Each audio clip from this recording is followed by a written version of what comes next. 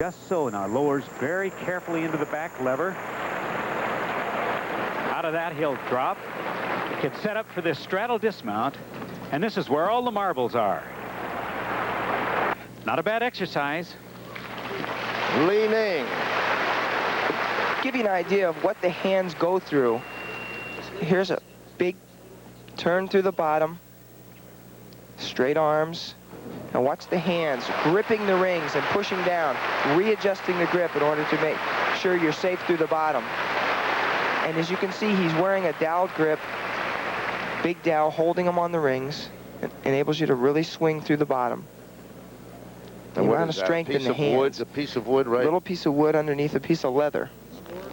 980 for Li Ning. So Li Ning is a name along with Tong Fai. You're going to be here for the next week here at Pauley Pavilion, as our competition is well underway, and we'll return with more gymnastics in a moment. Ceremony is taking place, and there is Connie Carpenter, who has won the gold medal in the women's road cycling race. Rebecca Twigg, her teammate, finishing second by maybe a foot. The U.S.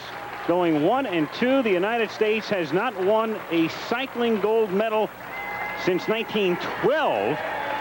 And this was the first ever women's race, so what a beginning for the United States women's cycling team to take the gold and the silver in the first ever women's cycling competition in the Olympic Games. Finishing third was the West German lady, Sandra Schumacher, who was among the pack of 6 that broke away with a lap and a half to go. And she finishes third. From West Germany, Sandra Schumacher. Connie Carpenter, who in 1972 was in the Winter Olympics as a speed skater. At the age of 14, she competed in Japan.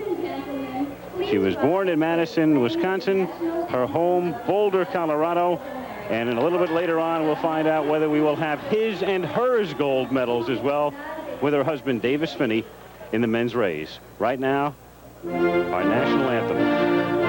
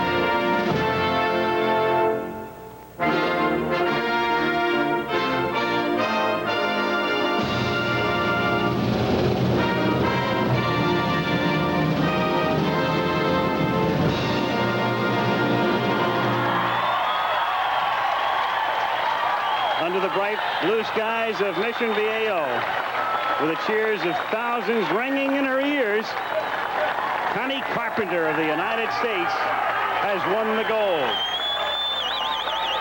Eric Hyden will talk with her when we come back.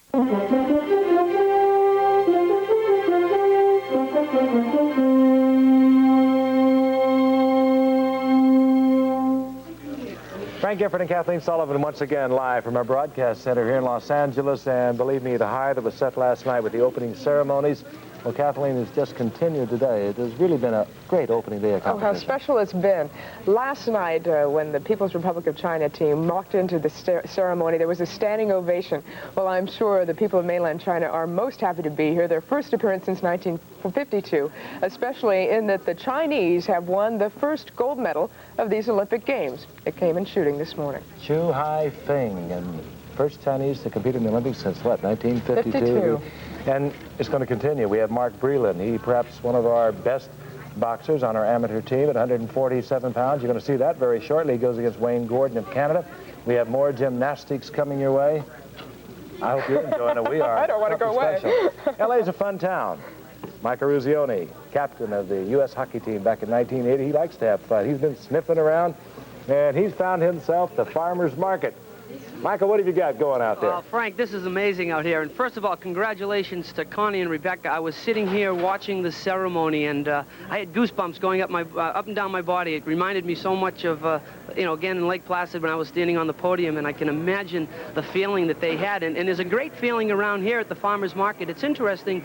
They are celebrating their 50th year just a few weeks ago, and there's a lot of commotion and excitement around here. There are 160 shops, and the shops have a variety of different things, from clothing to fruits to different restaurants. There are 27 restaurants here that they serve all different kinds of foods: Spanish, French, Italian, of course, American foods. And the people come here from just in the local area to spend a day. They sit down, they read their newspapers, they talk with old friends. I talked with some people earlier that have been here for 35 years. They come here every day at 4 o'clock. So there is a great deal of excitement and Olympic tradition right here. The flags from all the different countries are being waved around here, and different cultures are coming through, taking pictures. Yesterday I was sitting here for about an hour, and people were taking pictures just of the cameras. But it is an amazing thing. Look at the fruit. I mean, where else can you get greater fruit than this? The farmers, they bring it down here and they sell it. What I need, I think, is one of those harems to just sort of drop. Here, have some grapes. They're good. They're good for you. All sorts of tomatoes, oranges. Here, have an orange. Oranges are great. I feel like a salesman. Pineapples, peaches, apples. Here, have some grapes. They're good for you. Eat grapes. They're healthy. Health foods. All sorts of health foods here. So there is a lot of different things, and I think it's the Olympic spirit all around Los Angeles, and there's no question there is an Olympic spirit here at the farmers market. 50 years of tradition, 50 years of excitement here, and they're culminating it with the Olympic Games. They have the bells that ring here. Every half hour, the bells ring, and every hour they ring, they play the Battle Hymn of the Republic and God Bless America. So it is nice, it is exciting. As I said, fruit galore. Where else can you get fruit like this? Kathleen, I have a peach here just for you because you're such a peach. I'm going to hold this and bring it back to you later on, okay? How's that sound? Thanks, Michael. You know, Frank, it was wonderful. The other day I was down at Farmer's Market. Oh, Michael. It's a piece of work. And I heard a couple of gentlemen. They were all discussing some little stage manipulation that went on way back, I guess, in the 40s between Gracie Allen and George Burns, and what really happened and who was supposed to take one cue. A bunch of old Hollywood stagehands. I mean, really, Hollywood lives at the farmers market, as it is around Fairfax and Beverly. It's really a remarkable place. I got a feeling we better get Mike out of there. Mike Eruzione. He has found the farmers Wait till market. he finds the Italian restaurant section. Well, I could get a peach. I got a cucumber. We got a great fight coming up very shortly. It's going to be Mark Breland at 147 pounds. Stay with us. The action continues. We are in the Los Angeles Memorial Sports Arena, coming to you live the first day of boxing in this, the 23rd Olympiad. The gentleman in the corner is named Daniel Dominguez. He's from Argentina. We're about to start the third and final round. His opponent is Genaro Leon of Mexico. At this point in this bout, I think Dominguez has enjoyed the edge. The third man in the ring is from Nigeria. His name is Willie Oho. And of course, 5 judges score at ringside. They are respectively from Ireland, India, Great Britain, Morocco, and Australia. 20-point must scoring system. Quick review of the amateur rules. Must hit with the white portion of the glove. In other words, pronate the blow. Headgear now mandatory under a rules change effected last April. Everything done for the protection of the fighters. A caution there to Dominguez of Argentina about cuffing by the referee. Mexican fighters have been superb throughout the various Olympiads I have done. They are tireless. They can absorb punishment more perhaps than any other brand of fighter I have seen in the Olympics. And they have absolutely no fear. But Leon has been, I think, outboxed by the Argentinian Dominguez. Don't forget, coming up right after this bout, we've got a spanking good crowd here for this time of day on a Sunday in boxing. They're all here to see the man who'll be entering the ring in just a couple of moments. His name, Mark Breland, Brooklyn, New York, world amateur welterweight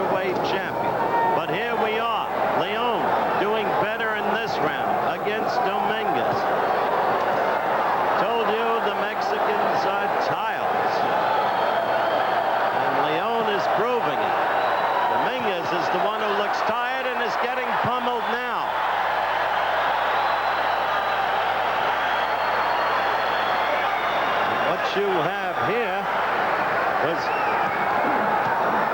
first a caution and then an 8 count standing. But Leon coming on, and this, the third and final round. And another 8 count. Our clock is out. There are about 32 seconds to go in the fight, and Leon is finishing with a big rush. Now remember, a blow that scores a knockdown or a standing 8 count in amateur boxing scoring counts for no more than a clean score with a jab, hook, or whatever. So we'll have to see how the scoring went by the officials in the first 2 rounds. But under any system, this is a tremendous round for young Leon of Mexico. And the bout.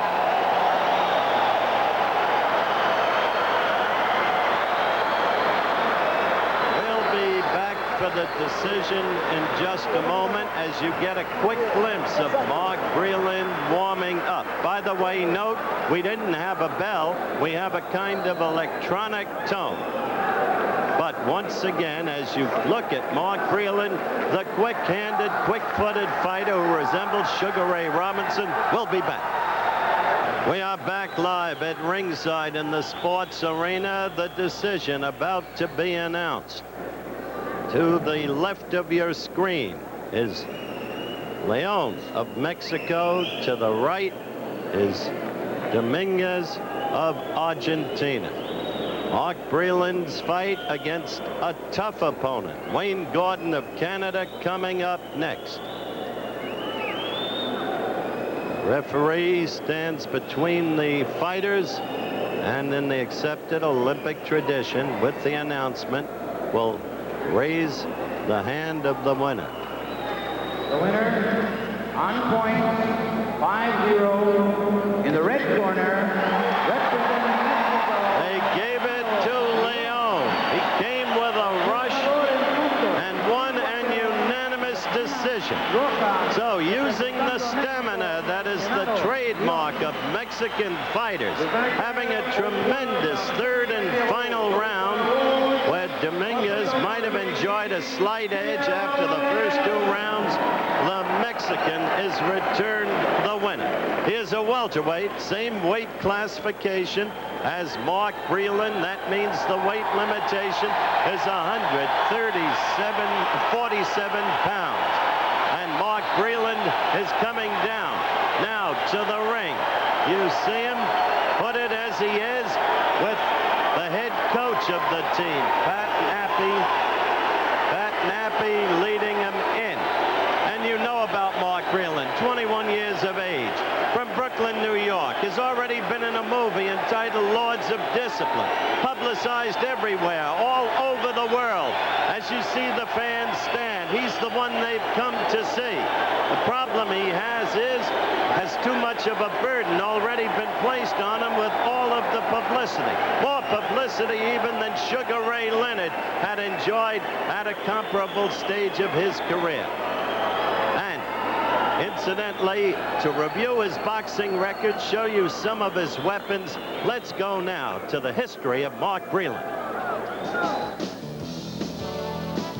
1982 World Welterweight Amateur Championship at stake. Mark Breland against the Soviet fighter Sergei Konakbiev, and Breland with the right hand destroyed Konakbiev, finally won the decision easily. Later in that same year, in the dual meet against Cuba, Breland against a glorious boxer, Candelario Duval, but Breland winning the decision cleanly. In that fight, suffered hand damage, needed surgery on a knuckle. The knuckle still hugely swollen. Recuperative period in order. Question, could he come back? He did against James Mitchell. 1983 U.S. Amateur Championships showed that the power of the right was still there. Look. Then the unprecedented 5th New York Golden Gloves title against Victor Laguerre, and again the awesome power of the right. And in April of this year, against Luciano Bruno of Italy, awkward, gave Breland some trouble, but Breland dominated. Tough. All right, there's Mark Breland. We're about ready to go. We had a break out of that clip. Fight proceeding very, very quickly. The referee, Ulysses Rodriguez of Venezuela, and the bout begins. Wayne Gordon, his hometown now, Lower Sackville, Nova Scotia. He has fought and lost to 2 Americans, Ron Essett in the North American Championships in '83, and to David Gutierrez this past February. Gutierrez, a young man who gave Mark Breland some trouble in the Olympic trial finals at Fort Worth. I'm going to box in this tournament, Breland said. He's got awesome power despite the angular and lean frame in the right hand. The hand that was damaged that he says has come back. Human interest story in the young Canadian fighter, Wayne Gordon.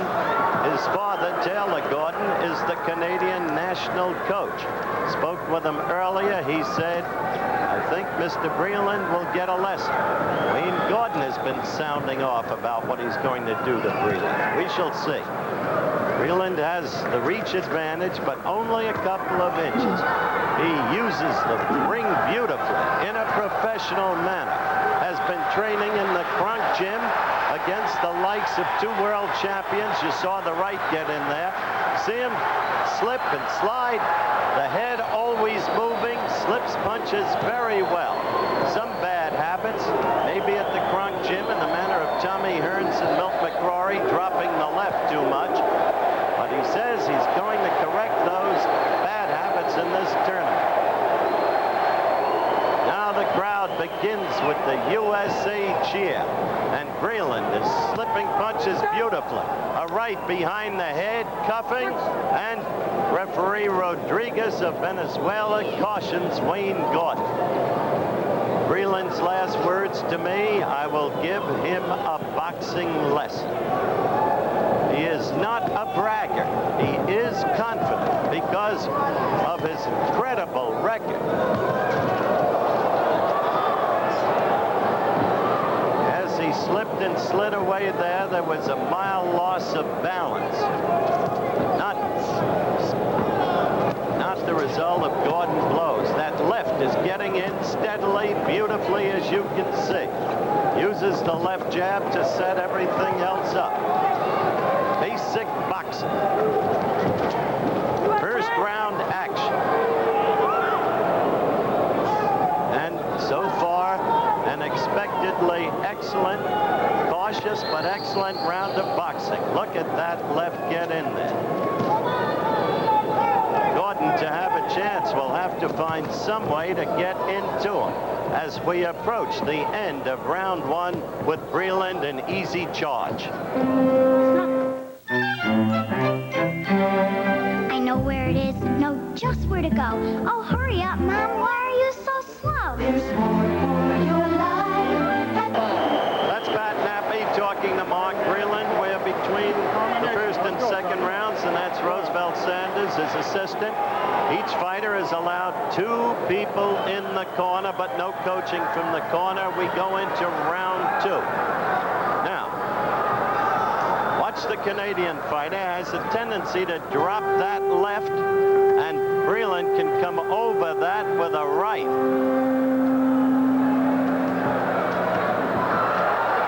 That charge resulted in Gordon landing with a right.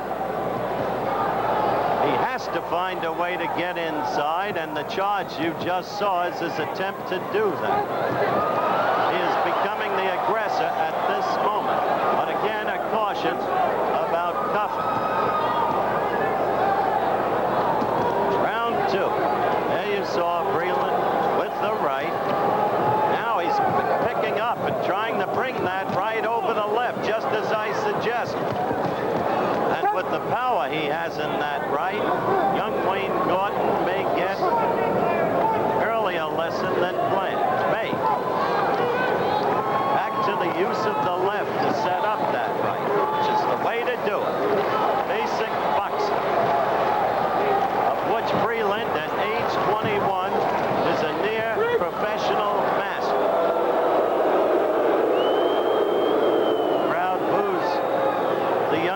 Canadian because of his mauling tactic, but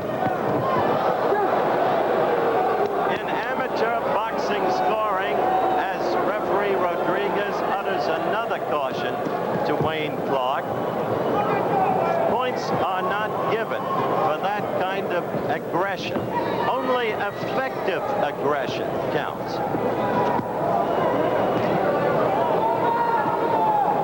Breland sticks steadily to his game plan, or fight plan. Again, a near loss of balance. He's giving him a standing 8 count. That's amazing. That's what can happen. That's why you have to be so careful. To me, it was a mere loss of balance. But Rodriguez issued a standing 8 count. Remember, that counts for no more than a single clean jab. Blow that caused it. Clark is back in the bad habit of keeping his hands down. Basically, he is using the left jab. And the American crowd here, largely American, was stunned. Now Breland is giving him the boxing lesson he talked about. Slipping the punches. He had Gordon off balance. But he must not lose himself and look to load up and knock the opponent out. That's a great tactical mistake.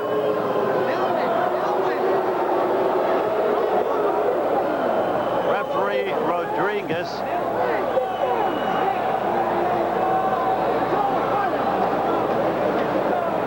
I'm not sure of what this is all about myself.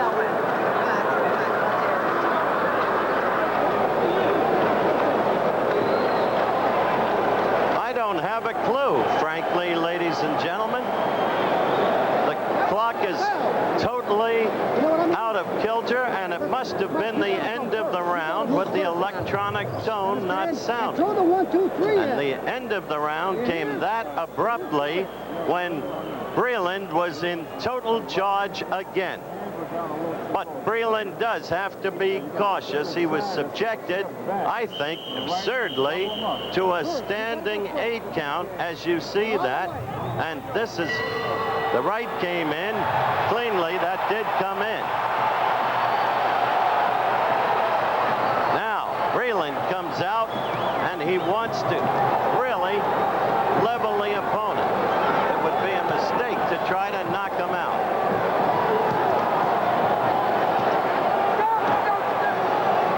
Again, Gordon using the mauling, brawling, and charging tactic to get into Breland. Breland dancing, lateral movement, using the left. Canadian is a tough kid. And in the next fight, there will be a South Korean who may be the most difficult competitor in the competition. But Breland has already learned that it won't be an easy thing to win the gold. He will have to fight, getting a difficult draw, 6 fights in less than 2 weeks. Now, Wayne Gordon is wild.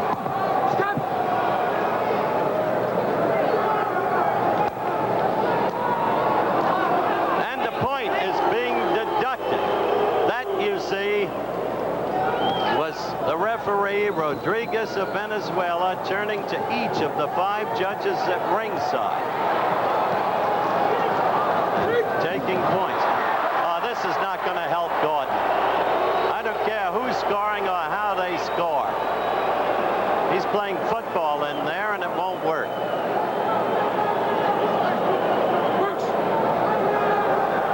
Third and final round.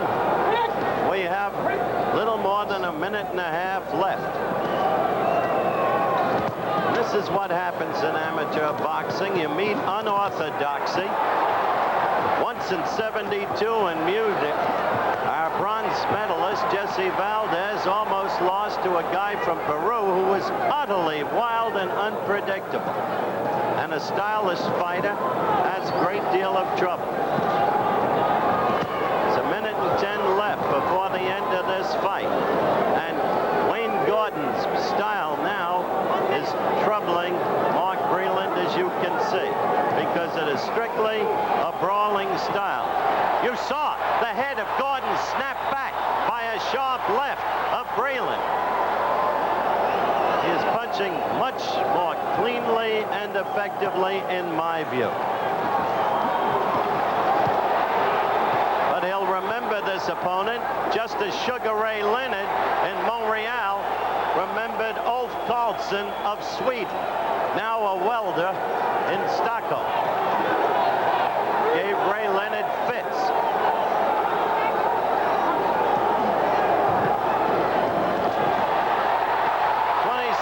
Left in the fight. I want to see the way they score this. Getting a caution now about butting, Wayne Gordon is.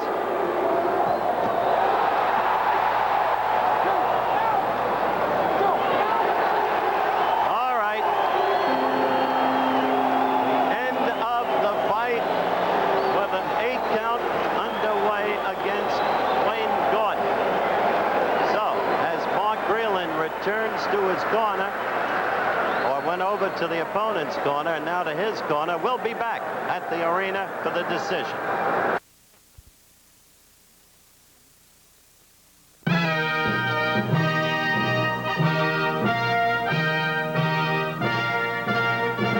The games of the 23rd Olympiad. Brought to you by Miller High Life, the exclusive sponsor of the Olympic Training Centers. Welcome to Miller Time.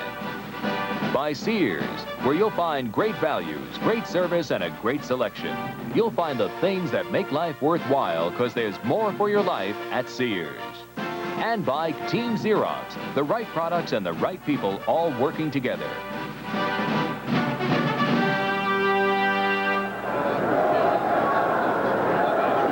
Once again, we're back live at the Los Angeles Memorial Sports Arena, and we are between the first and second rounds of a bout between Bak Shode of Sudan and Young-Soo An of South Korea. Young-Soo An is the one to watch. He is a rated fighter, world class, and should he win, will be Mark Breland's next opponent, Breland having already decisioned Wayne Gordon of Canada. This is a very tough young man. I talked at one point about the manner in which Mexican fighters are conditioned and have stamina and comeback capacity. As you look at a Bak Shode, a very tall young man, 6'1 1/4, built in the manner of Mark Breland. Well, let me tell you, the South Korean fighters are the best conditioned in the world. They can skip rope for 30 minutes at a time.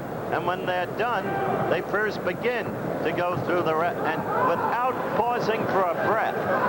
So watch Young-Soo An of South Korea to the right of your screen. He is extremely quick-footed. He has excellent upper body strength that his opponent lacks. This is second round action.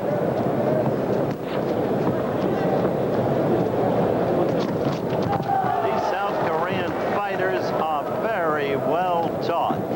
Indeed, Paul Gonzalez, America's light flyweight, faces the task of his life in a future fight on another day in the very first round against the South Korean, whom some favor to win the gold. Referee in this bout is John Davies of Australia. The judges are from Romania, Cuba, Taipei, Colombia, and Chile.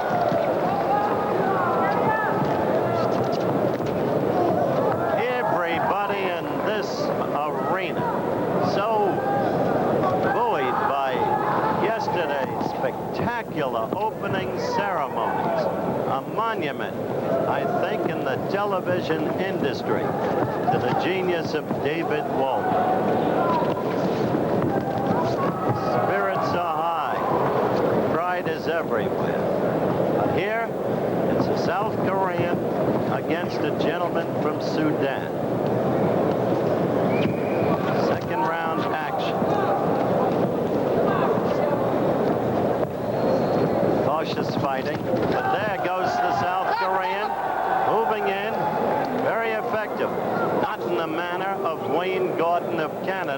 as he engineered a wrestling bout to some degree with Mark Breland.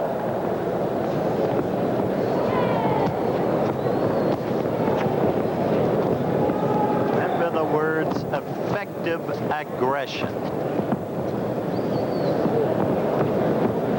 Wild aggression will cost you points. We are approaching, as you can see, the end of round 2. And the South Korean fighter, Young Soo An, is scoring well.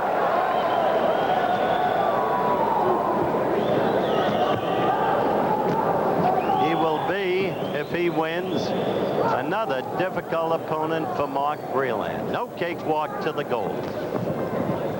Live in the sports arena, third and final round, Young Soo An of South Korea against Bak Shode of Sudan. I have the South Korean safely in the lead, but that's my subjective scoring as the South Korean fighter scores again. Between rounds, a chant was taken up for the South Korean among the crowd. Of course, as was pointed out by Peter Jennings yesterday, there is a little Korea in Los Angeles and a huge contingent of South Koreans in attendance throughout the various venues.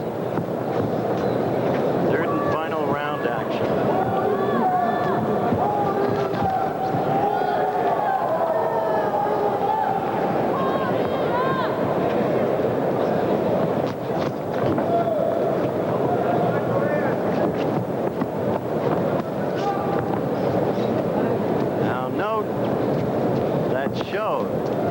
Of Sudan fights as a southpaw but can switch. You will see an overwhelming number of southpaws in amateur boxing from foreign countries because they don't proceed into the professional ranks as we know those ranks. In America, it's very hard, as you know, for southpaws to get fights. So frequently, because they're unorthodox and troublesome to orthodox or right-handed fighters.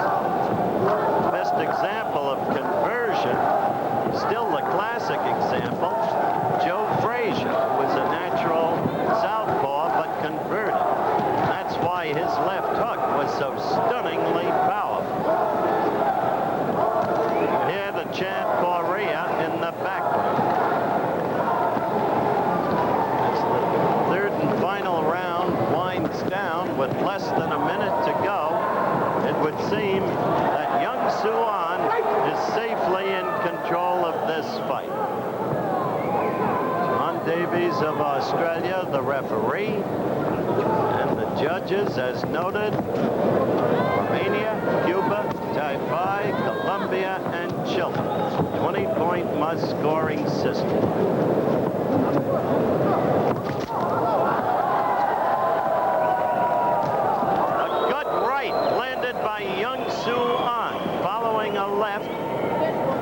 Did not score, but set up that right.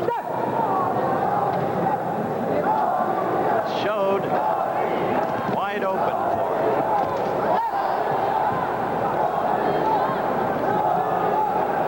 This is a tough cookie.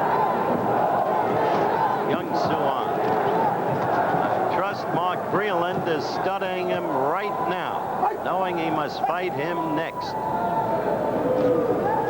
Back live in the sports arena, that is Young Soo An of South Korea, who has just fought a Bak Shode of Sudan, and we are awaiting the decision.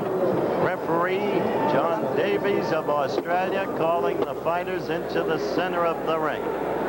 I can see little doubt about this, but having remembered some horrendous decisions in past Olympics, we'll have to wait and see.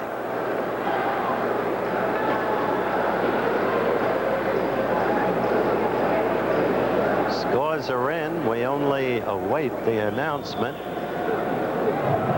Some of those bad decisions.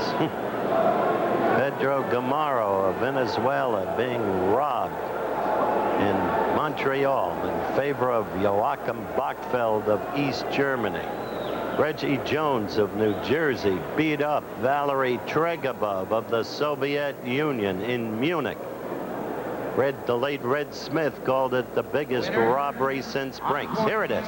5-0 in the red corner, representing Korea. 5-0, Young Suwon.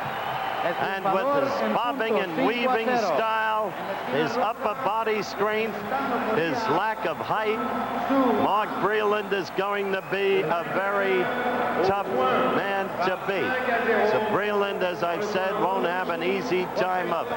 Now, let's go back to the gift. Very big battle between China and Japan, as we assumed we would, and China leading now by 1.4. And the individual standings are this way, too. Of course, Japan in there with Gushikin. The rest are all Chinese. They brought a very good, strong, deep team here to Los Angeles. Half of those scores will count in the individuals and the all-around later on. These are the compulsories, though. They and the optionals later on will determine the team championships. And right now, China is leading Japan in this first session. And the lead, Jack, is becoming very significant, almost a point and a half. And after this many rotations, it's difficult for Japan to hope to catch up. They just can't gain that many tenths unless the Chinese just fall off the apparatus almost. I think now the Japanese concern is to stay ahead of the Americans when the Americans come on later today. We're at the vault now with the Japanese team. This is Koji Sotomura. Now, this is a compulsory vault. It's called a Yamashita with a half twist. It's a front handspring with a half twist. And what he's looking for is good leg form, body form, and, of course, height and length from the horse. Let's see if he gets it. Boom. He gets everything except a perfect landing.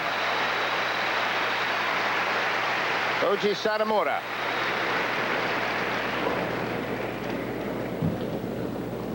They have to run as fast as they can, but not lose control. Kurt? Well, that landing is so important. It's the mount and the dismount. This whole event is over in about 2 seconds. So he really gets a good block, which is a push off the horse, brings his legs together at the end, gets a little bit over-rotated, and has to take a hop backward. Now waiting for the score for Koji Sotomura on the vault.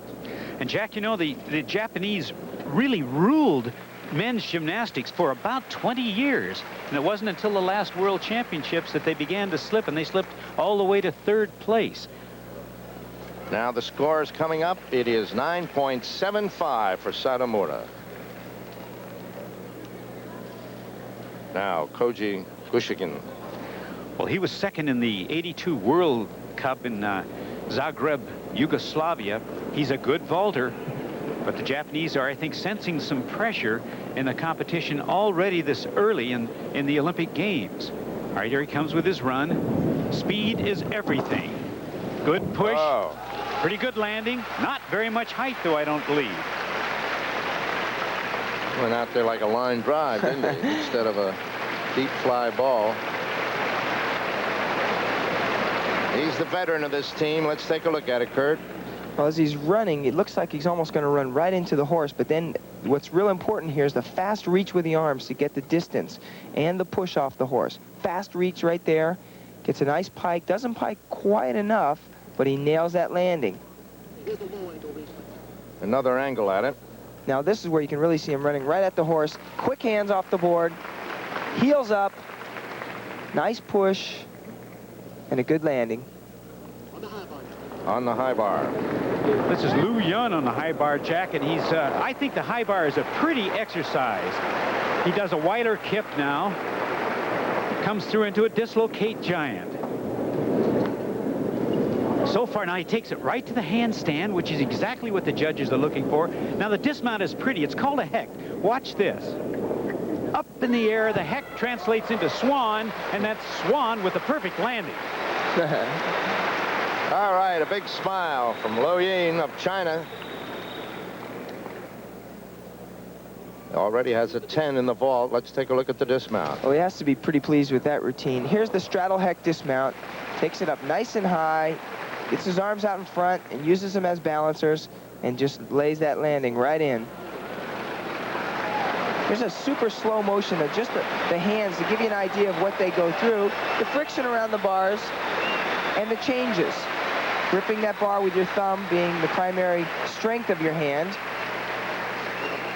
and then getting those dowels right over the bar to keep you on the bar. There's a little regrasp so they get an extra grip and the throw. And they sure use a lot of chalk, don't they?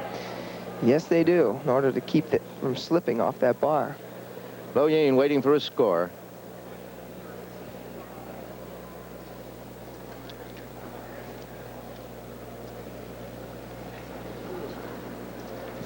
.995, marvelous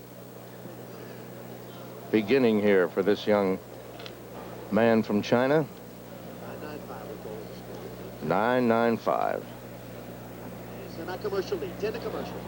So, underway at Pauly Pavilion, the men's gymnastics competition, a fight between China and Japan, and we'll be back with more Olympics in just a moment. The tunnel bar now, Li Ning. And the Chinese are just extraordinary in these compulsory exercises. They take everything right. Oh, no. Li Ning just went over the top. He should have stopped that and gone the other direction. A major deduction, a big, big problem. Now, remember, in the team scores, 6 compete, but only 5 scores count, so the Chinese could drop that score if it, in fact, is the lowest score. He was going for the maximum, certainly going for it, but failed in that one giant swing.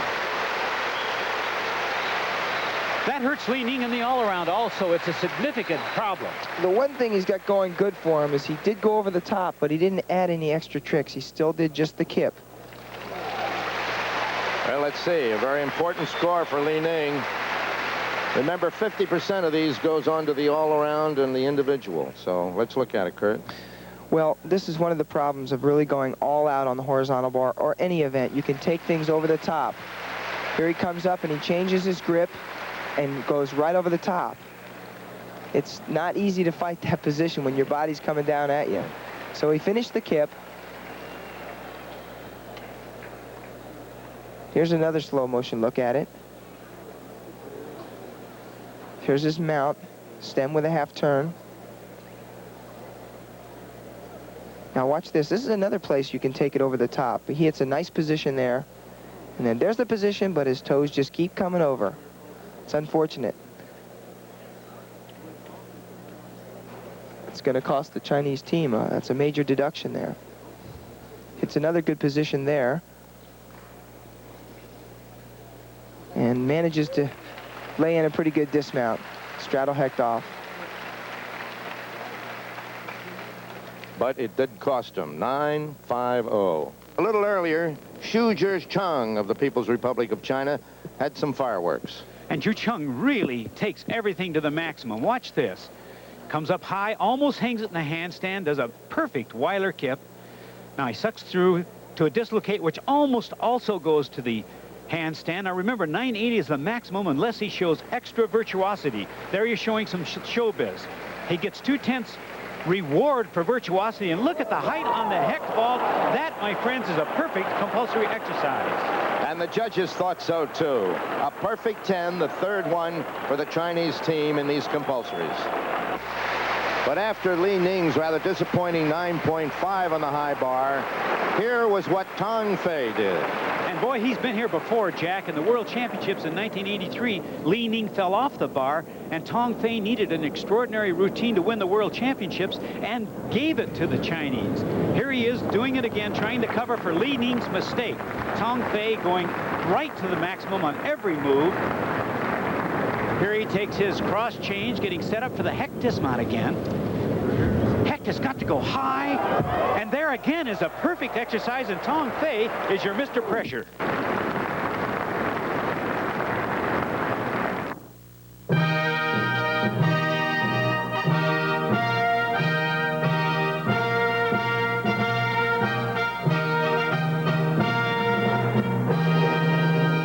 The games of the 23rd Olympiad. Brought to you by the Coca-Cola Company and the people in your town who bring you delicious, refreshing Coca-Cola. At the 1984 Olympic Games, Coke is it. By Kellogg's Product 19 cereal. Vitamins that are flaky, bumpy, crispy, crunchy, and taste oh so good. Product 19. By IBM. IBM salutes the spirit of the Olympics. and by United Airlines. United is the official airline of the 1984 Olympic Games and proud sponsor of the U.S. Olympic team. As you can see, a wonderful day in Los Angeles.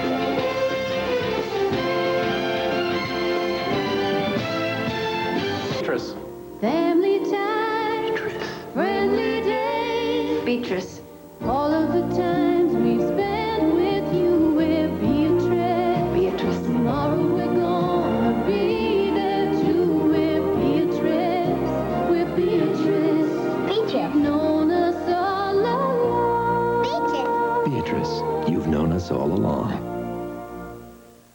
That's a live shot now. We're in Mission Viejo, which is in Orange County, a city located some 50 miles south of downtown Los Angeles.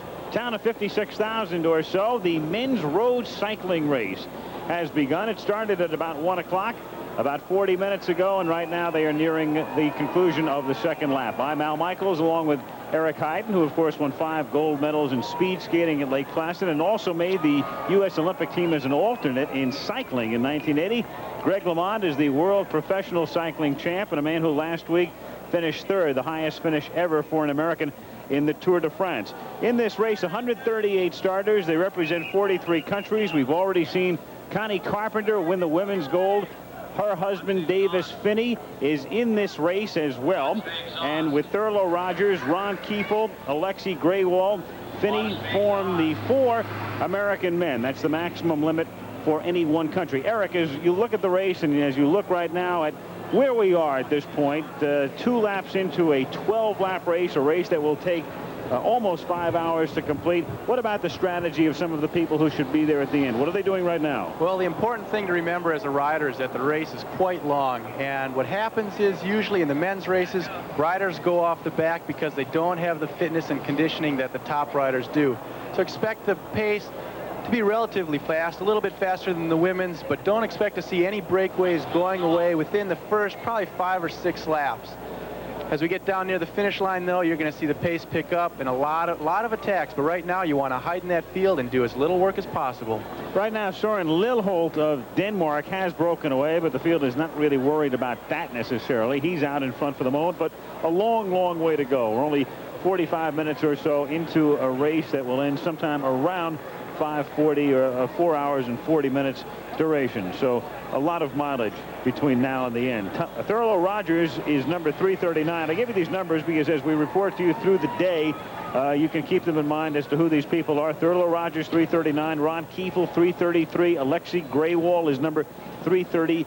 Davis Finney is number 338 for the American team. Now, Greg, what about a dope sheet for this right now? If you were to pick a top 3 or 3 and then a couple of other contenders, who would they be? Well, because of the boycott, I think you're eliminating a lot of the top medalists, such as the Russians, East Germans, Czechoslovakians. All the Eastern Bloc countries would be top contenders for the medal. So that gives our riders, the Americans, a really good chance. And I would really look forward Davis Finney because, you know, his wife just won. He's going to have that incentive to try to take it again, take another gold. And you've got Thurlow Rogers, Alexei Graywall. All of them are about equal quality. I would say really look for Steve Bauer from Canada, too, because he's an all-around rider and really good in the sprint. But if it comes down to a sprint, you're going to look for Davis Finney. He's the fastest sprinter in America and when it comes to a sprint. Alexei Graywall is very good on the hills, and I think this course for world-class competition is difficult, but it isn't as difficult as it could be. I think a hillier course would suit Graywall. Graywall, by the way, is in your picture there. He has the yellow hat. He's just looking behind. He looked over his right shoulder, and he begins a little bit of a sprint here. At least he's moving up a couple of places. Alexei Graywall in the American uniform and with the yellow helmet, so he'll be easy to pick out today. Graywall has a habit of getting very nervous and doing a lot of work, and that's something that he's going to have to remember not to do. There's a group up the road, but he should let it go up the road. There's a lot of other riders in the pack, and there's a lot of horsepower there left. And Alexei Graywall is a man you've been reading about, even if you barely follow cycling. He's made front page, or at least front page sports section news for quite some time. He was the fellow who was suspended on the 18th of July for 30 days after he tested positive for ephedrine. That happened during the recent Coors Classic in Colorado. And he said that he had taken an herbal tablet that was given to him by his massage therapist, Dia Lynn. He appealed the suspension. He was reinstated on the 21st of July by a 5-member appeals board of the U.S. Cycling Federation. The appeals board said that the test results were not conclusive, that the positive test might have been the result of Graywall's asthma medicine, which he is permitted to take.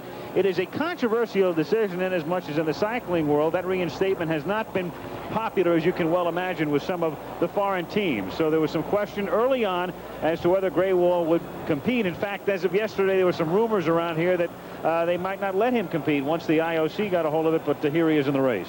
I think the one rider should be disappointed is Doug Shapiro. He was when Alexei Graywall was disqualified, Doug Shapiro took that place of Graywall, and he was on the team as of yesterday. And myself as a rider, I'd be very disappointed, not because Graywall took my place, but because I was on the team and then put off the day before. You can't do that in international competition, especially when it's the Olympics. And a rider like that, he had the really top form, and I would say that my heart goes out to Doug Shapiro also, because you know, he really had all his hopes up for this race, and to find out 24 hours before the race starts that he can't start, it's got to be disappointing. Sure, and then there's Cindy Olivari of the women's team, who would have been on the team, but the word was that she had developed the mononucleosis and had to come off as well.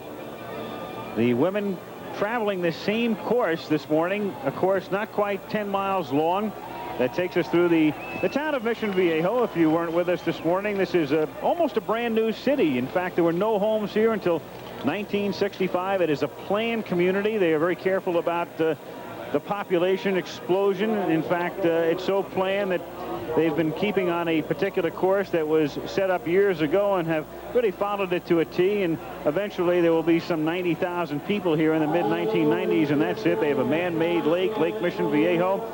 As you watch some early jockeying here, early battling, and a look there at Alexei Graywall very early in a long race. But it is a city that is loaded with sports enthusiasts, people who love to get out and bike and sail and swim. There are 6 swimmers and 3 divers, including Greg Louganis from the local Matador Swimming Club. So it's really a sports mecca here, and here they are hosting an event in the Olympic Games. If you take a close look at the riders' jerseys, you'll notice that they have pockets in the back. And in those pockets, the riders carry fruit, maybe some...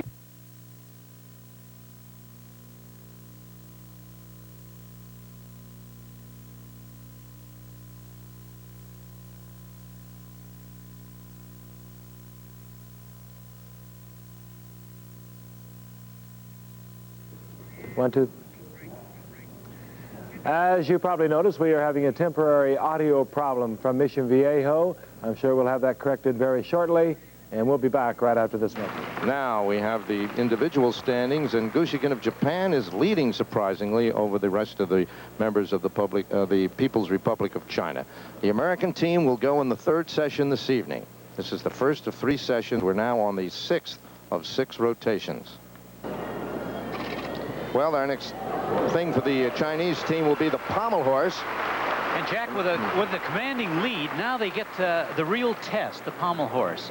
I think Kurt probably disagrees with me because he is such a fine pommel horse performer. But in my years of coaching, I found that this was the tough event for an athlete under pressure to stay on.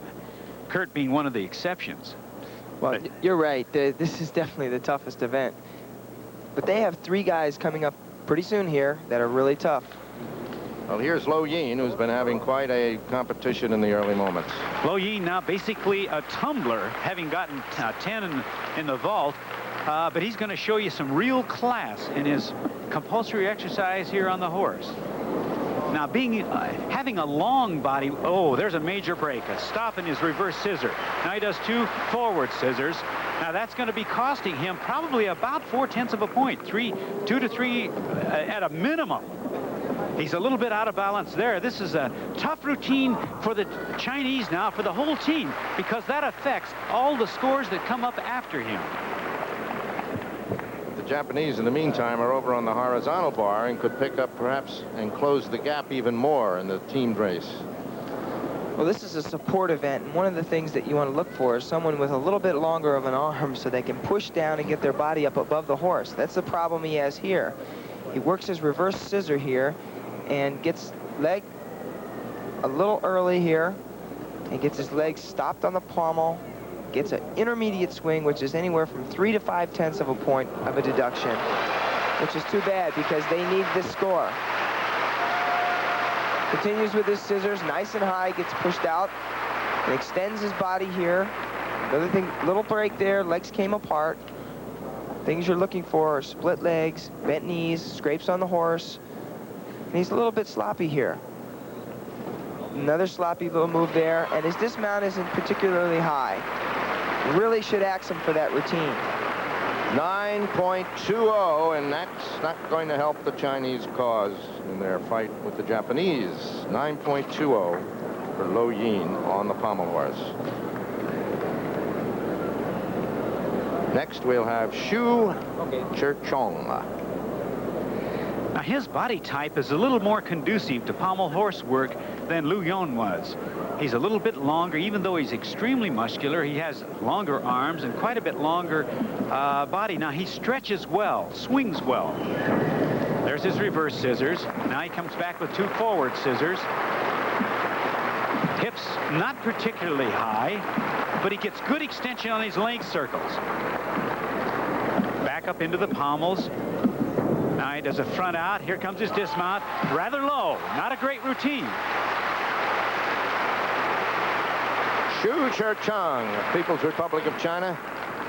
Now remember, 9-8 is a maximum, Jack, unless they show extra virtuosity, at which point they could go for a higher score. But there was not that kind of virtuosity in this routine. Well, the one thing on this slow motion you can really detect is, especially in the overhead view, is the extension which the judges are looking for. Also, the amount of flexibility and the height in which you can perform the scissors. As you can see, he really takes it up nice and high. In this angle, you can particularly see the little knee breaks and also the good flexibility in the scissors. Kicks up nice and high. A little bit of a knee bend there. Pushes off the horse.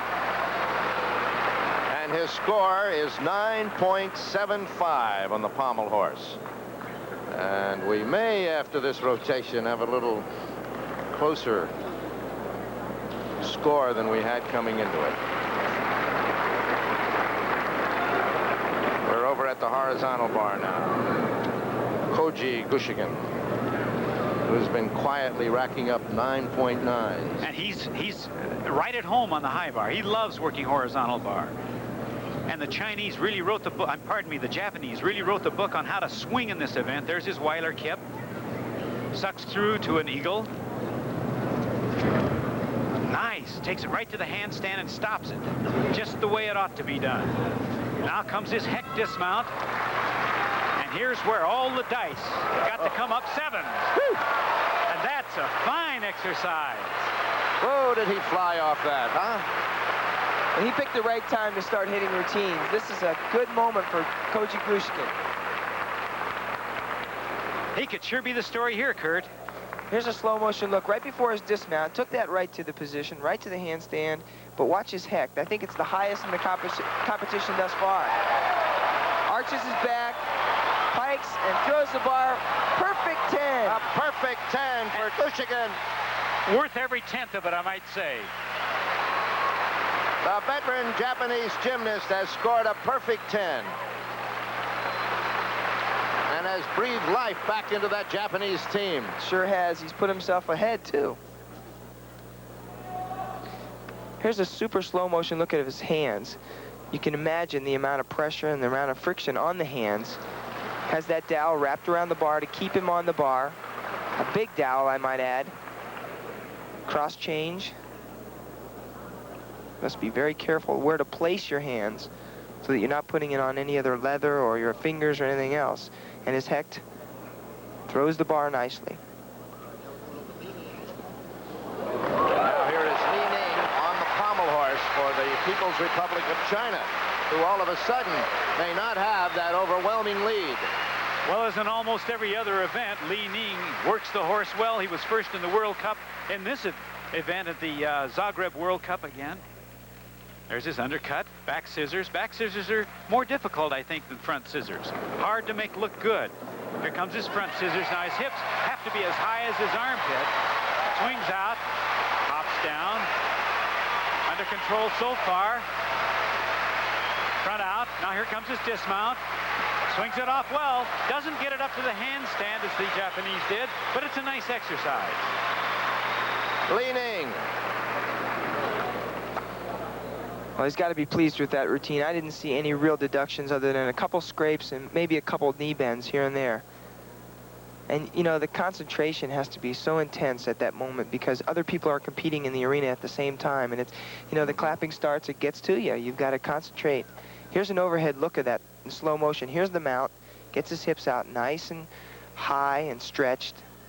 Keeps his body above the horse. Now watch the scissor work here. Reverse scissor, false scissor. Now here comes 2 reverse scissors. Much more difficult to do than the front scissors. You can see the little breaks here, the knee bends, nothing major. Hops down, keeping that extension on the loops. Stockley out and preparing for his dismount. Does a front out to a loop with a half off, pushes it nice and high, and he sticks the landing. Leaning from above. There is Leaning now, waiting for his score. There's the People's Republic of China now really in a battle with Japan for the team honors. Strangely left, Li Ning well behind Gushikin of Japan now in the individual standings. They're the judges. However, there's still a lot of gymnastics left, isn't there? Oh, yeah. Sander Obari from Hungary, 10. one of the boycotting teams. A 10 for Li Ning.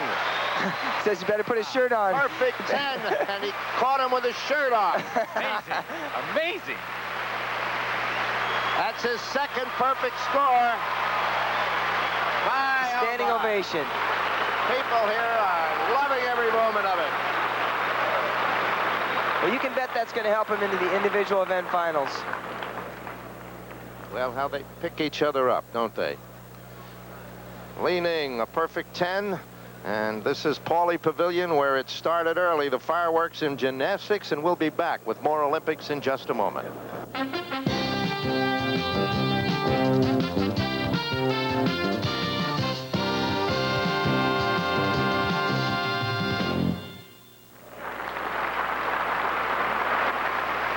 Back at Pauly Pavilion, the pommel horse, the Chinese team, Li Xiaoping. And he's a former world champion. He was second in the world championships in 81, or first in 81, second in 83, swinging high front scissors. And with that 10 right ahead of him, that doesn't hurt his chances for a 10 at all. In fact, it enhances them considerably. And there's another really nice routine, and a smile and a nice couple of fists from Li Xiaoping. The Chinese are just going after him. Everybody is pushing everybody else. Li Xiaoping, the little tail. Well, you know, technically they're not allowed up on the podium, the rest of the team, until the person is really comes down off the podium. But they're so happy they're jumping all over the podium and all over the gymnast.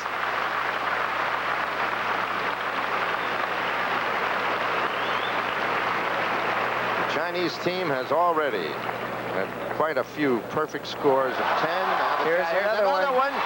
Li Xiaoping following Li Ning with a perfect 10 on the pommel horse.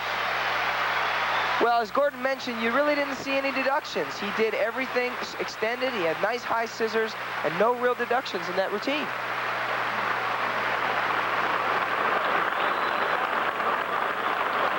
That is the 6th perfect 10 for the Chinese team in these compulsories.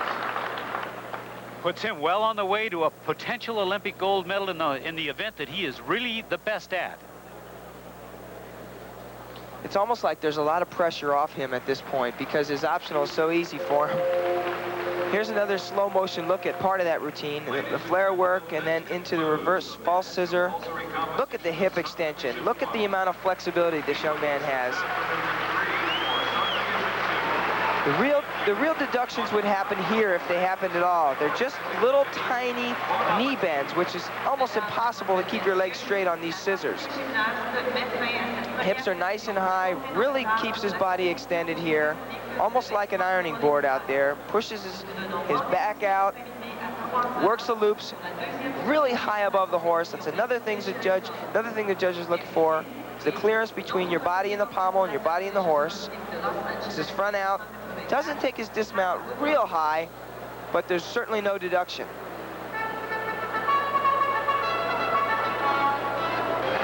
There was another 10 just moments ago, and here it is on videotape. The Japanese over on the horizontal bar. Well, here he comes into his staller, half turn. Now he wants to take this close to the handstand. He's just shy of it. Dislocate, shoot. Again, just a little bit shy of the handstand. Hangs that very nicely. And the judges have really gotten themselves back to the point where they just about have to give 10s. They have nothing left to take off for. And that is probably the payoff. Such a strong landing. Shinji Morisue of Japan, as the Japanese finish with 2 perfect scores of 10 on the horizontal bar, and the Chinese finish with 2 perfect 10s on the pommel horse. That's the end of this first session, and we'll be back with more Olympics in just a moment.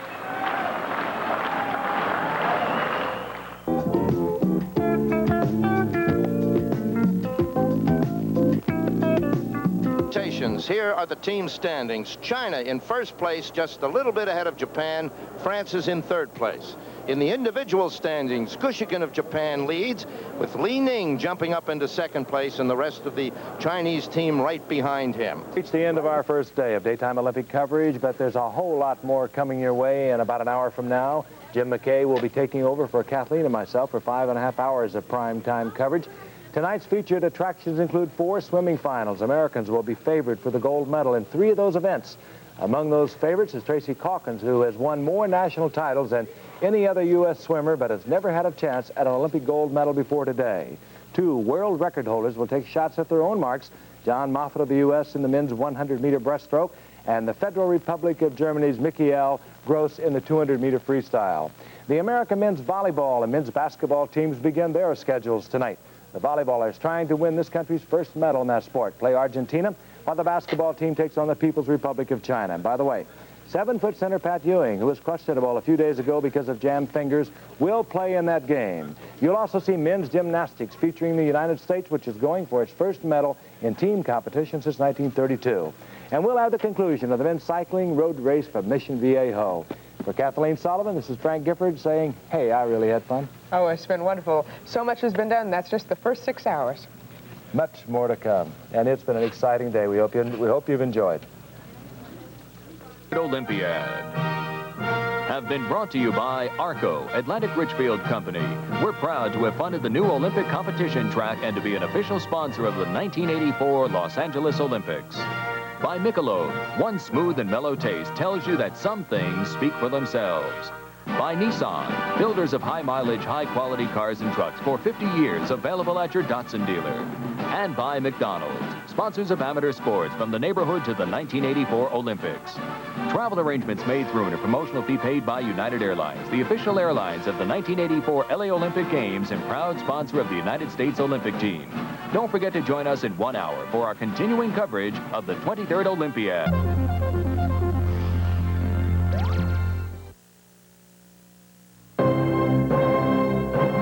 The Olympic flame burns brightly in Los Angeles, clearly visible even in the glare of the Southern California sun. It's the first day of competition. Hollywood had its day yesterday, but it was a warm, wonderfully human Hollywood. Nothing plastic about yesterday's opening ceremony. Now the spotlight turns to the competition at sights emanating like the spokes of a wheel from downtown LA. So from Los Angeles, California, ABC Sports presents the games of the 23rd Olympiad.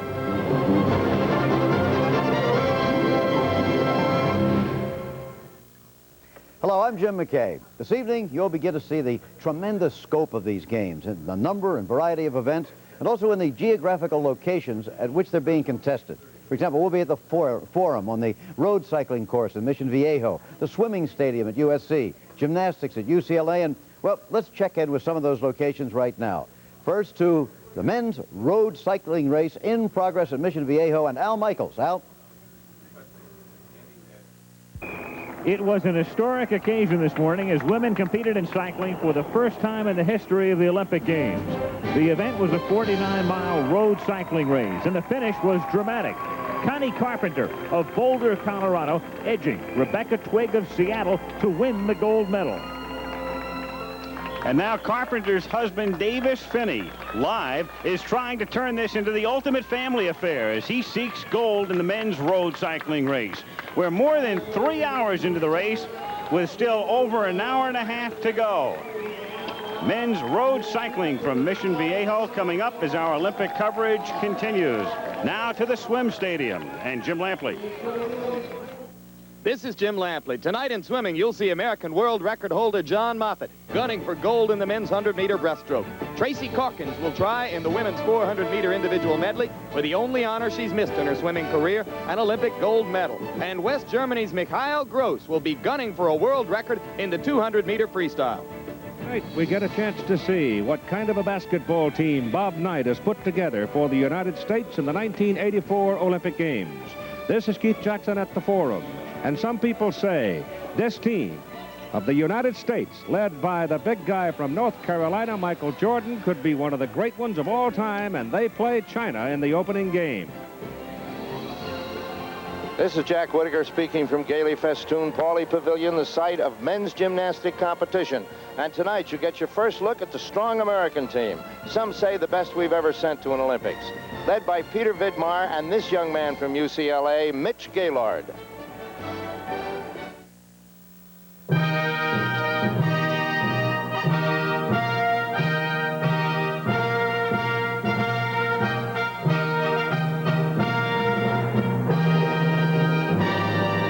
The games of the 23rd Olympiad are being brought to you by Budweiser, proud sponsor of the U.S. Olympic team. For all you do, this Bud's for you. By United Airlines. United is the official airline of the 1984 Olympic Games. By American Express. Protect your vacation with American Express traveler's checks. Don't leave home without them. And by Beatrice Foods. Many of your favorite products come from us. Beatrice, you've known us all along.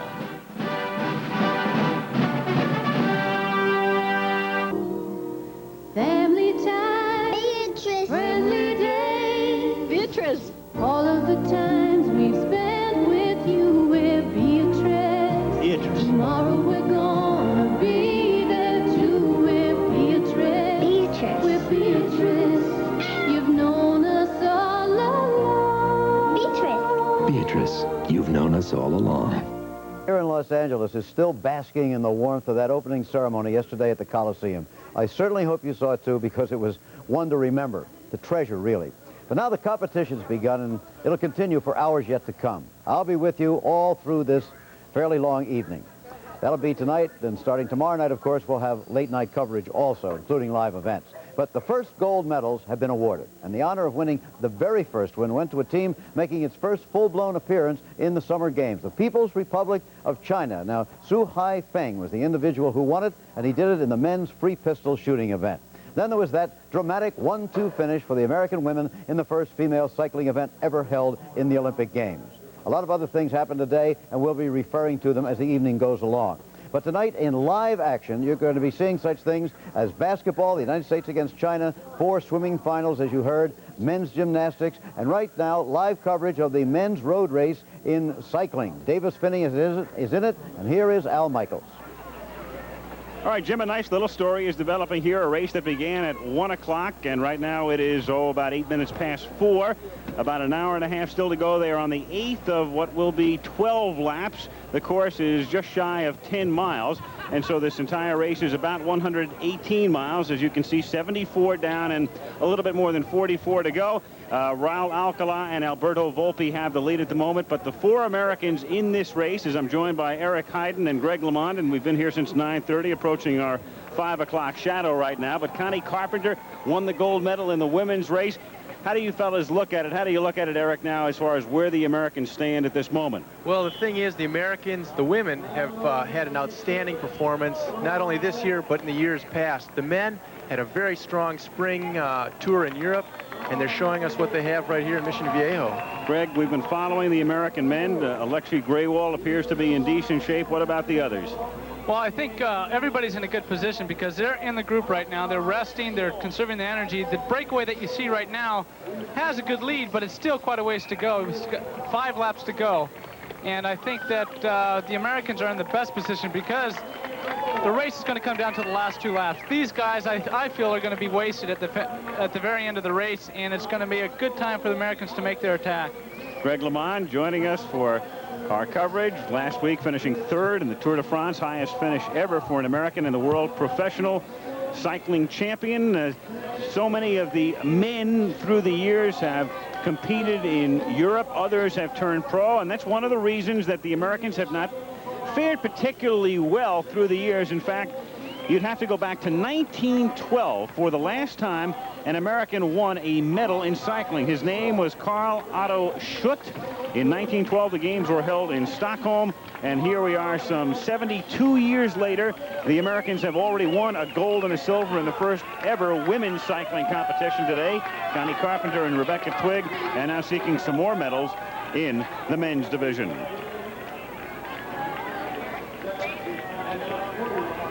We've got an Italian rider here and a Mexican rider. They still have about a 46-second lead.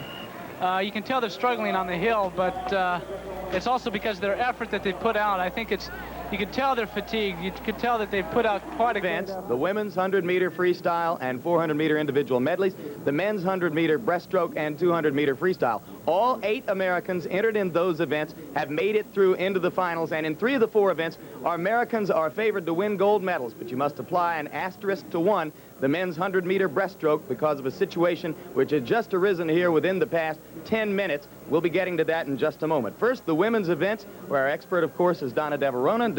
Donna, women are favored to win both the 100-meter freestyle, and of course Tracy Calkins heavily favored in the 400-meter individual medley. What do you think? Well, we can start with Tracy Calkins. She's qualified 7 seconds ahead of the field, so I think she could be a sure bet unless something drastic happens in the 400-meter individual medley. We're more vulnerable in the women's 100-meter freestyle. However, the pace has been set here for the women as Nancy Hogshead put in her personal best time in the women's 100 meters. Carrie Steinpfeifer, her teammate, qualified 3rd, and the person that's most possible, the person that could threaten them, is from the Netherlands. Of course, we've heard about her, Annemarie Verstappen. So it's going to be a race for 1st, 2nd, and 3rd between those 3. All right, and the first event we'll see is the women's 100-meter freestyle, where Americans are favored to go 1 and 2. So we'll be looking at that very shortly. Now, in the men's events, I'll be working, of course, with Mark Spitz. Mark, we've just learned, as you know, within the past 10 minutes, that John Moffitt of the United States, who swam within 0.03 of a second of his own world record in the 100-meter breaststroke in qualifying this morning, may have re-injured a groin injury which had bothered him coming into the Olympics, and there's some question as to whether or not Moffitt will swim. Now, we're going to take a look, Mark, at John Moffitt during that 100-meter breaststroke qualifying swim this morning. Gambrill, Coach Don Gambrill of the American team, believes he may have hurt the groin coming off the wall.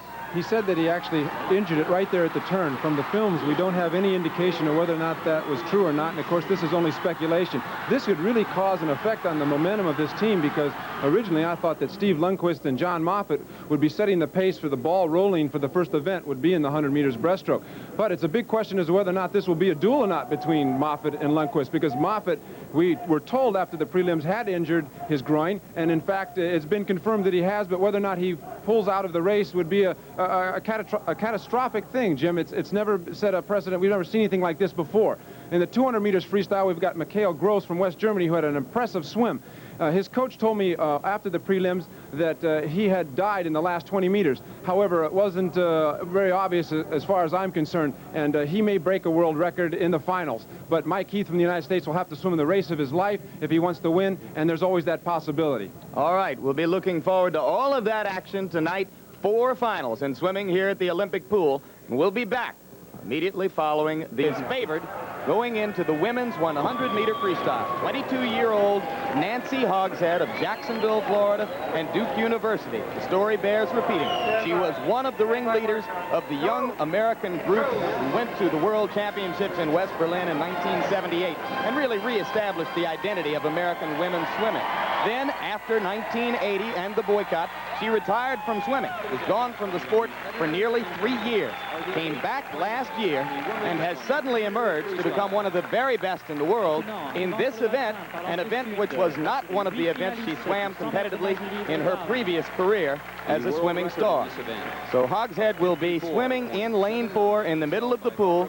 She and Carrie Steincypher of the United States have at least a good chance of going gold and silver in this race, though they will be threatened by Annemarie Verstappen of Holland and perhaps her teammate Connie van Bentum of Holland, and their 2 Australian women who qualified very well.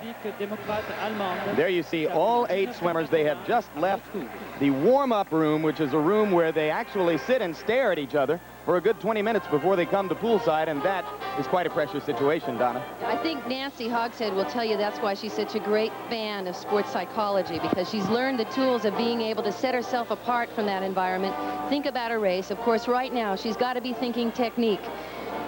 All right, now we go through lane introductions for all 8 swimmers. In lane 1, 21-year-old June Croft of Great Britain, Commonwealth Games champion 2 years ago. Consistent swimmer over the years, probably will be better in the 200-meter freestyle race later on in the meet. June Croft. There is Croft as she approaches the starting block in lane 1. In lane 2, you will be suseanne Schuster, 21 years old, from West Germany, or the Federal Republic of Germany, as we will more frequently call it during these Olympic Games. Schuster was 7th at the European Championships last summer. It is in all likelihood a thrill simply for her to have made the final. There is Carrie Steincypher, 16 years old, from Saratoga, California. Still in high school, just finished her sophomore year, but she ranked 4th in the world last year, 1st among Americans.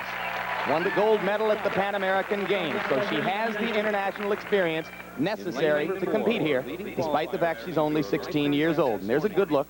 And 22-year-old Nancy Hogshead, she looked nervous as she approached poolside for her qualifying swim this morning. Right now, she looks quite thrilled, Donna. She has a big smile. She knows she's been in this place before.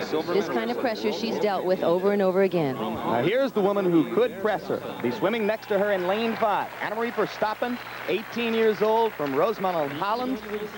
She was the world champion in the 200-meter freestyle 2 years ago. So her strength will be a factor. The Australians swam very well in qualifying. This is Michelle Pearson, 22 years old. She'll be swimming in lane 6, and of course, she'll be trying to follow in the tradition of Dawn Fraser and Shane Gould and the great Australian freestyle sprinters we've seen over the years. There is Verstappen's teammate from Holland, Connie van Bentum, 18 years old, as is Verstappen. Not as strong and talented as her teammate, but perhaps more consistent. She ranked number 3 in the world last year. And the last of the 8 swimmers is Angela Russell, 17 years old, also from Australia, like Pearson in lane 6. She will be at the bottom of your screen in lane 8. Jim, the last time the U.S. women won this event was in 1972 in Munich. Sandra Nielsen won the gold. The race will be in the middle of the pool. Steincypher, Hogshead, and Annemarie Verstappen. There they are, from left to right, lanes 3, 4, and 5 on your screen. This is an event affected by the boycott. 14 fastest times in history in this event were swum by swimmers from the German Democratic Republic. But the 4 fastest of all time outside of that nation are in the pool right now. Blocks, please. Lane 4 to the back of the blocks, please. And Jim, look for Annemarie Verstappen to go out ahead of Nancy Hogshead. Nancy Hogshead's strength is in the second 50. She's not necessarily very fast, but she's a conditioned athlete. False start again. And there is the first false start. The field is entitled to 2 false starts. To explain the situation as fully as possible, if a swimmer, an individual swimmer, false starts twice, she's still in the race. If another swimmer were to false start following that, she would be disqualified. So they go into the pool. Remember, Hogshead in lane 4 in the middle of the pool has on the white bathing cap. Next to her in lane 5, Annemarie Verstappen has come off the blocks first. It is Verstappen with a little bit of a lead over Hogshead as they approach the 50-meter mark. The Olympic pool is 50 meters long. They will go up and back, and that's it. Okay, let's look at the 50 split. 26.81 is world record split time. And they're 26.96, just 1/10 of a second off world record time. A very fast first 50 by Verstappen, who has the lead, but Nancy Hogshead was close to her and is coming on right now. Even as I speak, at this moment, Nancy Hogshead is taking the lead away from Anne-Marie Verstappen. But they're going to be very close coming to the wall, Donna. Verstappen's coming back. She sure is. Nancy Hogshead has to dig deep. She's also getting competition right on the other side of her from her teammate, Carrie Steincypher. Going to be close. Hogshead touched in second place. Carrie Steincypher got it. Carrie Steincypher up in lane 3. Came on in the last 10 meters. Ladies and gentlemen, on tie the board, in time, however, 55.92. Tie in time, but on the board. Steincypher and Hogshead are listed with the same time. I am now being told that the board is wrong. 92. That is unofficial. I am being told that the scoreboard is wrong. But if the scoreboard is correct, then Carrie Steincypher and Nancy Hogshead are both going to get gold medals. If that board is correct, they will both get gold medals. If you tie in an Olympic event, you share first place. And right now, you are looking at 2 American gold medalists in the first event of the swimming competition. Jim, that's the story of our team effort, swimming team effort over the last 4 years. They have been a close team. These two went to Hawaii last year and trained together in Mission Viejo. When Mark Spitz and I went down there, they were training together, swimming together, pushing each other on. Identical times, you see, 55.92.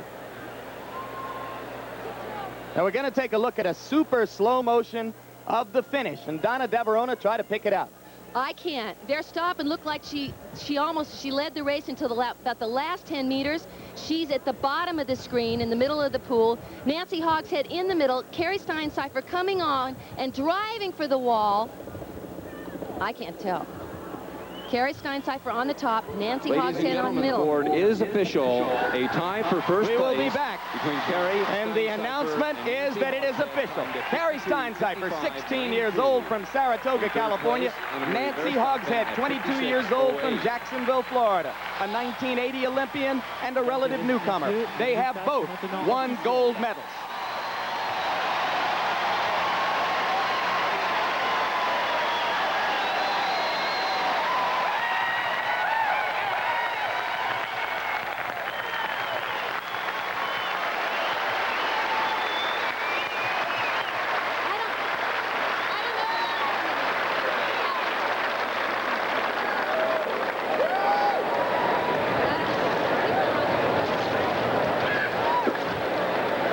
This is an American celebration at the Olympic swimming pool, and we've got 3 more swimming finals coming up as the evening goes along. We'll be back right after this. Witnessed a piece of Olympic history.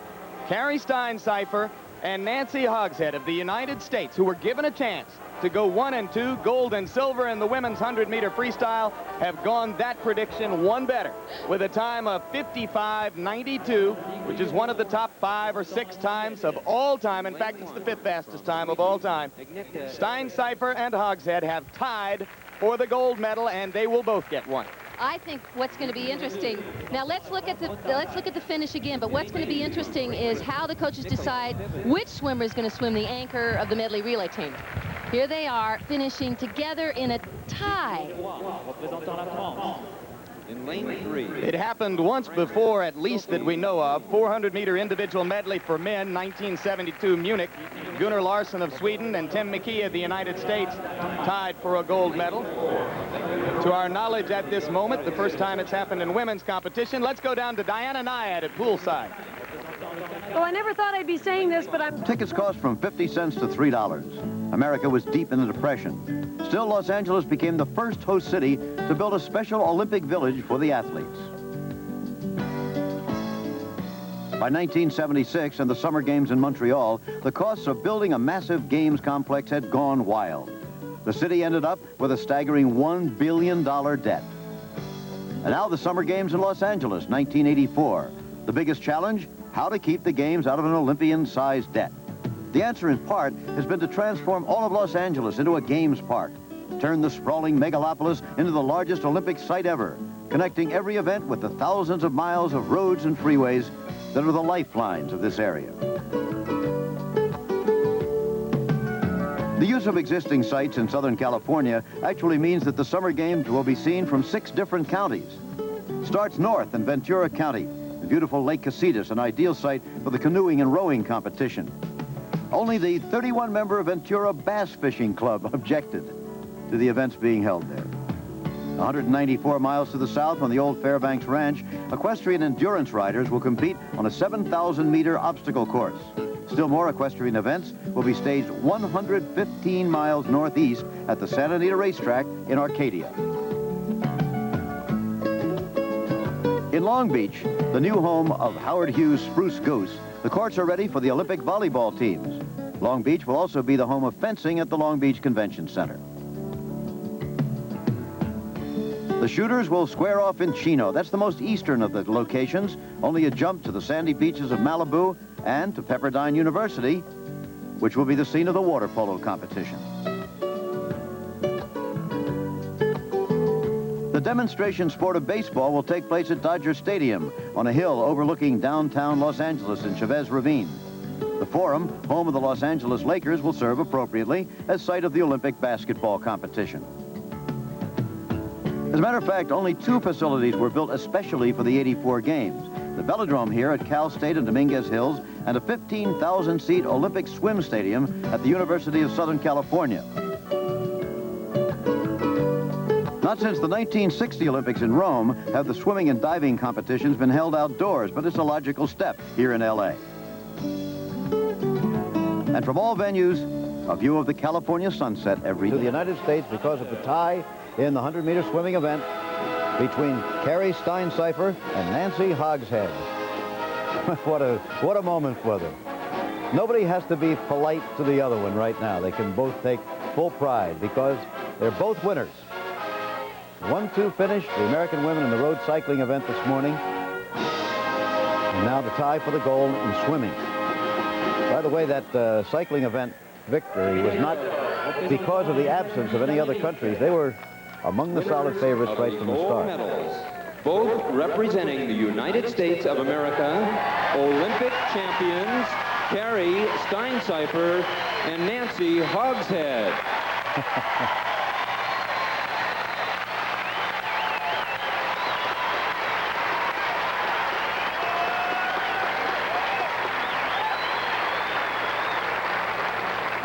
What a start these Olympics are off to for the host country. There was marvelous warm opening ceremonies yesterday. Now a 1-2 finish and a tie for the gold. There is Juan Antonio Samaran, the president of the International Olympic Committee, giving him the flowers. Plenty of beautiful fresh flowers in this area. You don't have to worry about flying those in. Winner of the bronze medal, representing Holland, Annemarie Verstappen. And the bronze medal to the Netherlands. Good thing they had a nice, broad pedestal for the gold medal. Plenty of room for both of them to stand there.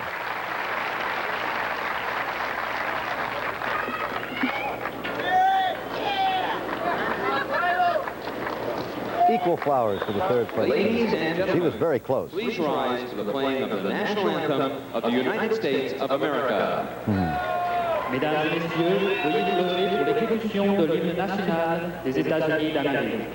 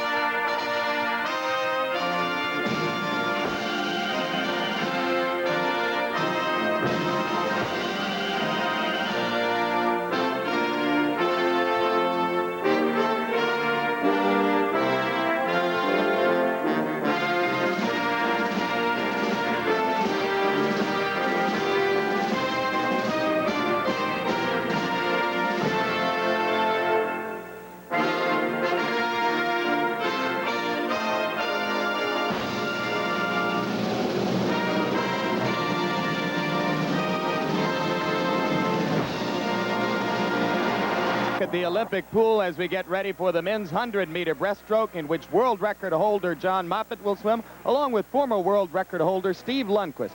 Let's meet Steve Lundquist up close and personal.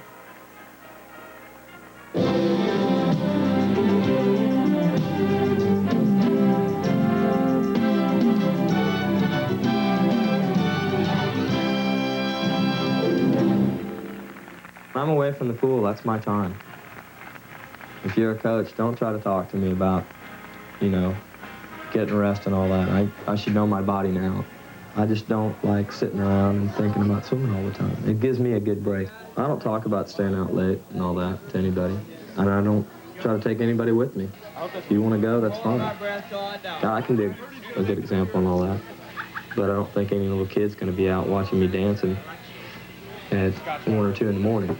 I've always said there's more to life than just swimming. Sweetly, sweetly. By night, Steve Lundquist is a good old-fashioned Georgia-born hellraiser. By day, he's a conservative member of the establishment, working for a Dallas subsidiary of Phillips Petroleum until he recently took leave to train full-time for the Olympics. He has a few credits left before graduating from Southern Methodist, and sometimes says he wants to follow his mother into the real estate business. Sometimes he's not so sure. Yes, sir. We're showing it. We do have some. I don't know where my future lies. I'm going to finish school. Right now, that's the main goal. Get out of school and throw myself out in the market, so to speak, and see if I can make over $2,000 a year. Lundquist has modeled a little, even graced a recent issue of Playboy. Oh, it's great. And you meet so many interesting people. That's what's fun about it. It's not actually doing it or making the money. The girls we modeled with, really ugly. No. God. He can dress up like a punk rocker for a costume party. He can gain 20 pounds when he goes out of training. He has cracked up at least 3 motor vehicles. He has been bitten by a copperhead. But Steve Lundquist is a champion, and emotionally, a boy who never left home. Dancing with myself. Mom. I love my parents to death. I could think of no other people I love more. I mean, you know, I love my brother and all that, but my parents are first to me. Before coaches, before swimming, before school, before going out till 2 in the morning. My parents are, I mean, you know, if they said, hey, this is bad for you, don't go out till 2, stop. Back live now, and that profile, of course, was narrated by our colleague Ray Gandolf. Now here come the swimmers for the 100-meter breaststroke for men. Steve Lundquist, whom you've just met, a man whose talent and whose mercurial personality have held us all enthralled, those of us who followed the sport, ever since he really burst on the scene in 1978. There is Lundquist as he walks along the deck next to the warm-up pool and heads for the blocks. And John Moffitt will swim in the event. That is the latest word. The man just behind Lundquist is Brett Stocks, 21-year-old from Australia. And there is Moffitt, who appears Mark Spitz to be limping as he walks along the pool. I don't know him well enough to say for sure, but that looks to me like a limp. Well, Jim, we know as a fact that he had a groin injury earlier this year. But like I said the other day, this is the biggest and possibly the most severe duel that we're going to see. And this may be just a little psych job. I want to document that because we don't know for sure. It wasn't evident in the prelims. But I want to give him the benefit of the doubt. He has a lot of courage for being out here. And, of course, Steve Lundquist is wondering whether or not it really is as serious as it appeared to be. The world record in the event is held by John Moffitt at 1 minute, 2 1300 seconds. It was set earlier this year. Now, there's Adrian Moorhouse of Great Britain, who will be swimming in lane 1. We know he has the speed to win because earlier in his career, he swam the fastest breaststroke relay leg ever in swimming history. And there's a good look at Steve Lundquist, world champion, Pan American Games champion, former world record holder, and about to swim the most important 100-meter breaststroke race of his life. And there is Brett Stocks of Australia. The Australians have been impressive here today. He beat former world record holder Gerald Morken of the Federal Republic of Germany in his qualifying heat. Ranked 18th in the world last year, but here he is in the Olympic final.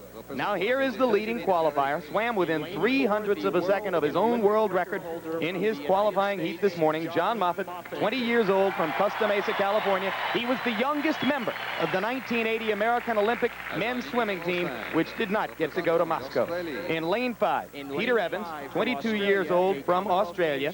Second fastest qualifier this morning, significantly faster, for instance, than Lundqvist, and he won the bronze medal at Moscow in 1980. Lane 6, a man who held the world record in this event for 5 years, between 1977 and 1982, Gerald Morken of the Federal Republic of Germany, probably past his peak as a swimmer, but still dangerous enough to figure into medal consideration here.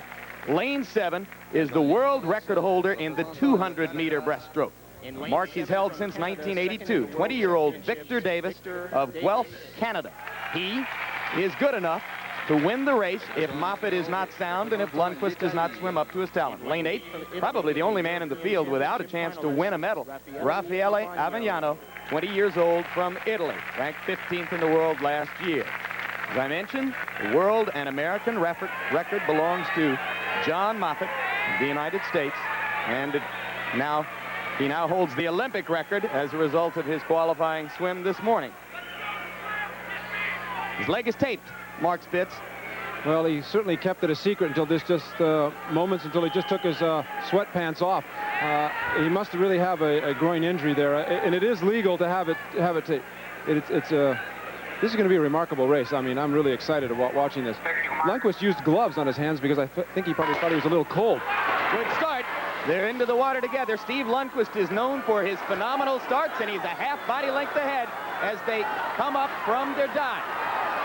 In this particular event, the breaststroke, the arm recovery is done underwater. That's different than the other 3 strokes where the recovery has to be above the water, and this creates a tremendous amount of resistance. It's a very difficult type of an arm recovery, and Lundqvist knows how to do that better than anybody else in the world. Lundqvist has gone out for a tremendous lead. He definitely has a psych over the rest of the field. He's not wasting any time. You're allowed to, in this turn, to pull underwater once, kick once, and break the surface. Lundqvist looked sluggish in qualifying. He touched at the 50-meter mark, nearly 0.3 of a second under world record pace. I don't believe they have a prayer of catching it. John Moffitt started out very slowly and is starting to come on. He's going to battle Peter Evans in lane 5, perhaps for the silver medal. The man down in lane 7, Victor Davis, is well out in front of the other swimmers and has another shot at the silver medal himself. Lundqvist is coming down to the wall. Remember, the world record is 1:02.13. Unofficially, a new 1:01.65. Steve Lundqvist finally fulfilling in an Olympic pool. His unbelievable talent has become the first man in history ever to swim a 100-meter breaststroke under 1 minute and 2 seconds. And believe me, it is hard to imagine that Steve Lundqvist has ever felt better in his happy life than he feels right now. We have to say that that was a courageous race a new world for John Moffitt with that groin pull. He finished 5th. I know, a big disappointment. So the disappointment of 1980, 4 years ago, now becomes the disappointment of 1984 for John Moffitt. But as you say, Mark Spitz, a courageous performance, and there he receives the consolation of Steve Lundqvist, who is his friend. Steve Lundqvist, unquestionably the greatest breaststroke sprinter in the history of swimming, has just taken back his world record in that event. We'll be back. A helicopter shot of the Olympic swimming pool on the campus of the University of Southern California, the 100-meter breaststroke, an event in which American swimmers were once weak. In fact, Eastern European swimmers seem to be moving ahead of American swimmers in this event 5 years ago. Now it is an American province and has been for the past few years. Steve Lundqvist has just taken back a world record. Back at the Olympic pool, and we are getting ready for the coronation of a queen, really. Tracy Calkins, for the past 7 years, has been the most outstanding female American swimmer, and she is about to win, in all likelihood, her first Olympic gold medal. Earlier, Donna DeVerona asked her if she felt she had gotten sufficient recognition. Tracy, you've had such a long career and the most accomplished ever. When you look at the exposure you've gotten and the visibility, what does it bring to mind? I mean, you really are perhaps the most outstanding female athlete of the decade, along with a Chris Everett or Billie Jean King. Do you think you're going to finally get that recognition after these Olympics? Are you hoping for that? Well, I hope so. The recognition, you know, has always been important, and it's an opportunity to acknowledge those people that help you along the way.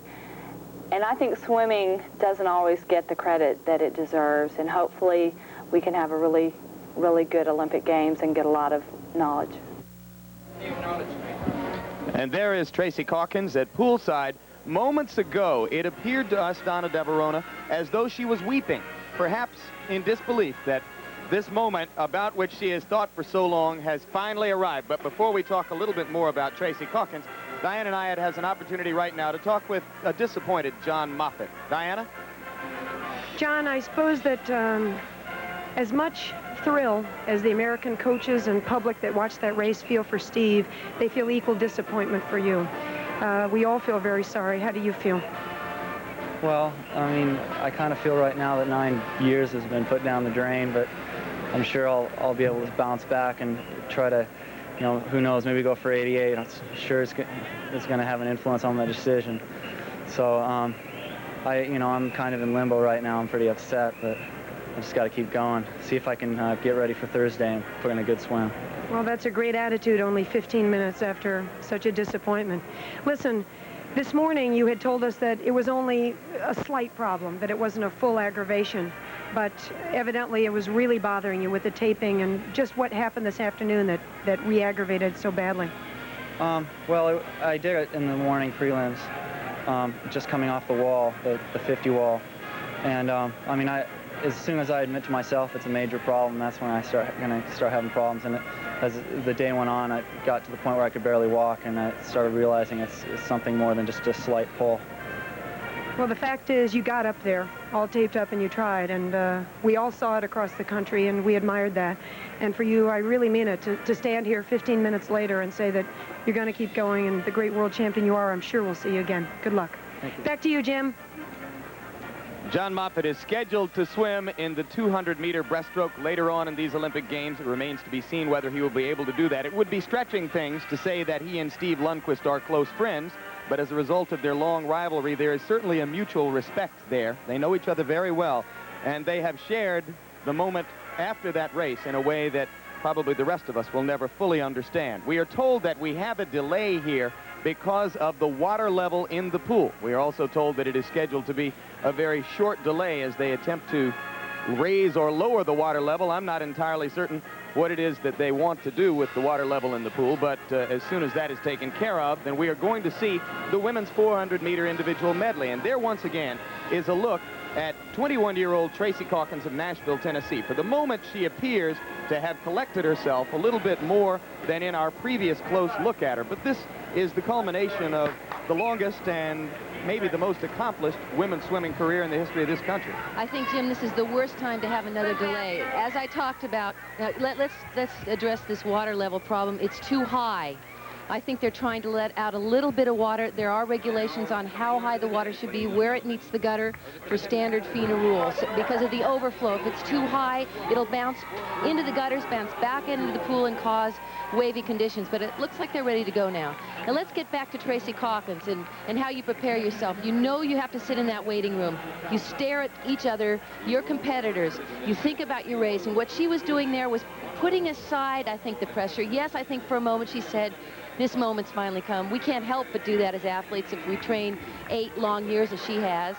Deal with the disappointment, deal with 3 years of frustration when she couldn't make her times come down. I'm sure she's thinking here now, if I win this race, I want to win it. I want to go under my best time or my best time swim this year. She said, in fact, before we came up for the final, that she wanted to swim under 4:40. To reach for that world record time. She did qualify 7 seconds ahead of the rest of the field. She can't be worried about anybody else, but she's a perfectionist, and I'm sure she wants to swim her best possible race.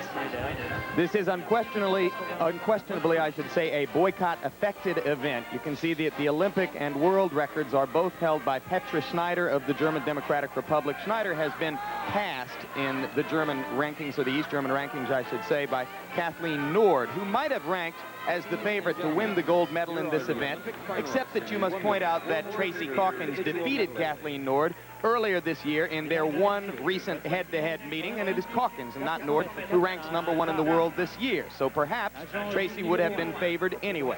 Now let's quickly look at the rest of the field. In lane 1, 18-year-old Gaylor Stanley of Great Britain. Her strongest stroke is the breaststroke. Remember, they will swim butterfly, then backstroke, then breaststroke, then freestyle, 100 meters of each. Lane 2, Katrina Bamstad of Larvik, Norway, trained in this country for much of last year at the famed Mission Viejo Swim Club.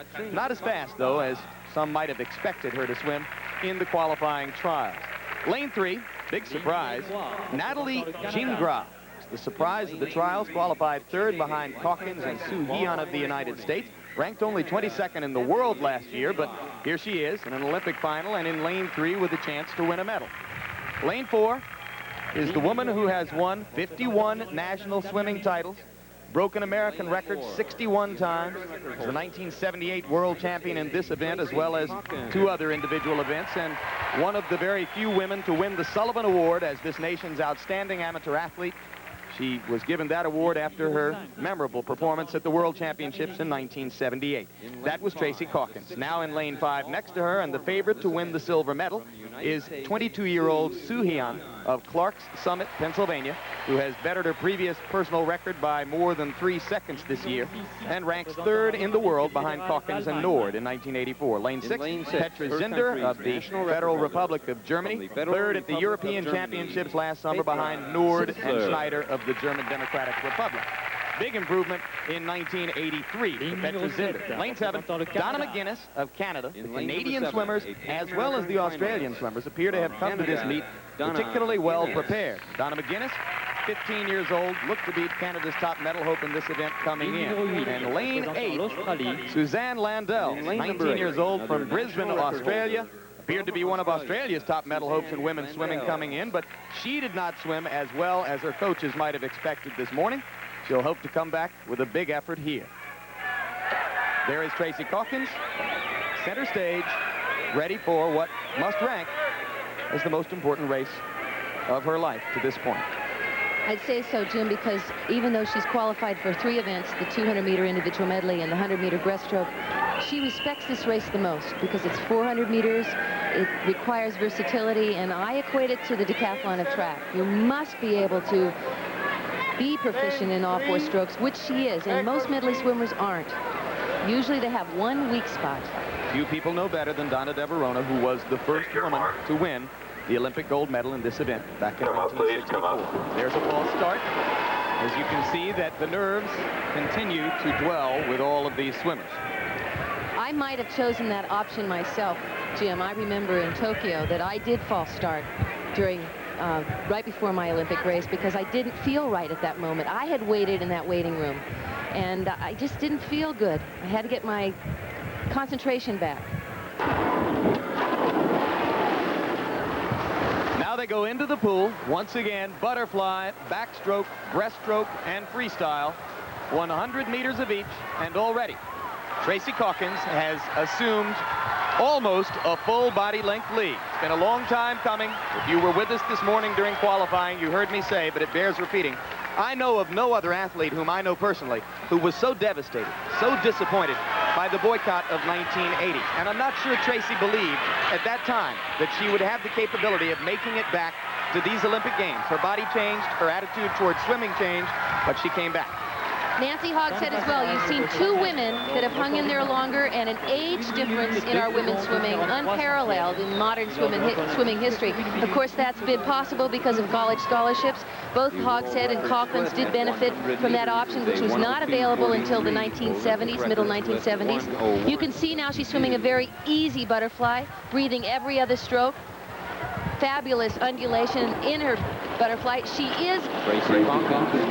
She touched in 1:03.63, Donna. That's almost a full second behind the world record pace. But once again, she's swimming alone in the middle of the pool as she goes into the backstroke. She's good in all the strokes, right, Donna? Is there one you can say that's best? She is. She did tell me earlier she wanted to be a second faster in the butterfly because she was thinking she wanted to swim under 4:40. She does have a best stroke, and I would say it is her breaststroke. However, at the Olympic trials, we saw that Tracy tried to qualify for 6 races, she wound up qualifying for 3 individual races, and that was basically because I think she tried too big of a program. She even admitted to me later that perhaps she had been too ambitious, and she was relieved that she had 3 events, possibly 4 if she wins the 100-meter breaststroke or is the top women 100-meter swimmer. But she has been able to get the rhythm in her breaststroke back. That was the big problem with the Olympic trials. And to credit to our coaches, her coaches, Paul Bergen and Randy Reese, who both coached her, they put their heads together during the trials and helped her make an adjustment in her stroke. Now, we don't want to ignore the rest of the field and the battle for the silver medal, because certainly Soo Hee-an is a story there. And as they come down to the 200-meter mark, switching to the breaststroke leg, Hee-an is right in there. She is battling with Natalie Gingras of Canada. And at 2:14.74 for the 200-meter split, Calkins is ahead of her American record pace. Check it, I mean 2:13.91, 2:14.74, the previous American record pace. She's ahead of it, Donna. That's right. She's a second off the world record pace, but she said she wanted to push her breaststroke. She said she wanted to go 3 seconds faster than she did this morning, which would put her on world record time. And of course, go right ahead. I wanted to talk about Soo Hee-an, who qualified second on the second place for the Olympic team. Quite a competitor, came down 3 seconds during the Olympic trials to make this team. She's 4th on the bottom of the screen. Her strongest stroke is the breaststroke and the freestyle. She was expected to be behind the rest of the field in the first 2 legs. But Hee-an is in second place right now and in strong contention for the possible bronze medal. Now Petra Zender of the Federal Republic of Germany has moved up to threaten Hee-an. And as they come down to touch at the 300-meter mark, Calkins' American record pace at that point would be 3:36.27. She touches in 3:34.81, so she's well ahead of her American record pace and about to leave a little bit of a landmark here for herself. If you had forgotten, it bears repeating. In 1976, the last time American women entered an Olympic pool in Montreal, they did not win a single individual event. In 1978 at the World Championship, they turned that around and won 9 events against strong East German competition. The ringleader was this woman, Tracy Calkins. She reestablished the self-esteem of American women swimmers in a pool in Berlin 6 years ago. Now she's swimming for her own self-esteem. And that's why she was voted team captain, a leader that every one of her team members recognized. And if she can bring this baby home, she'll get her American record. I don't know how fast she's swimming right now. Pushing for the world record, I know. 4:40.61 is her American record. If she goes under 4:40, this will be a remarkable accomplishment for her. She's coming down to the wall. You see the world record on the left. Very hard to threaten that with no competition, but she broke her American record. She broke it by more than a full second, and that is going to bring a satisfied smile, I'm sure, to the face of Tracy Calkins. Hee-an was touched out for second place. As second place went to Landels of Australia, and Soo Hee-an just barely missed the bronze. She wound up 4th. But Tracy Calkins has finally won her first Olympic gold medal. Tracy.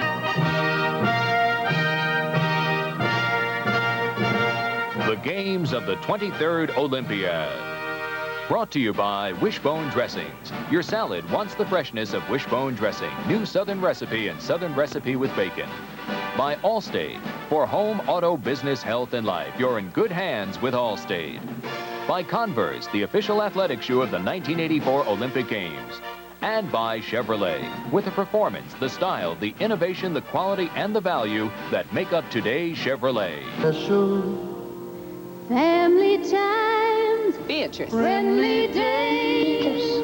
Caring. Sharing. Beatrice. You've known us in so many ways. Beatrice. All of the times we've spent with you, we're Beatrice.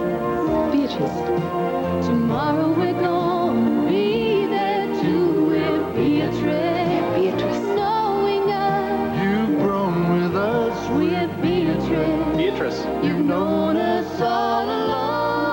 You might not recognize our name, but chances are you've enjoyed our products for years. And we stand behind every one, which might be the reason we've been around so long. Beatrice. And a pretty good reason to remember our name. Beatrice. We're Beatrice. You've known us all along. Beatrice. Mission Viejo, the temperature may be decreasing, but it's still up in the high 80s. And as we watch these cyclists now, keep in mind that this race started at about 1 o'clock local time, so we are coming upon the 5-hour mark as we head toward the end of the race. You have out in front from the United States, Alexei Grewal, and then from Canada, Steve Bauer. Then the two Norwegians, Lauritsen and Sather, are about 25 seconds back. Then the Americans, Rogers and Finney, along with the Colombian cyclist Arango, are about 45 seconds behind the leader.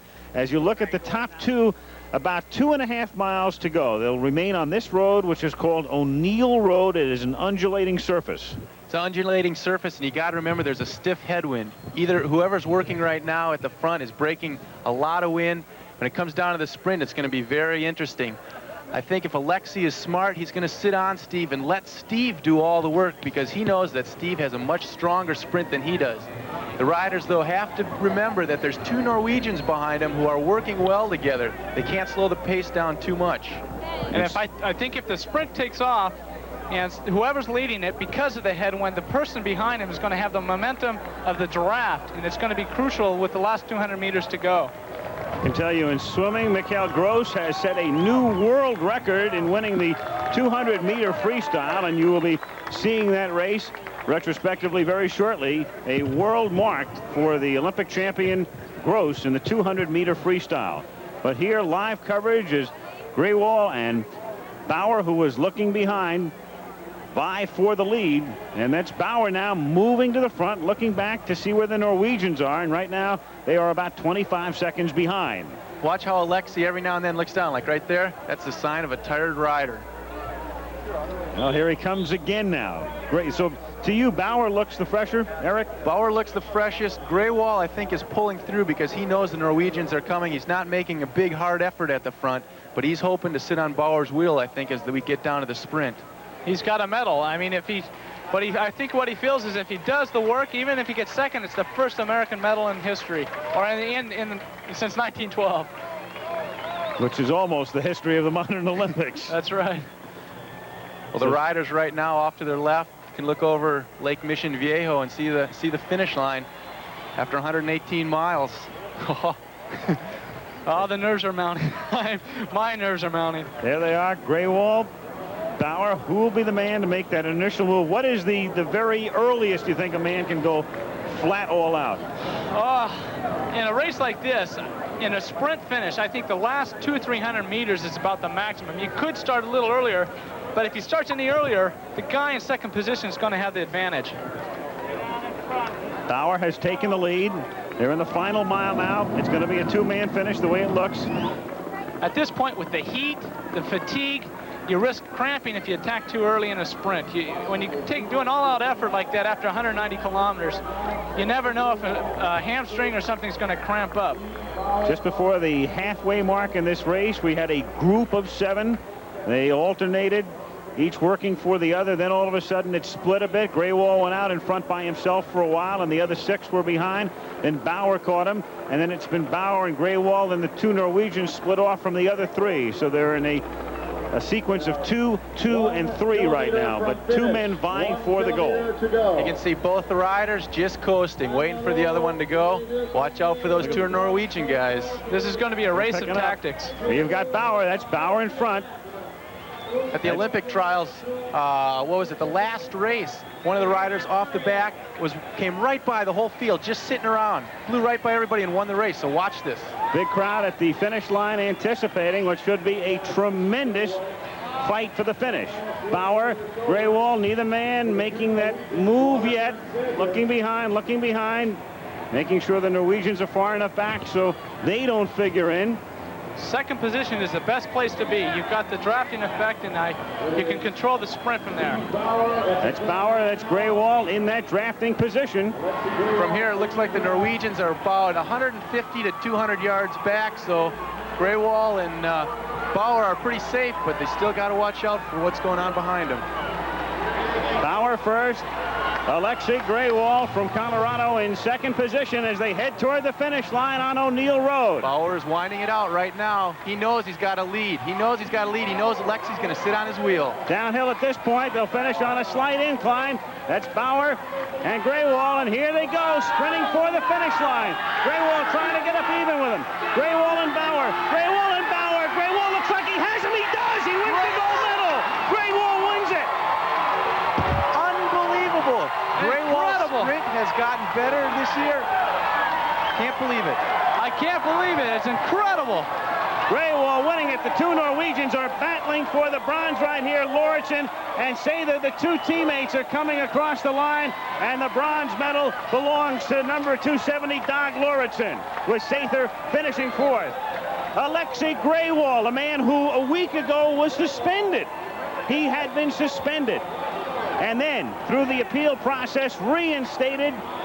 Even some question as late as last night as to whether he'd be allowed to participate, with rumors floating around. There he is. He's won the Olympic gold medal at the age of 23 from Aspen, Colorado. And so the United States, not having won a medal in 72 years, wins the gold in the men's road race. Graywall just overcome at the moment, following a morning in which Connie Carpenter won the first ever women's cycling race in Olympic history. A pair of golds on the road for the United States in Mission Viejo today. Alexei Graywall. He was suspended on the 18th of July after testing positive. David Finney, fifth place. And Finney has just crossed the line as he comes in fifth position, a man who was very, very close to the lead for a good part of the race, coming in fifth place. What an incredible day. I can't believe it. This is the biggest step in cycling history. Well, some people had anticipated. Another look right now as we watch in slow motion and take a peek once again here, Greg, at the finishing flourish by Graywall. I think the second position was the position to take, and Graywall played it smart. I think if Steve Bauer would have taken the second position, you had more control. You had the drafting effect, and you had the speed to take the sprint. Graywall played the smartest race. He is an effusive, ebullient, some would think arrogant individualist. There's no question about it. Arms uplifted and upraised as he crosses the finish line. He will do that every time he wins a race, but I don't know that he's ever done it winning a race by this little a margin. Still, the ecstasy showing as he crosses the finish line less than a length in front of Bauer. After 190 kilometers, you want to lift your whole body off the bike. What a picture right there. What a great shot. There it is, standings. Graywall of the United States, and then Bauer second. Lauritsen of Norway winds up third in this 5-hour road race in Mission Viejo, California. First time the United States has ever won a gold medal in any form of men's cycling. Another look now, another angle here. You could tell the second position. He took an immediate meter out of him in the first initial sprint, just by the drafting effect. There he was crossing the line. He does beat him by about a length and a quarter. That's quite a bit after 190 Ks. So Graywall is the winner as the United States wins 2 golds today in Mission Viejo.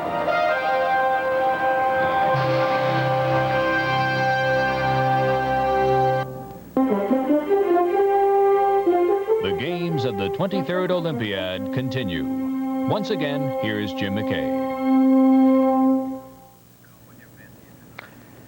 Well, now Alexei Graywall has won the 6th gold medal for the United States on the first day of competition in the games of the 23rd Olympiad. Interesting point, just 11 days ago, actually, Alexei got a 30-day suspension when a trace of ephedrine was found in him after a road race back further east from here. Well, he appealed the suspension, said that he had been taking a Chinese herb that unknowingly might have contained this. He's also said he had a routine prescription for asthma that he took, recalling the case of Rick DeMond, who lost a gold medal in Munich 12 years ago. Well, he appealed it, he won the appeal, and today he won the gold medal in the Olympic Games. An opportunity to see for the first time a young man who could become one of the biggest individual stars of these games. There's his name, Mikhail Gross, the Federal Republic of Germany. He's from Frankfurt. He is the world record holder and world champion in this event. His primary challenger is Mike Heath of the United States. But Gross, 20 years old, is the first swimmer since Mark Spitz to hold simultaneously the world records in the 200-meter freestyle and the 200-meter butterfly. He is known as the albatross. The single distinguishing feature, the long arms, 90 inches from fingertip to fingertip, a body Mark Spitz built for swimming. It definitely is built for swimming. He gives the illusion when he swims, Jim, as actually having a small turnover, or slow turnover, that is. But that's only an illusion. He has a lot of thrust, a lot of power out of those arms, and you need to keep that power going to keep the speed going. He will be swimming in lane 4 and is the favorite to win the gold medal in this event. In qualifying earlier this morning, he was nearly 0.7 of a second ahead of world record pace after 100 meters, and then either slowed down or tied. There is Peter Dale of Australia, who will be swimming in lane 1, biggest surprise qualifier. Lane 2, great story. Jeff Float, 24 years old from Sacramento, California, captain of the American team.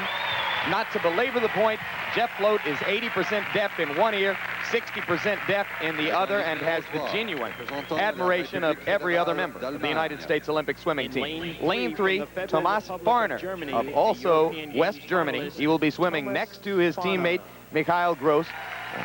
Just one of several outstanding freestyle swimmers in that country right now. There is Gross as he gets ready to step up on the blocks in lane 4. He appeared in perfect position to break his world record in qualifying. Whether he tired in the last 50 meters or simply slowed down to conserve energy, we may find out pretty soon. Lane 5, Mike Heath, the American record holder in the event, 19 years old from Dallas, Texas, and the University of Florida. He set the American record at the United States Olympic trials in June. He's the second man ever under 1 minute 48 seconds in the event. The other, of course, is Gross. And next to Heath in lane 6 is a teammate of his from the University of Florida, 19-year-old Alberto Mestre of Venezuela. He was second in the Pan Am Games last year behind an American swimmer named Bruce Hayes, one of many outstanding American freestylers for whom there is no room in this event, as only 2 American swimmers qualify to swim in each event. Lane 7, Frank Drost of Holland, another of the surprise finalists. He's never even been able to make the final in the European Championships, but here he is in the Olympic pool swimming the final. And in lane 8, Marco Del Uomo of Italy, who is 22 years old and was dragged along by Mikhail Gross, I should say, in his heat to qualify for this final. The world record in the event is 1:47.55. The American record is 1:47.92. That is Mikhail Gross on the left, Mike Heath of the United States on the right. There was a time before qualifying this morning, Mark Spitz, when I thought Heath might have a shot at upsetting Mikhail Gross in this event. I'm not sure I believe that now. And nothing's final until you finish on the wall, and I think that he still has a chance. Mikhail Gross needs to set a fast pace, and normally the pace in a 200 meters freestyle is done in the first 75 meters, the first lap and a half. As we watch Mikhail Gross go out to the lead, keep in mind that just as American swimmers did not swim in Moscow in 1980, so too did the swimmers of the Federal Republic of Germany find themselves subject to their nations joining into the boycott of those games. Gross touches at 50 meters in 25 70/100. That is relatively fast, and he is well ahead of the rest of the field. Heath swimming in a relaxed fashion next to him in lane 5. And the second place swimmer right now is Alberto Mestre of Venezuela in lane 6. Right now, when they come into the 100-meter mark, he has to make small adjustments in this next 50 meters that he's going to do, the next third lap right here, because if he's going to start to think about an not American record, but a world record time, he's going to have to start making his move. In the freestyle, you must, if you want to start the sprint, start about 25 meters in advance because there's sort of a lag time there to build up the inertia from the tremendous power that you're creating in your stroke. I think there's no question right now, Jim, that he's going to win this race. The big question is whether or not he's going to go under 1:47.55, his world record. This is going to be a big day for West Germany. He's a little bit off of world record pace as he comes back now in the last 50 meters. But unlike this morning when he was slowing up at this point, he is beginning to try to pick up the tempo a little bit. Mike Heath has moved into second place, and Heath is moving up and trying to solidify second place at this point. And as they come down to the wall, remember the time to watch is 1:47.55. That is Gross's world record. Unofficially in 1:47.44, he did it. With a blistering last 50 meters, Mikhail Gross of West Germany has broken his own world record in the 200-meter freestyle. And Mike Heath of the United States has nailed down second place and a silver medal. Jeff Float of the United States just missed third place. He finished fourth in the race.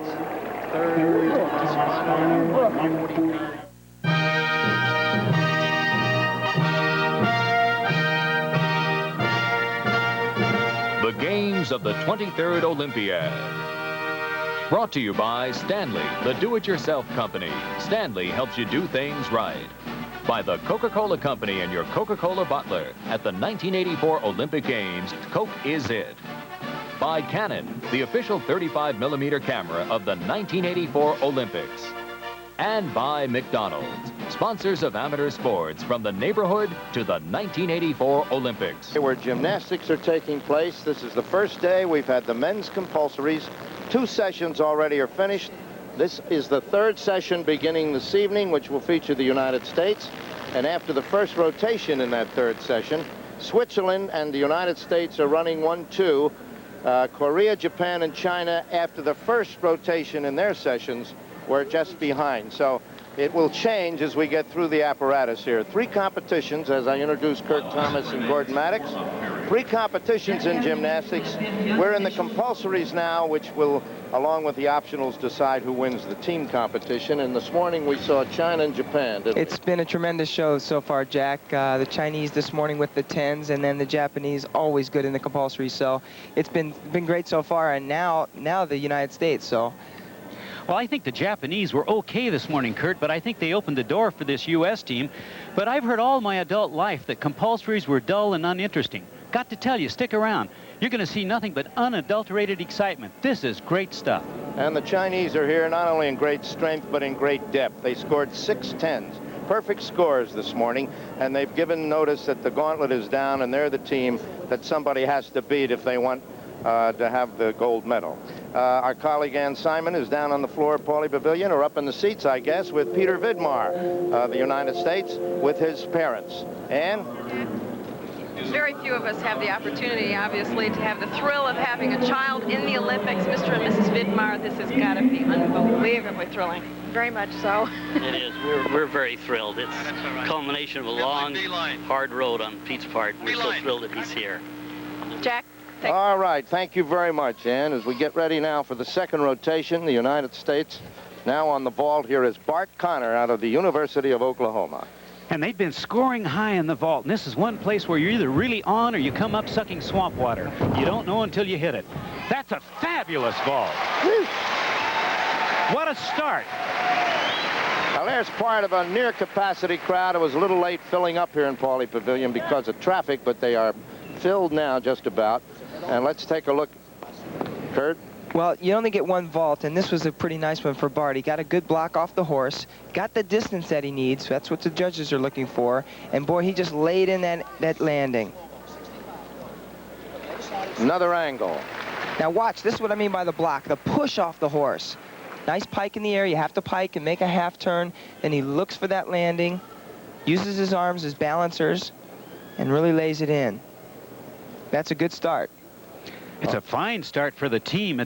That's what's called table setting, and what the rest of the team scores is based pretty much on what Bart Connor gets. Bart Connor, a veteran, been through a lot of injury and surgery. Missed, of course, 1980. A great disappointment, but here's a chance to recoup. Boy, talk about surgery. He had 40 bone chips taken out of his elbow, and then his bicep literally ripped loose from his arm, and he had to have that cut and repaired. A little slow coming up on the scores. Still waiting on the scores. Now, Jack, these compulsory exercises are developed basically to give a gymnast a sound foundation upon which to build his optional exercises. It teaches the gymnast discipline, teaches them raw fundamentals, and I believe in the compulsories. I think they're just absolutely necessary to develop champions. Well, there's the score, 9.80 for Bart Conner on the ball. Oh, that's a dynamite start. Now, Scott Johnson for the United States on the ball. Now, speed is essential. Now, he's going to use his arms very much as a pole vaulter would use a pole. He'll develop a lot of inertia with his run and then simply stiffen his arms out and use them to vault himself over the horse. Let's see if we can pick that up as Scott does his compulsory Yamashita, front handspring with a half twist. Plants, gets it up in the air. Another good landing. Well, it's a very nice vault. The only thing I think Scotty lacked was a little bit of heel drive, but when you get that heel drive, sometimes you don't get the actual distance you need. What do you mean heel drive? The way you push off the springboard? Or? Get a slight arch before you go into the pike, and then that gives you a little more push, a little more carry from as far as distance is concerned. Here's a slow motion look at it.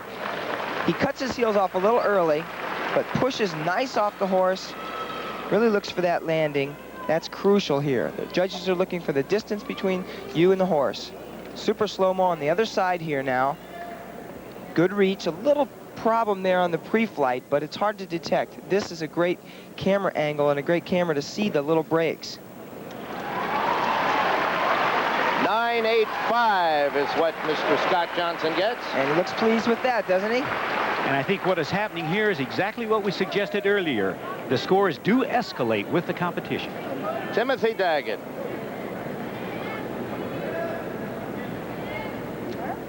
Well, Tim is pumped up for this event, there's no question. He's strong and he's fast.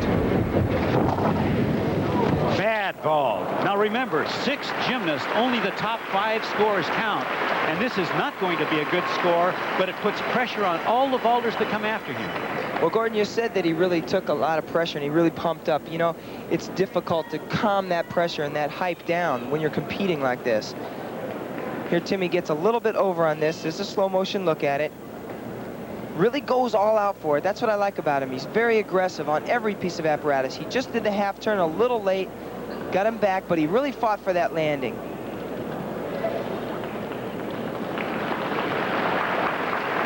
Looking apprehensively, 9.70 is the score. Well, the team will be in good shape if they have to drop that score. That's right. Remember, the top 5 count. They throw out the lowest. And here we come to Peter Dittmar.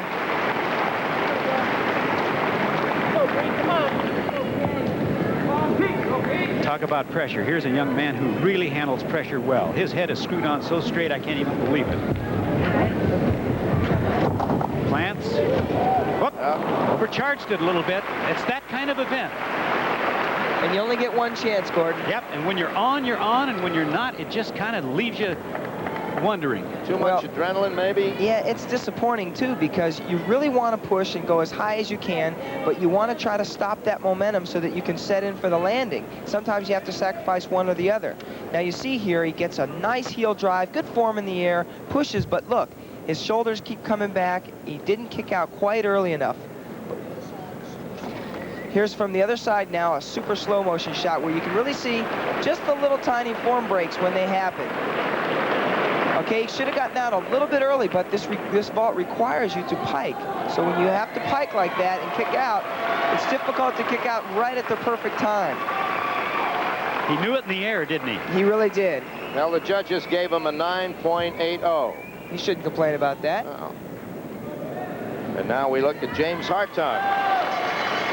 Well, he tied for 5th in the World Cup in 1982, so we know the man can ball. Boy, can he ball. Nice ball. Now, he took a little step to the side, which is the same amount of deduction for taking a step to the rear, but he didn't take a big step. Now, let's watch it again. Timmy's a very strong vaulter. Good run here. Let's look for that block, that push. Gets him up in the air. Pikes, opens up, looks for the landing. Takes a little step to the side. That's a 10th. But that should be around 9.85. 9.90. How about that? We'll take it. You'll take it. He's got to be pleased with that one. You know what, guys? They're giving the Chinese a run for the money. Well, I don't know. The Chinese are just so powerful and impressive, but it should be a very interesting competition. We have next coming up, Mitch Gaylord. The pressure's on Mitch at this point, too. All right, now let's watch for that plant. Up nice and high. That was a fine ball. He got good lift. He got good distance from the horse, and of course, he got a reasonably good landing. Not great, but a good landing.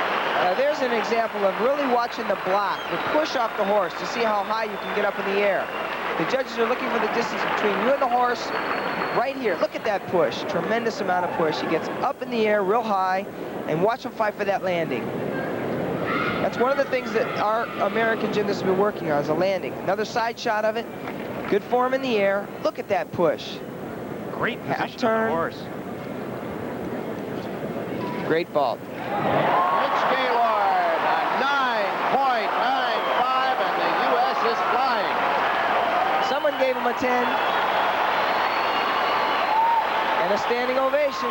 First glimmer of a 10 here, but a 9.95 for Mitch Gaylord. And the United States off to a very strong start, and will return for more Olympics in just a moment. We're back at Pauly Pavilion, where the United States has completed their second rotation. There are still a few other apparatuses in order, though, the parallel bars and the still rings, as this competition has started off very early this morning with a lot of excitement, with the Chinese and the Japanese scoring between them 8-10s, and the United States here tonight in their first go-around, starting off on the right foot. There are the perfect 10s today. China had 6 of them, Japan 2, and the last 2 on the Chinese team and on the Japanese team on the last apparatus. All 4 of them hit 10s. It was very exciting. Roll 61. Now here's that graphic I showed you earlier, guys. This is the way 10s have increased over the years, and I expect it's because the gymnasts are getting growing the scoring system. I think you're exactly right. I believe that the judges are being reasonably objective, but they need to change the code of points. The gymnasts have just transcended the ability of the rules to handle this marvelous technique and difficulty that comes along. So, 10s now, and when somebody gets a 9.8, everybody yawns. But a 9.8 is still an excellent score. It really is. Let's not get inflated here with it. The last code of points was written in 1979, so it's a little outdated. Here is Marco Piatti of Switzerland on the parallel bars. Excuse me, Jack. It's not, it's Zellweger. This gives us a first look at our parallel bar compulsory. It starts with a peach basket to a handstand, which really should be done with straight arms. Now kip, straddle, hold that L position. Now he has to do a straight arm, straight leg press to a handstand, and then he gets into a swing work. The next move is called a Schmitz. Should be to the handstand. It's a little bit short. There's a Straley named after one of his countrymen. Back up rise half turn. He begins to set up for his dismount, a simple back off. A nice routine, but it's not going to get him any medals. Joseph Zellweger of Switzerland. They had led after the first rotation. One of the things you look for in the compulsory exercise is hitting positions, hitting that handstand position right on, hitting that L position right on, and that's one of the problems a lot of these guys are having, and they're not scoring because of it. Now there's a good L position, cut, catch, L, but he didn't hit that peach to a handstand, and he didn't do it with straight arms. And here comes the Stutz, and he's a little bit short on the Stutz, so he's not quite in the handstand, and a Straley. And there he is, Joseph Zellweger of the Swiss team, waiting for his score. We've had a little slowdown on the parallel bars and the scoring mechanism, but here this one comes up rather quickly. 9.80, and is he happy? I wouldn't complain about that. interestingly enough, I think this morning that exercise probably would have gotten no higher than a 9.6, 9.65. I agree. But that's the nature of the sport. 9.80 for Zellweger. The Swiss team, as we told you at the end of the first rotation, was leading. But that has a tendency to change as the apparatus change. And that concludes rotation number 2. This concludes the second rotation. The gymnasts will now... And the crowds here have been absolutely not only big and large and sold out, but very enthusiastic even at 9:30 this morning when it all began. And I believe, Jack, a very knowledgeable crowd. Yes. Seemed to be very knowledgeable. Well, with a taste of the 3 UCLA boys, I think that they've seen some gymnastics and they've seen world-class gymnastics, and that's part of the problem. Part of the reason they're so knowledgeable. And now they are changing the apparatus. They march to very nice music, and let's take you back now to our colleague Jim McKay. Opening ceremonies at Harvard Stadium and at the U.S. Naval Academy in Annapolis, Maryland for soccer today. And quite remarkably, they had 25,000 people at Harvard, more than 29,000 people at the Naval Academy to see foreign teams play. The United States was not playing at either of those locales, and up at Harvard, it was Norway and Chile playing a scoreless tie and a 2-2 tie between the powerful French team and Qatar down at the Naval Academy. Now, boxing started today. There's been a lot of fights going on. The most important one, however, involved Mark Breland, the young American who's a heavy favorite to win a gold medal. Turned out to be not quite that easy. We're back at Pauley Pavilion, and after 2 rotations, look at this. The United States is leading. Now, China has already completed 6 of their rotations, the United States only 2. But at this point, the United States would have been ahead of China this morning, so they're in good position right now. We're in the compulsories here, and this is a little compulsory lesson for you on the parallel bars. Earlier this week, we got to get in a gym, and here's a peach to a handstand mount, which is one of the most difficult parts of this routine, this P-bar compulsory routine. Dan Hayden, the Olympic team second alternate, helped me out with that. All right, Kurt. Scott Johnson has already gone through the parallel bars for the United States and scored a 9.6. And James Hartung has just completed his. And we're going to wait for the scores on Hartung, but this is Timmy Daggett who will be up third. He'll be showing you that peach basket mount in just 1 second here. That's one of the most difficult parts of the routine, and it's right in the beginning. And that's why he's preparing the bars, so that he can really pull off the bottom and get a good grip for that mount, because you're supposed to do it with straight arms. Who has the chalk concession here? He used like more Andy than 5. Grosfeld, the coach.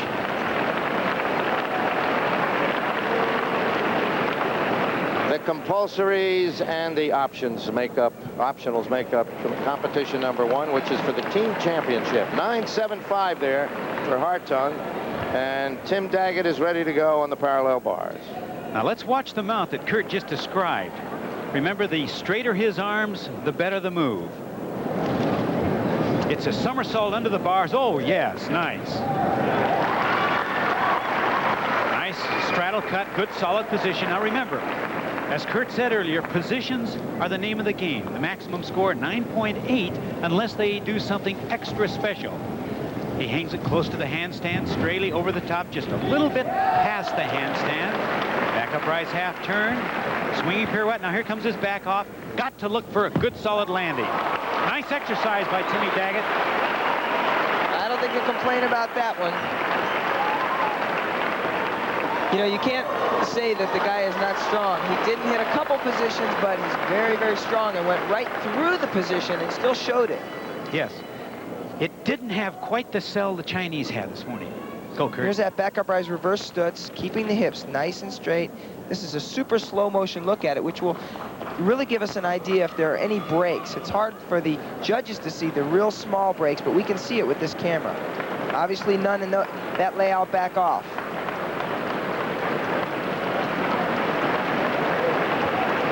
There he is, waiting for the scores, as we all are. Tim Daggett.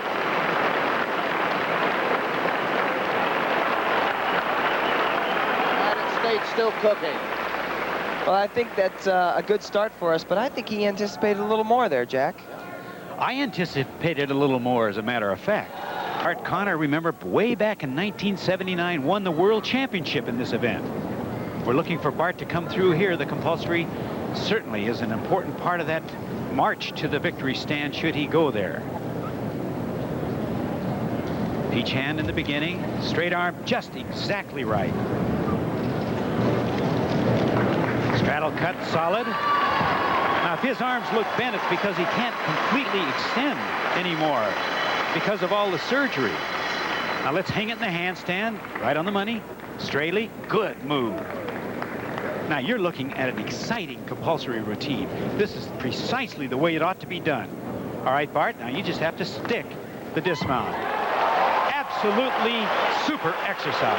Well, Gordon, it's a shame that he has to go up so early in the ranks, but to put in a routine like that, I don't think it matters. The judges have to give him a score for that. I don't know what they're looking for if they don't buy that one. Here's a slow motion look from the press to a handstand. Bent body, straight arm press. Now here's where he starts hitting those positions. Stutz hand, no problem, right to the handstand. Now watch this Straley. Pops it right up. See him lift his head just a little bit there. That's a little style that Bart has just brought into parallel bars. Back up rise reverse Stutz. Swing pirouette in his dismount. Back off, and he doesn't budge on the landing. He knows how important that is.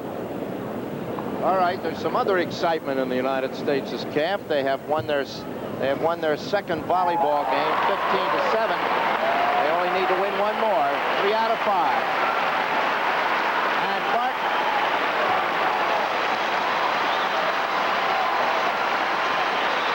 And Bart Connor now hits a 9.9. Now, Jack, Bart is up 4th. There are 2 to come. Now, if the scores continue to escalate, you can imagine where it's got to end up. Peter Vidmar next. Remember, Bart Connor scored 9.9. Peter does a nice job. He should score higher. Now we're climbing up into the Chinese range. Good and solid. Straight leg press to a handstand. Normally in an optional routine, the gymnast would spread his legs for that press, make it a little easier. Stitz hand, just a tad short. A little bit over the top, too quickly on the Straley. And a good landing. Peter Vidmar.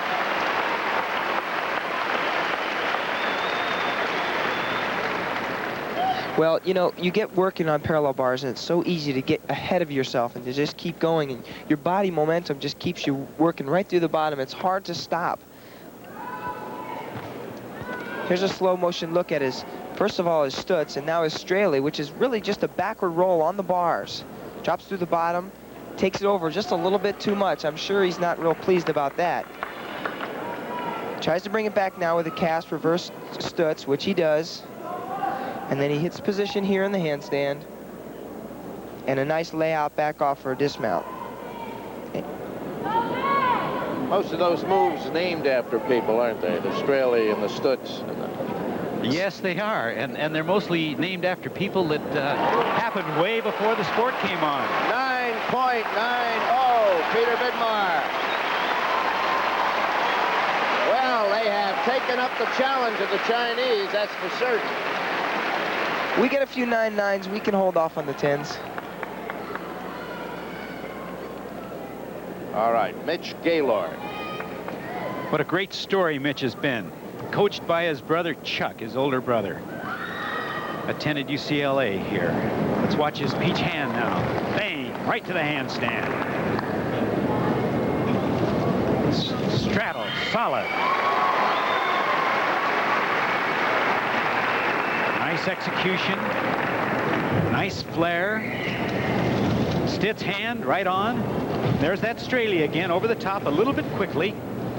Not a major deduction, don't get me wrong. This is a pretty routine. Really a pretty routine.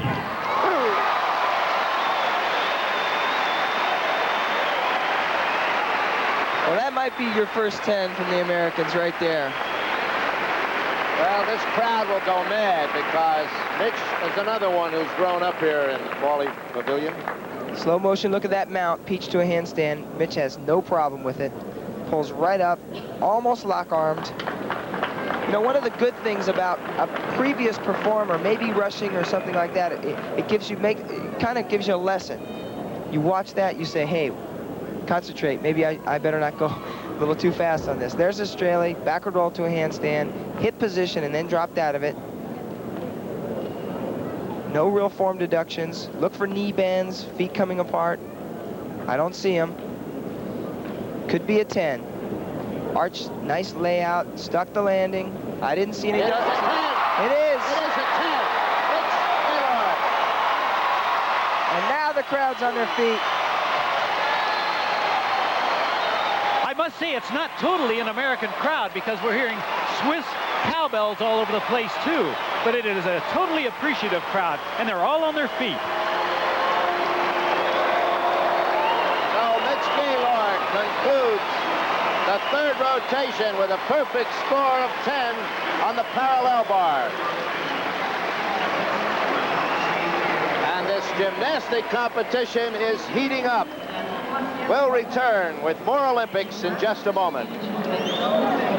We are back at Pauley Pavilion with the men's gymnastics, and there is how it stands at this moment. After 3 rotations, the United States is edged ahead of where China was after 3 rotations, but the way the United States is going, it looks very much now as if it's going to be China and the United States head-to-head for the team championship. There's Peter Vidmar, who was the leading man in the Olympic trials this year, and Kurt Thomas talked with him just a little bit earlier. Peter, you made the 80 team. We didn't go. That's exactly how he does feel, and it's the most healthy attitude you can take. Is that young man's head on straight or not? Oh, boy. No use still crying about 1980 or what might have been, and just buckle down and do it. They're still warming up here prior to the 4th rotation. And the perfect 10s have grown. Mitch Gaylord's. We have 9 of them altogether. 1 for the United States, 6 for China, and 2 for Japan. There was the gong that signals the end of the warm-up. So, and the sun setting now somewhere out over the Pacific in the general direction of Japan.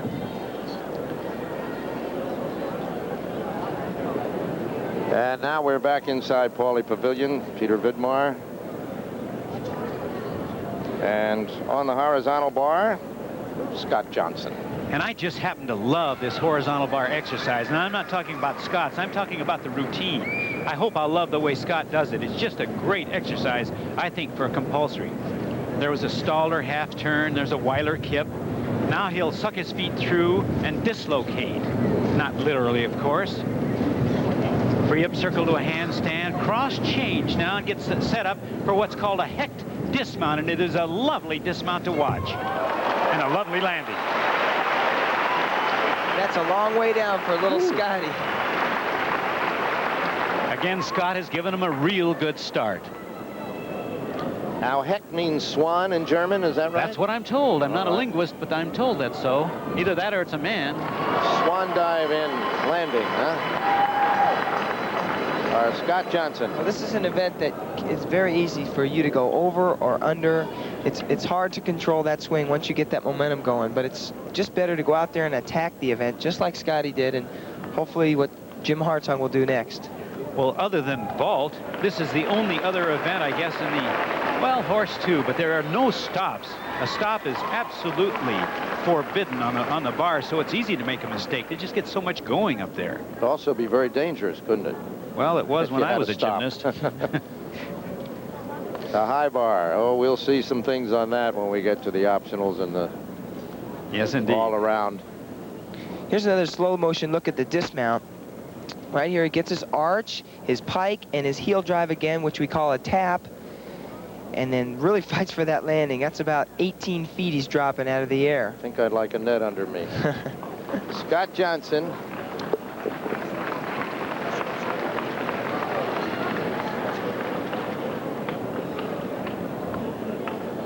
This is Bruno Cavelti of Switzerland on the floor exercise. The Swiss have got a man that looks like from every different canton in Switzerland. And it gives us a look at the floor exercise compulsory, which is not a real difficult compulsory, except there are just tons of places to make little mistakes. It's so easy to lose points, and I'll try to point those out as we go along. Little straddle jump there now. That jump with a full turn, it's so easy to lose your balance. Now he comes back with a neck spring. Has to be absolutely right on. Straddle to the floor. Pull his knees up and roll over. Semi-kick to a handstand. Now there's a form break when he had to bend his arms to catch the handstand. He's fighting for the press now. It should be much more flowing and much smoother. That's the nature of this particular compulsory, though. It's so easy to make those little tiny things that give away a tenth each time, and all of a sudden you're out of the winning range. Now this dismount, it's an Arabian front somersault, blind landing, very difficult to stick it. That is Bruno Cavelti from Wettingen in Switzerland, 23 years old. Fairly good routine for Bruno. He did have a couple little minor breaks that are going to cost him in that routine, though. Here's a replay of his dismount. Now you have to take 3 steps into this dismount, this Arabian front. Arabian is a half turn followed by a front somersault. Back handspring, here's the half turn, and then the front somersault. And it is very difficult to land. It's a blind move where you can't see the landing, so you have to feel it out. In the meantime, Scott Johnson received a 9.65 for his horizontal bar, and now we have a 9.80 by James Hartung. Bart Conner will be next for the United States on the horizontal bar. Look at the scar on his left shoulder. He's had some knife work done on him, I'll tell you. It's like a sculpture. Been watching him in training all week, and he's been doing really fine compulsories in every event, including this event. Now there's a stem cast with a half turn. Stalder half turn. Now this is called a Weiler kip, named after Willie Weiler, a Canadian. There's his eagle. Nice head position. He'll do a cross giant now, and he's trying to sell this routine. Put some flair into it. Get that 2/10 reward. Oh my, what a nice dismount. I think he got the 2/10 back there, Gordon. Oh, I'd say so. I don't know where he lost to.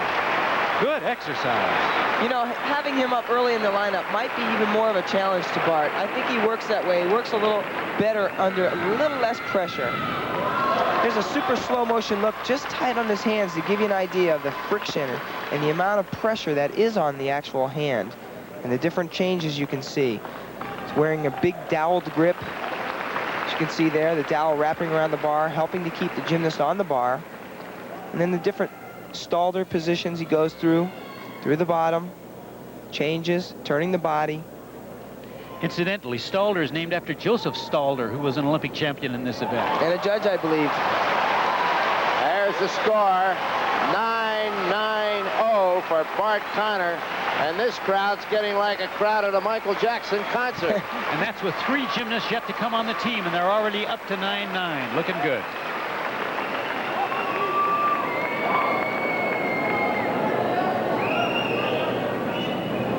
Here is Timothy Daggett. You want to see an aggressive gymnast, watch Tim Daggett attack the apparatus. Boy, he's aggressive. There's his Joseph Stalder. Weiler kip. Got to hang those positions just right. Oh, yes, right on the money. Now he wants this to the handstand. He's just a little bit over on it. Not bad, just not perfect, perhaps. There's a nice tap. Great extension, and what a landing. Boy, the American guys are really doing well. Oh, what a dismount. I mean, he's going for everything. He was not holding back at all. He could have gone over on about 3 of those moves easily and is not holding back. These guys have handled the pressure tremendously, and it must be from training. Here's his cross change in slow motion, ready for his hack. Now watch the distance. Watch how high he gets over the bar. Oh, my. Look at that. It looks like a bird, as you said. Flying. Another 9.9. 9.90 for Timothy Daggett. And they look like they're having just such a great time. Always nice when you're winning. Oh, what a way to have fun. They are really up. This American team starting off very well indeed. And we'll return with more Olympics in just a moment. If you're wondering what's going to happen to your local news broadcast, the late one at 11 o'clock Eastern Time during the Olympics. Well, as close to 11 o'clock as we can each evening, we're going to take a news break. You'll probably have several minutes of news at that. 995. This is a replay of Peter Vidmar on videotape just a few minutes ago, and he hits a 9.95, almost a 10. And very well, much needed, because Mitch Gaylord, and this is his strongest apparatus, had a big major flaw and got only a 9.40. So Peter Vidmar coming back almost a perfect 10 at 9.95. Well, Mitch is the kind of guy who really goes all out in everything, and he will not hold back, and he didn't hold back on the high bar. Went right to the handstand position, and just like Li Ning this morning, fell over, took an intermediate swing, and that really cost you. That is Peter Vidmar, but let's just show you Mitch Gaylord now and where he got into trouble. I'll show you that problem. He does his stem mount perfectly here. Goes right to the handstand. Then he does his Stalder half-turn handstand. This is where he gets in trouble. Goes right over the top. He's supposed to fall this way towards us, and he goes right over the top, takes an intermediate swing here, and then he's supposed to go into this kip. Unfortunately, big break for Mitch. But the parallel of the Chinese very good there, because when Li Ning fell, Lao Yen came back with a perfect 10. So the United States right in there. We're at floor exercises now. This is Daniel Wunderlin, I think. And he's playing it a little bit cagey, a little bit conservative on his moves. Not really gunning for it. And Mitch got burned a little bit by going all out, but that's the only way that you get a payoff in this sport. Now you roll over, do this quasi kick to a handstand, and the Stalder, roll up.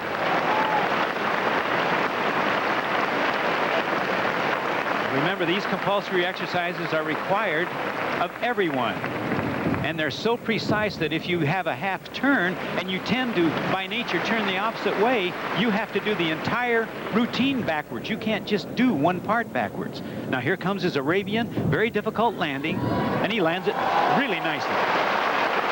That's Daniel Wunderlin from Ruti in Switzerland. Plus, it's important for Mitch to bounce back now. It's important for him, for the team. It's important for him personally, individually. He's got to bounce back off of that. And, hey, high bar's over with. You can't change it now. So let's go on to floor exercise. Well, he's going to a good event to bounce back on. Floor exercise is a good event for him. It really is. The floor's a little bouncy, too, He's isn't very stylish, yeah. Well, the Swiss, whom we're looking at now, are in third place at the moment after the third rotation. And the marks for Wunderlin, 9.80.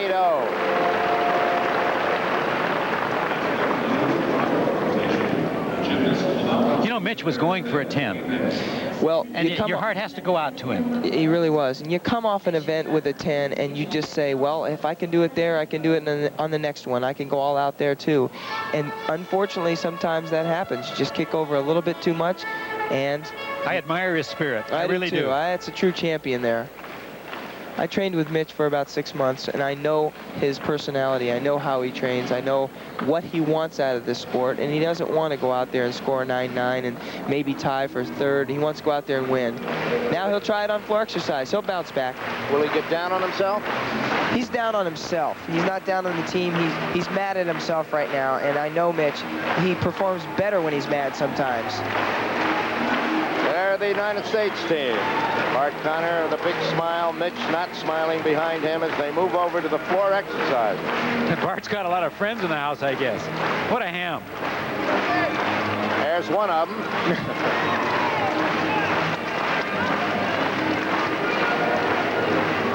That's a future Olga Corbett right there. The United States team presenting themselves to the judges at floor exercise. Now the gymnasts are going in Olympic order here. Pavilion, where the 5th rotation on this 3rd session of the men's compulsories is drawing to a close. The United States team is at the floor exercise, and here is our last contestant, Peter Vidmar. They've started off with 9.75, a 9.8, a 9.95, and a 9.70. Well, I'm sure that they were hoping that the 9.85 might pop a 10 loose here somewhere. So far, it hasn't been so. You know, Peter's Gordon, going for it. Excuse me. You know, Gordon, he looks so in shape. I mean, I've never seen him look cleaner and stronger before. And he has a composed look about him. His face looks good. 6 rotations. This is the 5th coming to an end.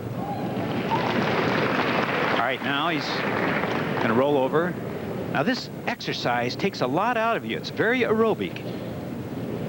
Very nice stalder. Roll to a handstand. Now, remember, after this comes that round-off back handspring, layout back summy that probably cost some of the athletes. That won't cost. That's nice. Now, one of the simple things falls out of it just a trace. We don't know if the judges will take anything away or not. Peter Vidmar. Steady but not great. Yeah, steady but not great. That's it. He had a couple little breaks here and there. Again, on that scale. See how he was concentrating to hold that scale. You must hold a hold move for 2 seconds. Here's a slow motion look at his dismount. 3 steps. You must take 3 steps into the dismount. It's a round-off back handspring Arabian front. One thing the judges are looking for, getting that height, taking off of the ground. Now, these aren't deductions when your knees are bent in the flip-flop or the back handspring. Takes up nice and high, tucks a little bit early, but comes out with a fairly decent landing.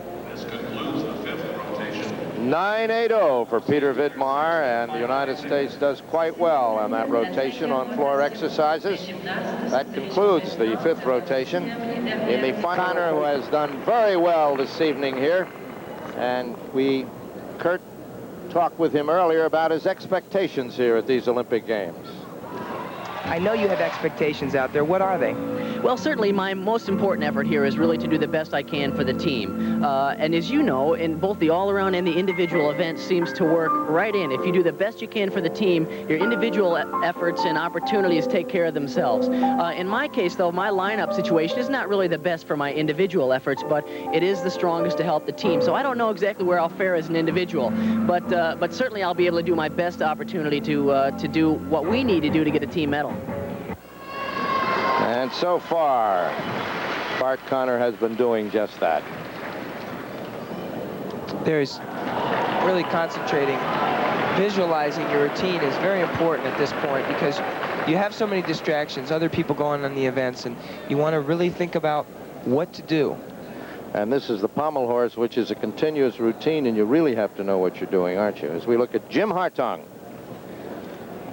Well, it's gone so well for the starting man. Scotty Johnson came up just before Hartung, got a 9.7 for openers, and now Jimmy is getting set. He's very steady on the pommel horse.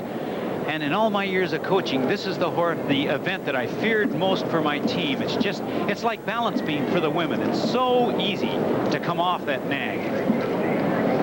Now he gets into front scissors. His hips should be about as high as his armpits on his front scissors. Travel out, loops around the end, back into the center. Now he does a front out, loop, and the dismount. And that's a real nice, smooth exercise. Very good. Gordon, I can't remember when Jimmy has ever missed on pommel horse. I can't either, as a matter of fact. I've never seen him miss. I asked him once, what do you do? And he says, well, if I make a mistake, I just change the routine. 9.80 for James Hartung. Now to Bart Connor. This is typically a very good event for Bart, too. He likes to work the horse.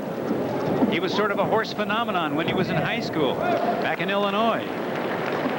Reverse scissors, difficult to do. Good reverse scissors.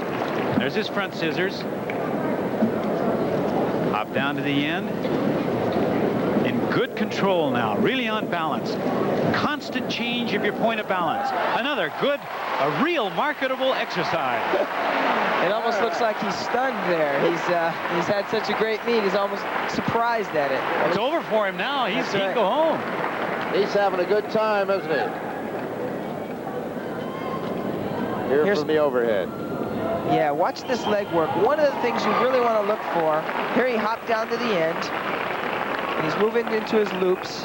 The stretch, you want the stretch. Body straight out in the front. Pushing down constantly, supporting yourself the whole time. 9.80 for Bart Connor. Well, we're not getting the 10s for the American team that we got for the Chinese, but so far the overall performances have really kept them in the hunt. Been consistent. Very. Mitch is working well. He's got his back scissors now out of the way. Front scissors, nice and high. Really nice flare on his front scissors. By flare, I don't mean the Thomas flare. I mean expression. Front out now. Tiny leg break on his loop. It'll play. Smile is back on his face. Tiny leg break, but I don't think that was a real deduction to you. It'll play. The jury's out. We'll see in a minute, right?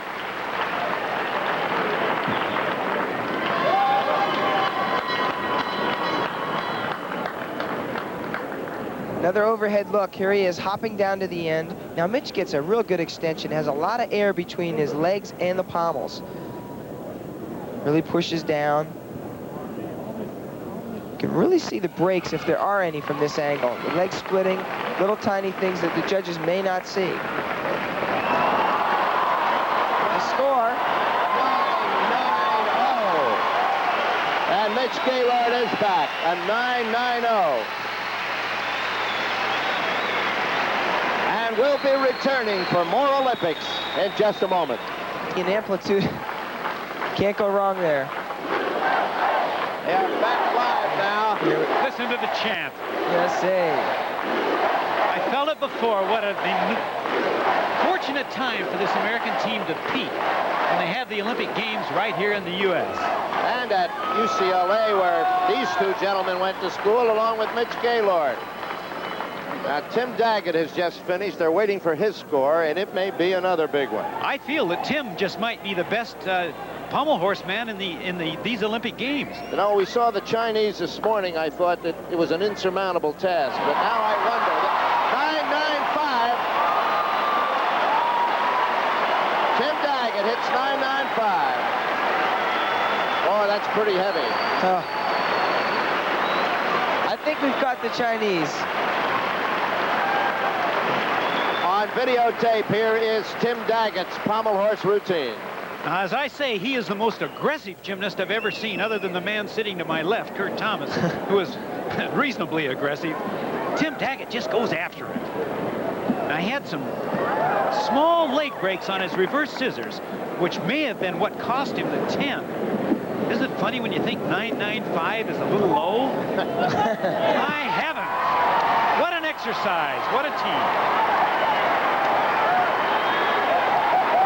Makoto Sakamoto congratulating him with the other team members. And there's a lot of love on that team, real pure love. I've never seen a team with this kind of spirit. We are back live now, and there's Daggett, Jim McKay, who's the alternate. The feeling very, very high with this United States team, and wait till you see it when they go head-to-head with the Chinese, with Li Ning and... Peter can't believe what's going on. He's holding his head there. Well, to hit a 10-0 in the Olympics is pretty incredible, I tell you. So the United States off flying in these compulsories. Now on Tuesday we will have the optionals. And when that is over, they'll add the optionals to the compulsories, and we will know who wins the gold medal for team. But right now, you would have to say that the United States team is right smack in the middle of it. I honestly can't believe it. I had no idea that they could stay with the Chinese through the compulsory exercises. Well, I think the Chinese are going to be shocked as well, because they didn't think it either. They're smiling, and we're right up there with them. Well, historically, we have not been as good in the compulsories as we've had been in the optionals, have we? Exactly right, Jack. Historically, it's true. But these guys have been pounding, and they've been together for really 4 years. And that's the key. Championship, the United States in first place, ahead of the People's Republic of China, Japan third, West Germany fourth, Switzerland is fifth, Canada, France, Korea, and Great Britain. For the host country on this first day of competition in these Olympics, but even so, everybody in Los Angeles seems to be talking still about the opening ceremony yesterday.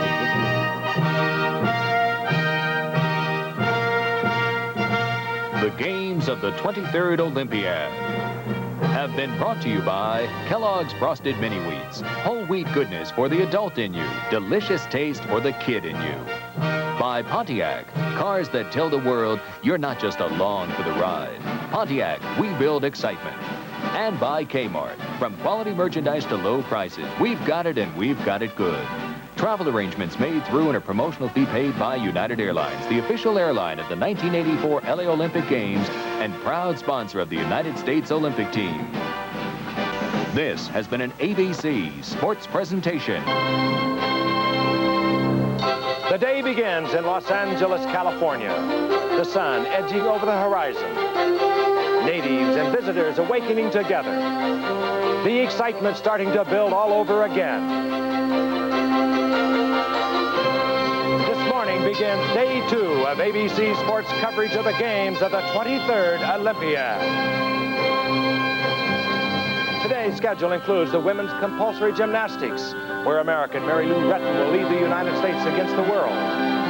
In swimming, world record holders Pablo Morales of the United States and Alex Bauman of Canada will take to the water in their specialties, hoping for gold.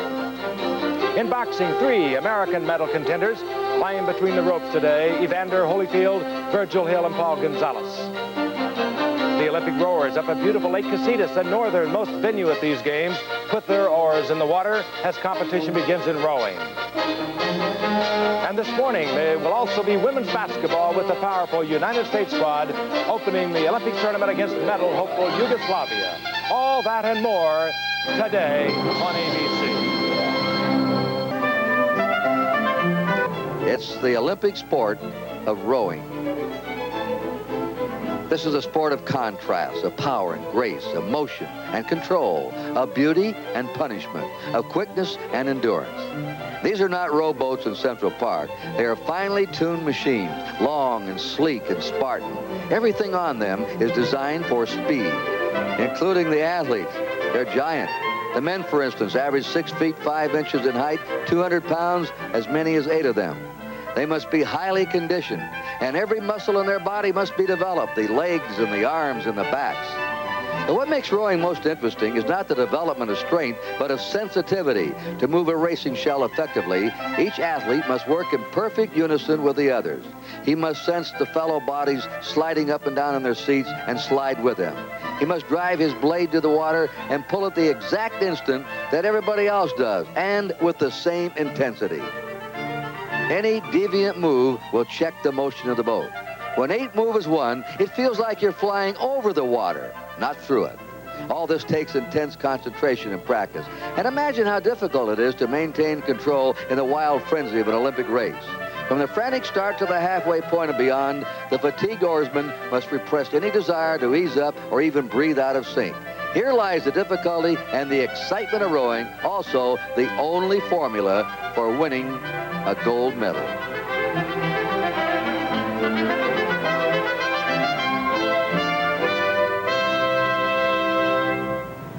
Hi, everybody. I'm Kurt Gowdy. Remember the old movies, the big bad guy beating the drums while the chained Roman slaves would row a boat across the Mediterranean? That's when rowing was a mode of transportation. It became a sport in the Middle Ages and an Olympic sport in 1900. 30 nations are here for the rowing events of these Olympiads, and we'll have 8 events in the men's and 6 in the women. Now, working with me is one of the top rowing experts in America, Steve Gladstone, former rowing coach, University of California, Berkeley, and now at Brown University. First of all, let's touch, what does the boycott do to this sport? Well, fortunately, Kurt, in the men's events, it does very little. The champions are here. For example, in the 8-oared shell, the U.S. men's 8 has beaten the East Germans 4 times in the last month and the Soviets twice. So what we'll see here are the very, very best. I've never seen people in greater shape, such physical specimens, both men and women. and such dedication. What is it that's so exciting to you people in this sport? I think it's a combination of the skills and talents that are required for this sport. These oarsmen and oarswomen have the same stamina as a miler, the same agility as a gymnast, and the same kind of power that you'd find in a good wrestler. We're here in the Ojai Valley here in Lake Casitas. This is the northernmost venue of the Olympics, and also the prettiest, and you're going to enjoy the scenery here. We'll be back with the rowing right after this.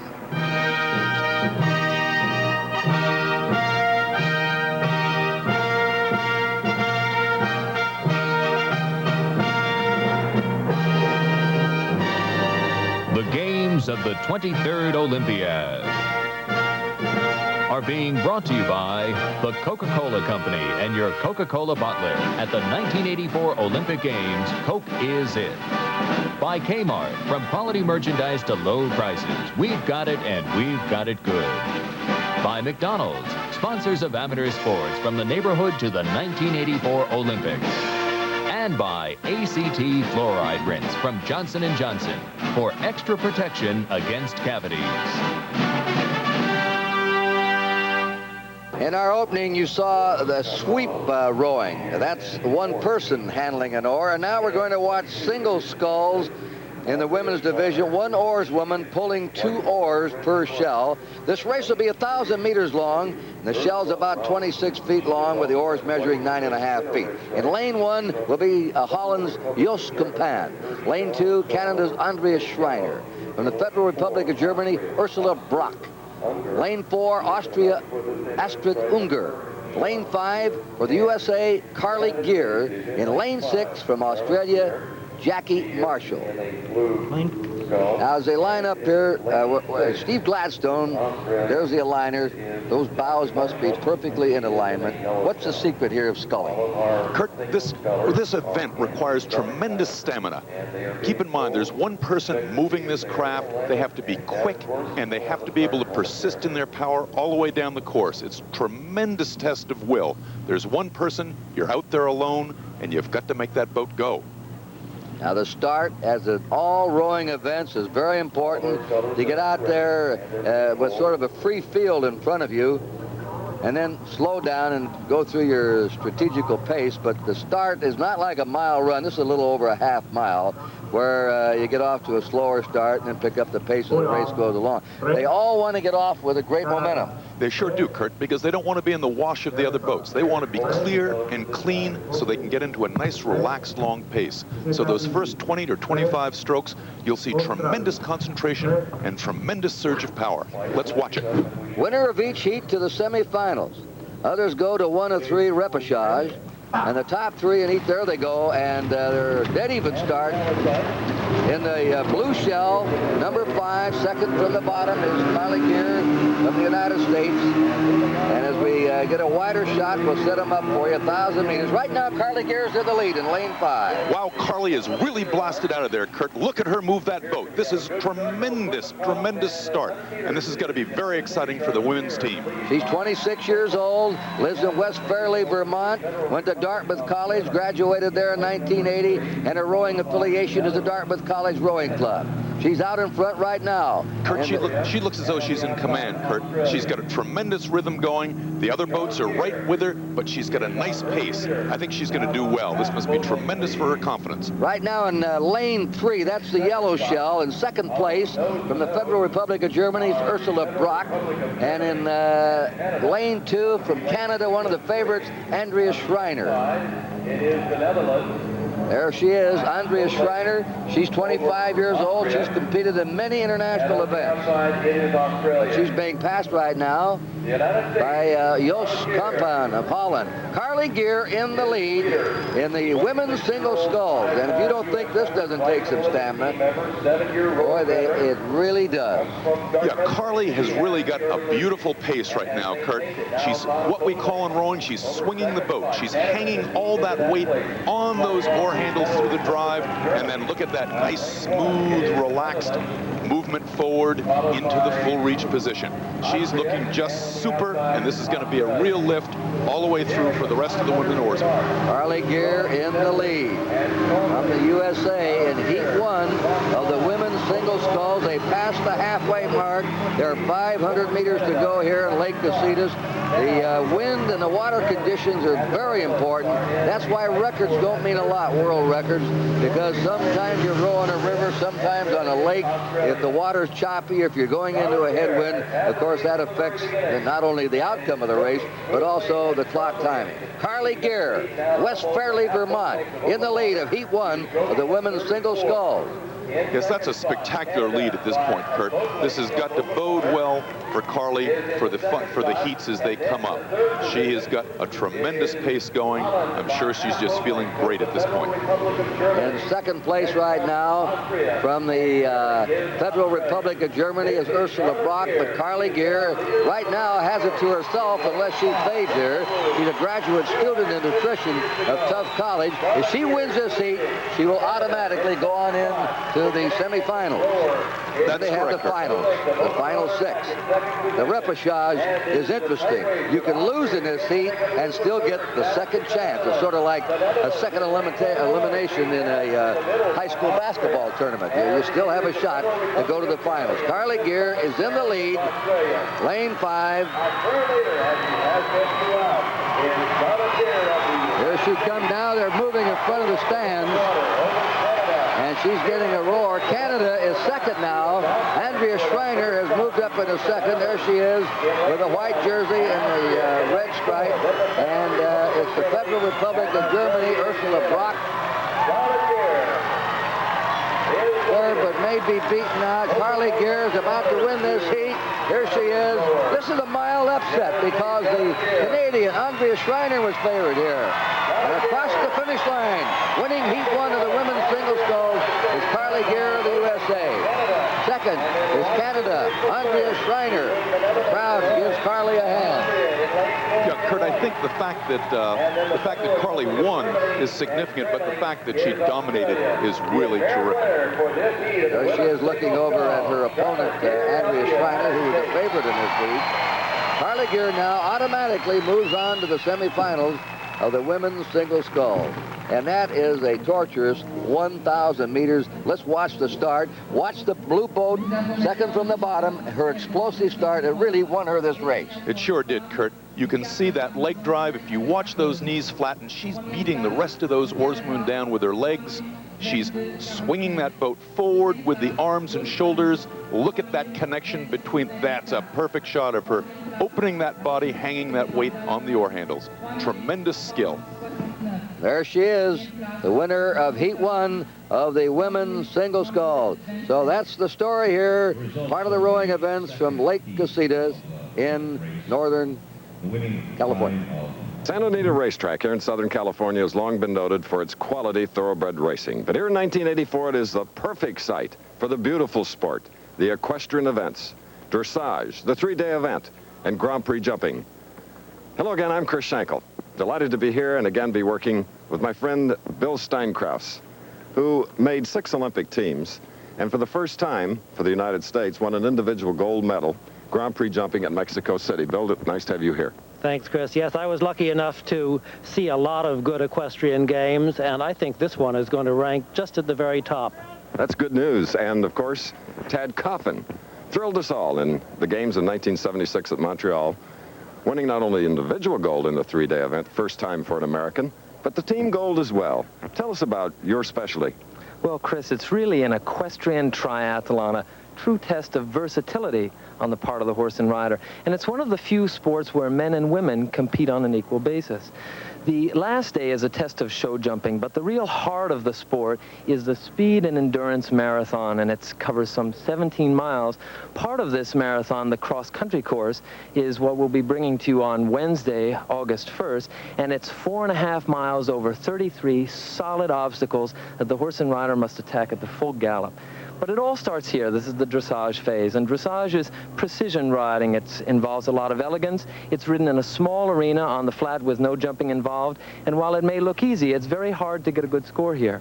So let's join Tad Coffin and Bill Steinkraus as they give us this report on the first day in the equestrian competition.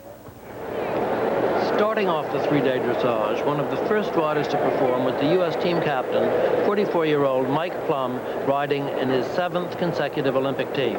Mike already has 5 Olympic medals to his credit, including a team gold and the individual silver in Montreal. Among those watching the dressage test was the president of the International Equestrian Federation, Prince Philip.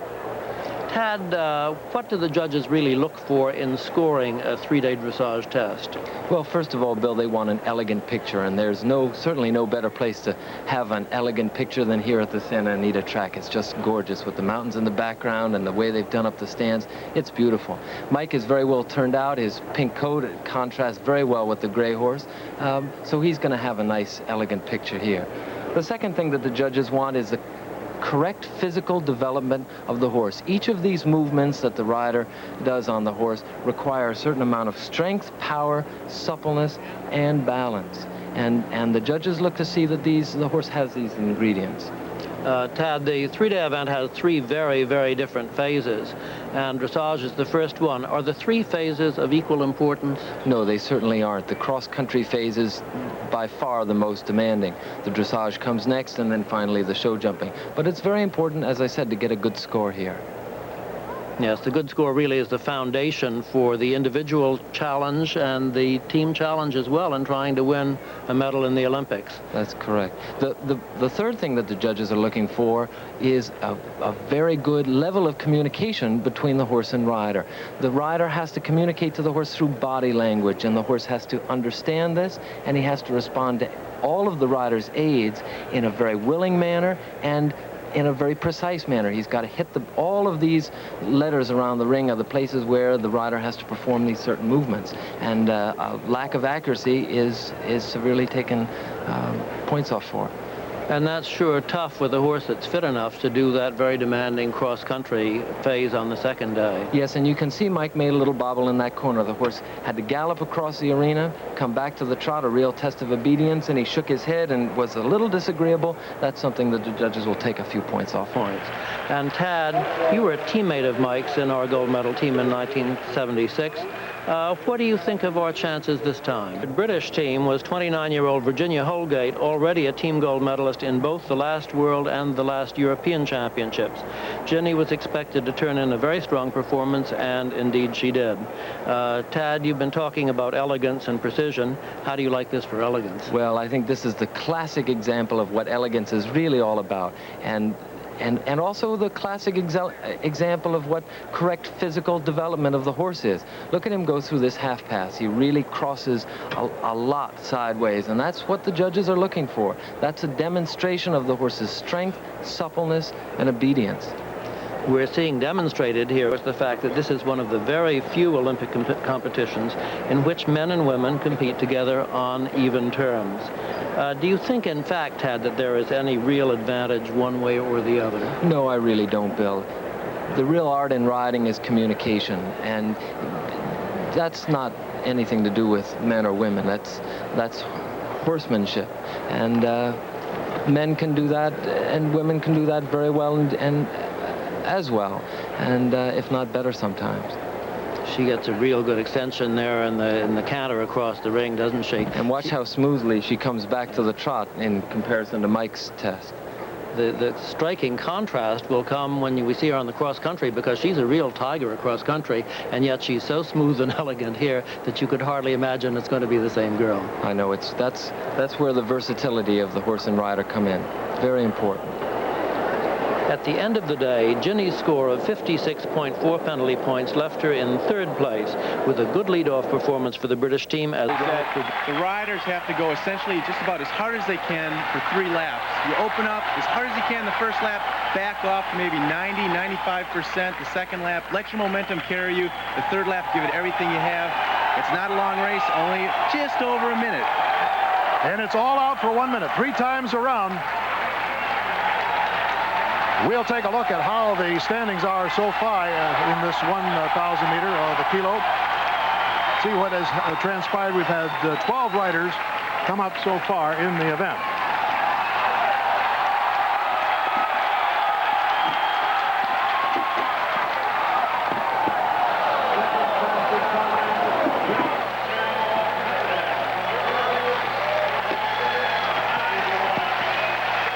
fastest time, Fabrice Colas of France.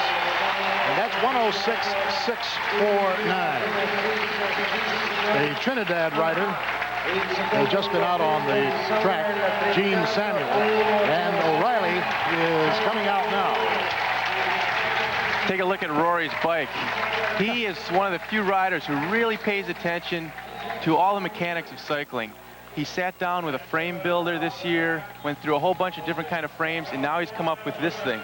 He's got a very tall seat tube, and to stabilize that seat tube, he has a guy wire coming from the seat tube down to the headset, and he also has 2 airplane struts from the seat tube back to the chain stays, just to stabilize that kind of thing. And also pay attention to the size of gear he rides. A lot of riders try to get in, say, a 90-inch gear. Rory O'Reilly will ride a gear over 100 inches. So it takes him a little bit of time to get going. Maybe he won't have the fastest opener, but watch this guy go. Well, he set a new national record of 1:03.39 at the United States Olympic Trials in Colorado Springs. Of course, that was at altitude. It's an interesting story about Rory O'Reilly, and have you ever heard a more Irish name than that? Well, he was a road cyclist, and because of his business, he was selling typewriters at the time, he switched to track. It gave him more time. Now, it has a drawback. If you're a road cyclist, there are a lot of events you can take part in throughout the year. Well, when you're in the kilo event, it's about 2 or 3 times a year, and that's it. There really aren't very many competitions for track riders, but the thing is, because he didn't have the time to do the workouts, what he tried to do is get in a lot of quality and not quantity as far as the mileage and the workout types that he has. And you wouldn't believe the workouts he goes through. He rides more kilometers and more laps at speed than any other rider I know. You know, we've had a little bit of a controversy on the wheels in the Olympics. You will notice that that is a solid wheel that Rory O'Reilly has. We first saw it with Leonard Nitz, then several other riders in the 4,000-meter pursuit. So, Eric, without getting too technical, what's the story? Well, there's a big question as to whether the riders would be able to use this because they're much faster than the normal spoked wheel, and people feel that you can probably take 1 second off a kilometer if you have a closed wheel. Right now, it appears that everybody's going to be allowed to use them, but the countries that don't have them are raising a protest. That's a very windy day here, and I'm wondering again if it has any effect on that rear wheel. Well, the thing is, I don't know how much effect it will have on the rear wheel, especially Rory's, because he's riding a bike that has about 22.5-inch diameter wheels. The big question is whether the big gear that Rory has, he'll be able to pedal down that backstretch because it is quite windy, and whether he can get it up to speed quick enough. Well, I'll tell you this, he's going to go all out. This is for a gold medal today. Remember, these are the finals, 1,000 meters, 3 times around. The time to beat, 106.649, and we will give you the splits. At the end of 1 lap, he has to beat 24.096. He does. Fastest time out here, biggest gear. If he can keep this thing going, he's going to be the #1 rider to beat. All right, the next time to beat will be 44.109. And if he's ahead there, he will go ahead of Colas of France, I'm sure, because he'll turn it on in the last lap. Watch the clock. 44.109 to beat. No, he slowed up. And it's going to be hard for him to keep it going down this backstretch into the headwind. Hit one of the sponges, that's going to slow him down a little bit. He's having a hard time. He's dying right now. I hope he can keep it going. He has to beat a 106.649, but he's slowed up considerably. Oh, he is dying at the line. 107.390, that is 4th place. He will not get a medal in the kilo event. Now, a disappointment for Rory O'Reilly, but he gave it his best. We'll be back later from the Velodrome to watch more of the cycling, and believe me, it's a very exciting place to be here in Southern California on this warm and sunny afternoon. Pavilion for the 2nd day of competition in gymnastics in these Olympic Games. Today we will see the women for the first time in their compulsories. There are 3 different competitions in gymnastics: the team, the all-around, and the individual. And the team competition is decided by adding the scores together of the compulsories, which you're about to see, and the optionals, which will be held later. Now, with me is Kathy Rigby McCoy, who did more than anybody else to popularize women's gymnastics in this country.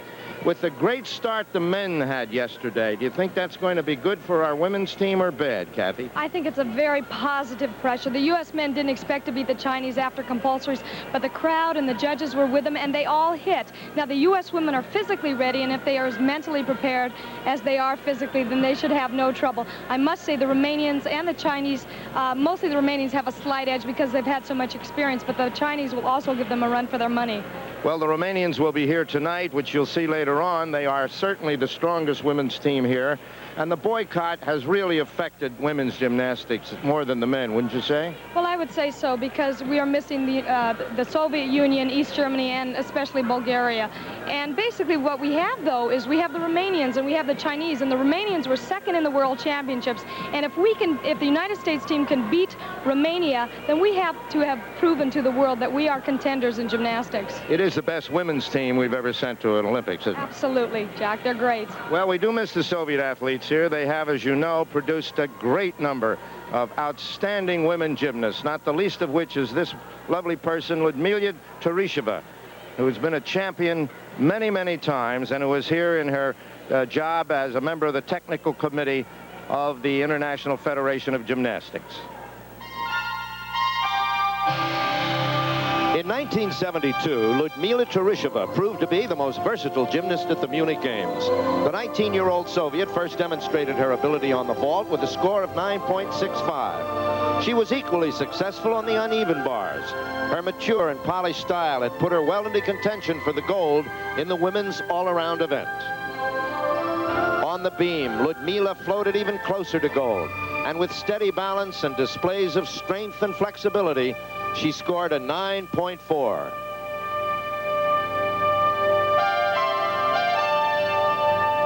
Then came her best performance, the floor exercise, where she clinched the gold for the all-around by scoring a 9.9. In Munich, Ludmila Teresheva's success may have been overshadowed by Olga Korbut's youthful appeal, but her place among the world's greatest gymnasts has been duly earned. All right, competition now for the United States against West Germany in this session. Here is Pamela Bylek on the vault. And the anticipation and excitement is you could cut with a knife. That was a handspring 360-degree turn. What a great start for the American team. Listen to this crowd. Whoa. And a big smile from Pam. Here it is again, Kathy. Psychologically, this is the best thing that could happen, to have their first girl up hit this well.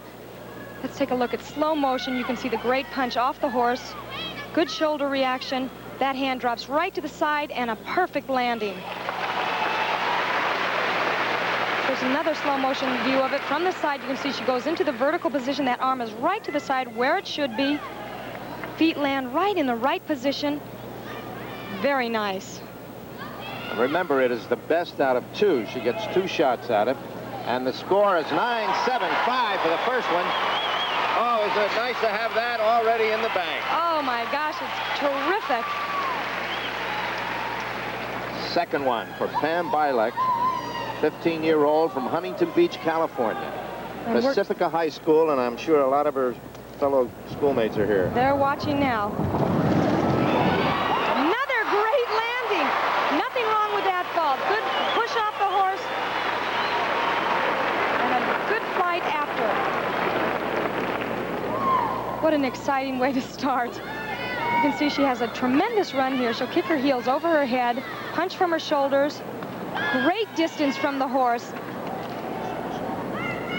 It's important they build a great deal of speed so that when they punch off the horse here, they repel themselves up into the air. Nice position in the air, and the judges won't see even that slight little push off the horse. 9.80. 9.80, and just like the men last night, the United States women's team is off and flying.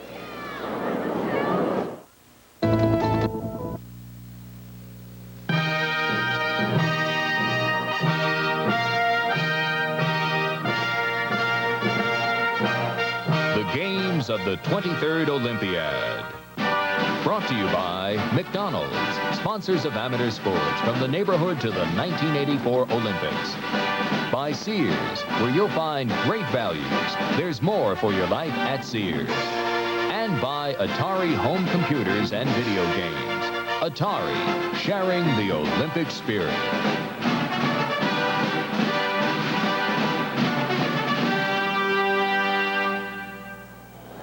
Now, this is Kathy Johnson, and Kathy talked to her earlier.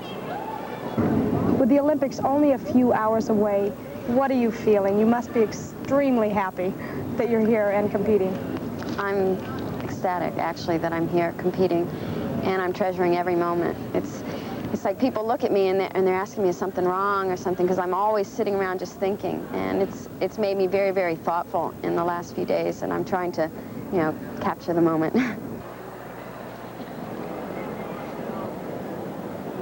So here's Kathy's first vault. What a tough competitor.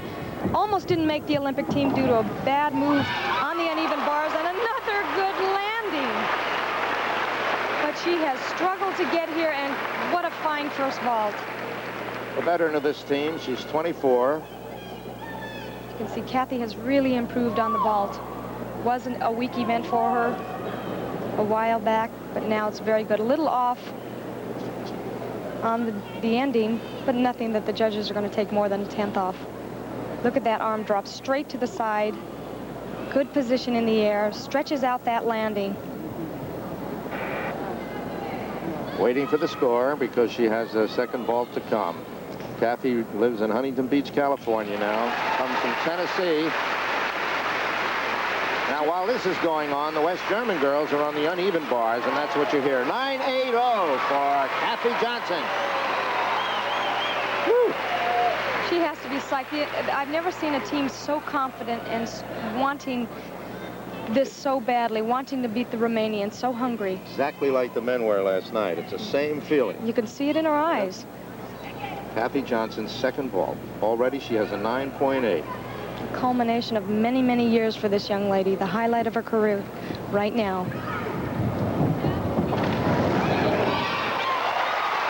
These women are on. Oh, boy.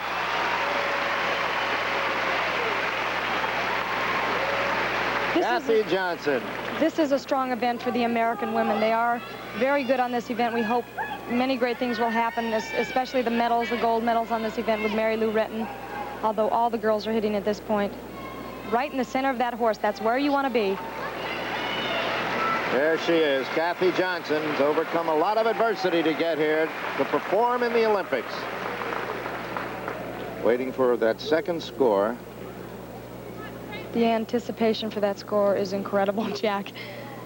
It seems like eternity before it comes up. You can watch her reaction. And there it is for Kathy Johnson, the 9.85. All right, Kathy. And that's it, gymnastics at Karolyi Pavilion. Tracy Talavera for her second vault. She's 9.80 on her first. And Tracy's been very successful on this event in the past, especially on optionals. Let's see if her second vault is as successful as the first one. A little hop on the end, but good distance from the horse. Position in the air was good.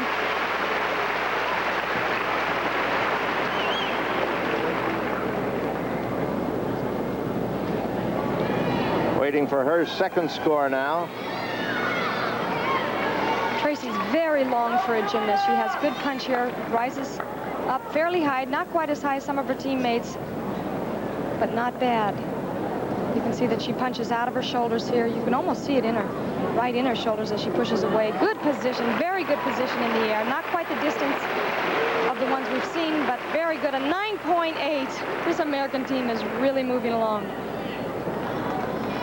Now, Julianne McNamara, 18 years old. Lives in Houston, trained by Bela Karolyi, Nadia Comaneci's coach. Has a great reputation in international competition, fiercely competitive. But this lady is one of the most friendly and caring person on the team. She's a real team leader. She's very light. She flies over this horse. Let's see if she can land it. Good position, big step there. You have so much power when you have the kind of adrenaline running that these women have. You have to learn to control it a little bit. Julianne, as I've said, has had a great deal of world competition. She'll correct her mistake, hopefully. A little off in direction. A couple of tenths of a point there. She has such powerful shoulders, doesn't she? Definitely, and that's why she's so good on the uneven bars. Her feet come under her a little bit too much rotation. Tried to hold on to it, but you just can't when you're going that fast. Julianne McNamara's first vault. We're waiting for the score, and it's 9.75 on her first. Not a bad score for the type of step that she took. If she nails this second vault, then you can bet that will go up a great deal. Born in Flushing, New York. And as she told me, her parents finally got tickets to this event. All the work and training this lady has gone through. A very intense competitor and when she's in the gym. All right, that's the way she wants it to be landed. Oh. Julianne.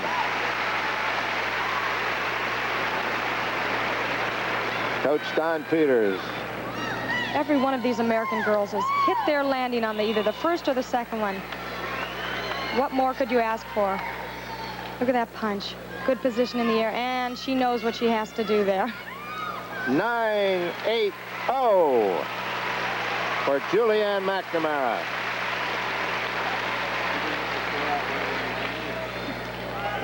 So far, every American has got a 9.8, and of course, Kathy Johnson a 9.85. So we're doing extremely well at this point. And here comes the young lady who could do more than that. Mary Lou Retton. And watch how fast she runs down this runway. Mary Lou has to control this vault. She could fly over this horse. You could bet that she could end at the very end of the mat if she wanted to. Let's see if she can control it. Oh, look at that flight. A big hop there, but nobody gets as much distance as this lady. She knows what she has to do to land that vault. The adrenaline pumping in this lady's veins must be incredible. Look at that face. I've never seen anybody with as much power and timing, correct timing, as this woman. Bela, that's Mary Lou Retton's coach also. Very calmly. You're allowed to coach during competition in this sport. Well, not when they're actually up on the apparatus, but you can coach them as he's doing before she goes.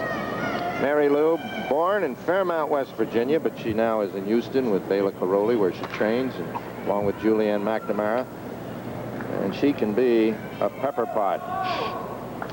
This is the event in the individual apparatus competition that Mary Lou, there's her score on 9.9. 9.9. Now look out, because she's liable to fly all the way to Beverly Hills on this one. That's right. If she lands this, I guarantee a 10. Look at that fierce concentration. I am ready. She is saying you dig those heels right into that mat like glue.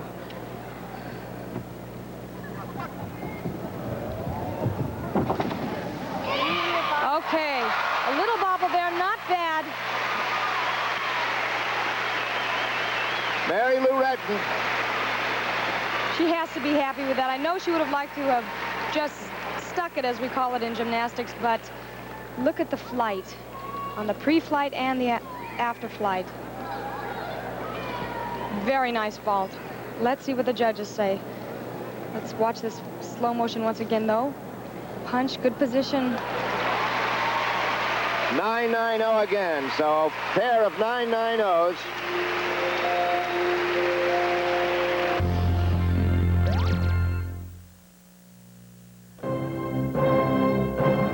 Only from the air can you get some idea of what a sprawling canvas Los Angeles provides for the Olympics. It stretches from the sea to the desert, from Santa Barbara to San Diego, from the Sunset Strip to the stadium, to the sailing course, to the equestrian cross-country course at far-off Fairbanks Ranch.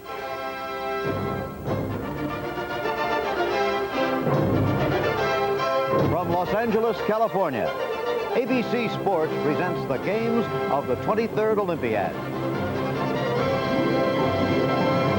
I'm Jim Lampley. Here at the Olympic pool, Americans are favored to add 3 more gold medals tonight. American world record holder Pablo Morales will try to hold off the German albatross Mikhail Gross in the 100-meter butterfly. In the women's 200-meter freestyle race, Cynthia Woodhead will try to cap her brilliant career with an Olympic gold medal. And in the men's 4x200-meter freestyle relay, an American team will try to lower the world record for the 2nd time today. This is Jack Whitaker at Pauly Pavilion, where today we caught our first glimpse of the women gymnasts, including the United States team led by Mary Lou Retton. Later tonight, you will see the Romanians, by all accounts, the strongest women team in the Olympics in gymnastics, led by Ekaterina Szabo. Sustained excitement in the sports arena today. A stunning victory for American light flyweight Paul Gonzalez over a tough South Korean opponent. And tonight, too, the debut of American middleweight Virgil Hill. He's got a shot. And the debut, too, of American light heavyweight Evander Holyfield. He's favored to win the gold. I'm Bob Beatty at the Long Beach Arena, where tonight the U.S. women will open their play in volleyball competition against West Germany. It's the end of a long wait for the U.S. team. For Flo Hyman, it's been 9 years of training, 8 hours a day, 6 days a week. For Rita Crockett, it's the end of sacrifices. She has foregone marriage and a law degree to play for the U.S. team. And so tonight, it's the United States and West Germany.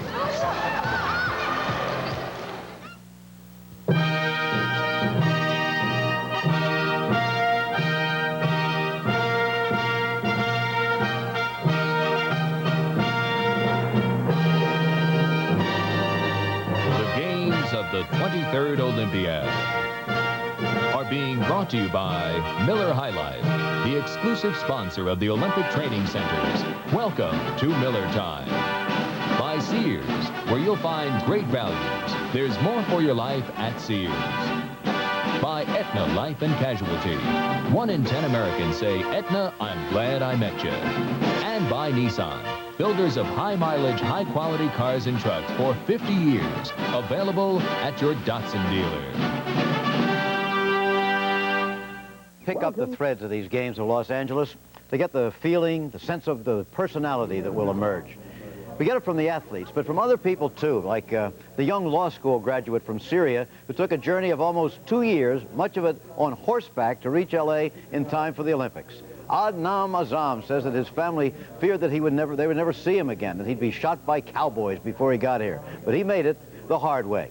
You and I have made it the easy way, and we will again tonight. You'll see Mary Lou Retton, Julianne McNamara, and the other American female gymnasts for the first time. Also live coverage of the Romanians and the Chinese women. There'll be boxing and more swimming gold medals won right here before our eyes. And volleyball, the women's variety. The U.S. against West Germany. All traced on that broad canvas I mentioned, the panorama of the Los Angeles Olympic area. Gymnastics, well, this week, a new queen of world gymnastics will be crowned. Nadia, of course, is here, but she's here as a spectator. These are the others, however. Some of the candidates: Mary Lou Retton of the United States, America's top hope for gold medals in these games. Julianne McNamara, more experienced, had a great finish in the World Championships in 1981. But there are the Romanians, Lavinia Agaki. She won 3 medals at last year's World Championships. But probably the top Romanian is Ekaterina Szabo, gold medalist at last year's World Championships. Swimming pool on the campus of USC, where we had excitement last night with Americans winning 4 gold medals in 4 events, stopped from a sweep only by the performance of Mikhail Gross of West Germany. We're going to see 5 events tonight, 4 individual events, 2 each for women and men, and the men's 4x200-meter freestyle relay. And again, of course, I'll be working with 2 of the greatest names in American swimming, Mark Spitz and Donna Deverona. Mark, let's talk to you first. First event we're going to see is the men's 100-meter butterfly. An American is favored to win the gold medal. Pablo Morales, who is most often compared with the man who held the world record in the 100-meter butterfly for more than 10 years, Mark Spitz. What do you think of Morales and his chances against Mikhail Gross? You know, I think he should grow a mustache and he'll finish the look. But in the 100 meters butterfly, Pablo Morales, on the screen now, is the world record holder, and he is an outstanding swimmer. Earlier in the prelims, he had a good opportunity to break the world record. He fell just short, but breaking my old 12-year mark in the Olympic record, and I was sure that was going to go by the wayside in the prelims if you watch that show. He is going to be heavily contested by Michael Gross from West Germany. Keep in mind, Michael won the 200 meters freestyle last night, a new world record. He is also the world record holder in the 200 meters butterfly. He has proved to Morales that he can swim the butterfly, and he's going to be on the heels of Morales tonight. Now, in the 400 individual medley, we've got Alex Baumann, the world record holder from Canada, who swam a very tactical race in the morning, Jim, and we had Kostov from the United States swimming neck and neck with him. He was just touched out in the prelims, so Kostov is really going to have to swim fast and change his tactics possibly by going out a little bit earlier in the beginning of the race. All right, Mark, those are the individual events. We'll also see a different American relay team from the one which broke the world record in the 4x200 meter freestyle relay earlier today, and they will try to lower it once again and beat the West Germans, who will have Gross anchoring. Women's events will be working again, of course, with Donna De Verona. Donna, we strive for objectivity here, but I hope that you and I can be forgiven a small sentimental attachment to Cynthia Woodhead in the women's 200-meter freestyle. Yes, Jim, I'm sure she'd like to make it 3 for 3 in the women's event and become the third of 7 returnees from the 1980 team to win a gold medal. Her biggest competition will come from her teammate, Mary Wade. Now let's think about the women's 200-meter breaststroke. That could be anybody's race because only 2 seconds separate first from 8th place. And everybody's wondering if that little Belgium swimmer, 15-year-old Ingrid Lamperoux, will do. She dropped 7 seconds to qualify for first place, and we're depending also on American Susan Rapp to get us a medal. Rapp has the most international experience in the field, and some people believe that she should be the favorite. But the first race we're going to see of the 5 finals here tonight is the men's 100-meter butterfly. And who better to describe the beautiful butterfly stroke than Mark Spitz. Now we are back live at the Olympic swimming pool and ready for the final of the men's 100-meter butterfly. The Olympic record in the event was established earlier today by Pablo Morales in qualifying. Morales also the world record holder, a record he set at the United States Olympic trials a month ago. The story of how he started swimming is an interesting one. He told it earlier to Donna De Verona. Narrative, Morales is the son of Cuban immigrant parents. He has asked me not to use the word refugee to describe him, and I am more than happy to honor that request. So Morales will be swimming in lane 4 in the middle of the pool, and Mark Spitz, what's fascinating about this is the fact that he will be swimming directly next to Mikhail Gross of the Federal Republic of Germany, and that will be one heck of a battle to watch. Now let's look at all 8 lanes. In lane 1, Anthony Moss, 19 years old from New Zealand, doesn't figure to challenge here, although he's one of the better young 200-meter butterflyers in the world, and we may see him in medal contention in that race. Lane 2, Bent Barron of Finspång, Sweden, best known as the 1980 Olympic gold medalist in the 100-meter backstroke. He's a graduate of the University of California.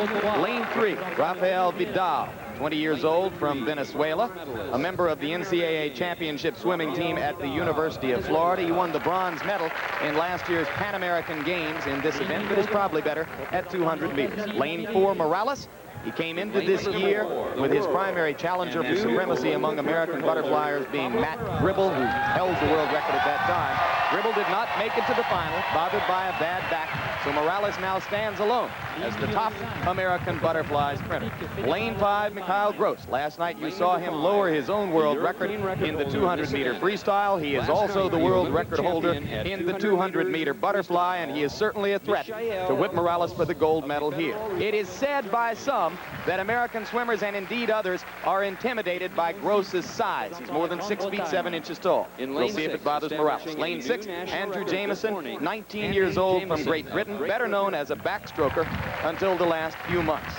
Lane 7, Glenn Buchanan, 21 years old from Australia, ranked only 16th in the world last year in this event, but he's the Australian national record holder, and the swimmers of that nation have been swimming very impressively here in the 2 days of Olympic competition so far. And in lane 8, Andreas Barron from the Federal Republic of Germany is a distant second to Mikhail Gross among all West German butterfly swimmers. So those are the 8 swimmers. Quite obviously, what you expect is the confrontation we have been talking about all along. There are the numbers on Morales. 53.78 is the Olympic record from qualifying this morning. The world record is 53.38. Mark Spitz, Morales against Gross. I think Pablo's thinking what it's going to take to win this race. And I really think that he's thinking that it's going to take a world record. But it's very difficult for him to concentrate on breaking a world record. He's got to stick with his game plan, thinking about his stroke, thinking about everything that he's learned over the last couple of years, especially the feeling that he had the last time he broke the world record. As you looked at the 2 of them there, of course, it was Morales on the left and Gross on the right. Much is made of Gross's wingspan. We mentioned it last night, 7 feet 6 inches from fingertip to fingertip. It is worth noting that the lane ropes are 8 feet 2.5 inches apart. So if he were to spread his arms all the way out, he could almost touch both ropes. And Gross has gotten off to a good start and taken the lead early. In the prelims, Pablo Morales had a faster time at the 50-meter mark by 21/100ths of a second. And the starter gave a very fast and quick start here, and it may have caught Morales on the blocks a little bit. Now, Morales has used up about the last 20 meters of this first 50 meters to try to catch Gross. Now, Morales came out of the turn first. He's really going well right now. What a remarkable turn. They're under world record pace. Pablo Morales is in command if he can hold on. Here comes Gross. They are only inches apart in the middle of the pool, and Morales can feel every one of Gross's strokes. 20 meters to go. Mark, who do you like? Morales has moved over to the right side of the lane. This may cost him a little bit of time. He's being miffed by Gross is past him. Gross is going to touch him first. Absolutely. Mikhail Gross in a time of 53:08. A new world record has beaten world record holder Pablo Morales. And Morales also swam under his previous world record, but it wasn't enough. Second gold medal for the Albatross. I'm telling you, I think that Pablo made a mistake in the last 10 meters. He moved over to the right side. He thought that he could draft. It's a technique used in training, and it cost him a little bit of rhythm in his stroke. You can see how disappointed he is, yet he broke the world record. Here we can see on the super slow-mo. Gross actually moved away from him, a smart move. Gross moved to his right because he was being crowded because of his long arm span coming down to the finish. These red lane lines indicate that they only have 5 meters to go, and at that one point, it appeared that Morales was ahead.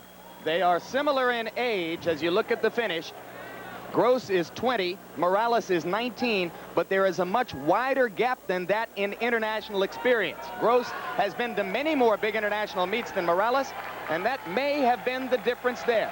As an apparent tactical error, according to Mark Spitz, Ladies and gentlemen, the board is now cost official. Pablo Morales a chance to stay with Mikhail Gross as they came down to the wall. Now we'll be returning to our Olympic coverage, and of course we'll have more as the evening goes on from here at the pool after this word from our local stations. And the second day of gymnastics competition, we see the women for the first time today in their compulsories. Hello everybody, I'm Jack Whitaker along with Kathy Rigby-McCoy, and we have the women's compulsories, which along with their optionals in 2 days will determine who wins the gold, silver, and bronze in the team competition. We're midway through, we're about ready for the second rotation in the second session, which features the United States and West Germany. And the United States, Kathy, has just gotten off flying. They are just blowing everybody away. The crowd is with them. They are hitting their events. We have a very strong event coming up, but it's also very critical. A couple of our women are a little weak on some of the movements. If we can hit that, we're well on our way. Well, after the first rotation, the United States is leading Japan. Germany is in third place and Spain fourth. The Romanians, the strongest team, will go later on today. But the next event here for the United States is going to be the uneven bars. And we have a little strength there in Julianne McNamara, don't we? And Mary Lou Retton. Both are very strong. Tracy Talavera, if she can get through it and she can set our team up, then we'll be ready to go. All right, let's watch them work. We're now at the uneven bars with the United States. This is Tracy Talavera. Started out so well in the vault. Tracy has to be a little nervous on this event. She was struggling a little bit during training camp, and while she has been here in the village on this routine. She's 5'3", excuse me, 109 pounds, and it's a lot more difficult for her to swing as it has been in the past when she was much smaller. Yes, height is not necessarily an advantage for a gymnast. Not on the uneven bars especially. Don't see many 6-foot gymnasts. Here's her glide to cut catch there. So far, so good. Let's see if she can make it up to this handstand. Very nice. Came down a little bit quickly on that handstand. She should have glided all the way to the handstand. Very nice routine for Tracy. Nice landing, too, huh? Oh. Good start for her.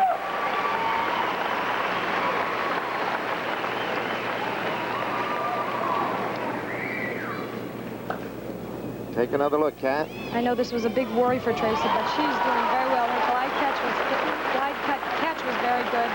A lot of swing as she grasped the high bar. Now this is an important move coming up. It's cast to a handstand. She should have been in the handstand as she made the turn, but not bad. She hit the vertical position on that handstand. Did not touch the bars with her seat as she pulled through the bar. Feet a little bit unpointed, but she rises above the bar, gets good distance, and a nice landing.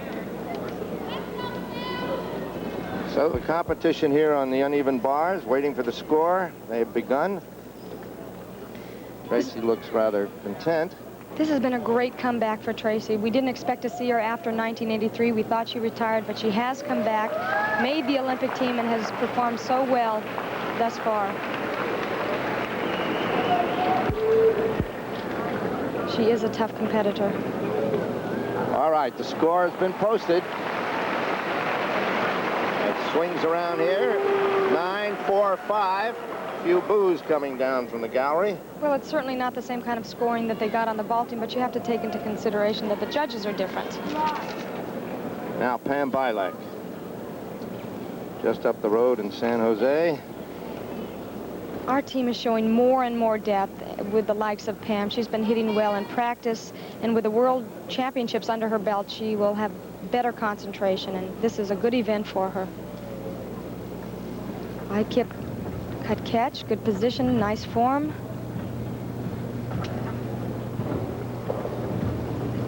He skipped right to the handstand, good turn in the handstand. Oh, big arch there. That's not good. Well, she didn't fall over, which would have really been a big break. Not quite to a handstand. She fell off the bars. Are not a great routine for Pam Bilek. She's done much better. But she held on, and let's see what the judges give her.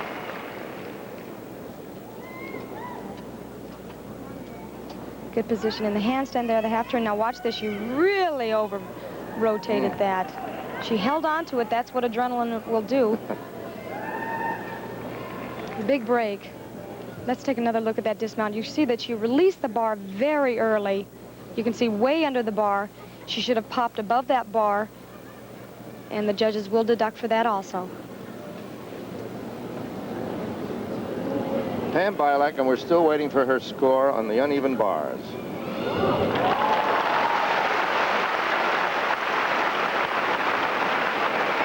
And there it is. A 9 even. Gymnastics continue here at Pauley Pavilion. So now at the uneven bars. Kathy has to really be psyching herself at this point. This is the event at the Olympic trials that was disastrous for her. She's been working hard. She's perfected her technique. And if she's mentally prepared, this could be a very good event for her.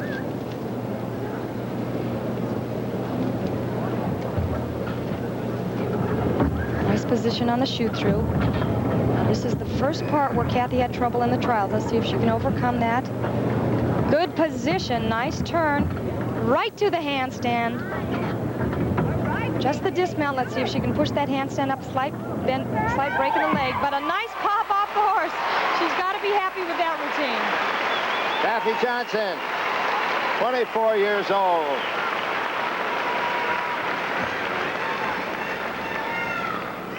There's her mount. She's been working, as I said, so hard on this event. Good position in the air. Legs come together there quite well. She gets good swing as she catches the high bar. Now, this is where she had trouble in the trials. You can see she hesitated just slightly with her legs coming apart a tiny bit. Not bad.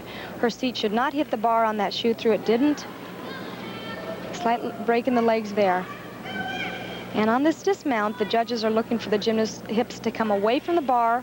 They pull hard, and they should rise above that high bar and get good distance.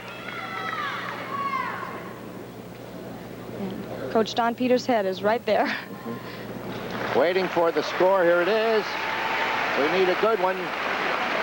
9-6-0. And that helps a little bit. Remember, they throw out the lowest score and count only the top 5. So 9-6-0 will contribute to the cause, and that brings up Michelle Dusser. If she can maintain her concentration and compete like she trained, she could score very well for the team. If I recall correctly, from watching practice, every element is executed with good technique. She has to watch her feet, that they're always pointed. All right, that's what the judges want. Good position in the air. She's swinging extremely well.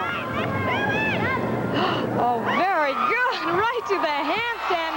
Great routine. This little lady knows she's done a good job. Look at that. Woo. Michelle Dusser really stuck one. Listen to this crowd. Michelle is so intense in training. She rarely smiles. It's all business, but today she can smile after that routine.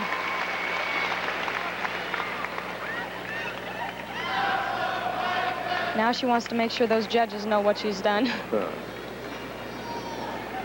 Waiting for the judges. 15-year-old Michelle Dessert. There it is.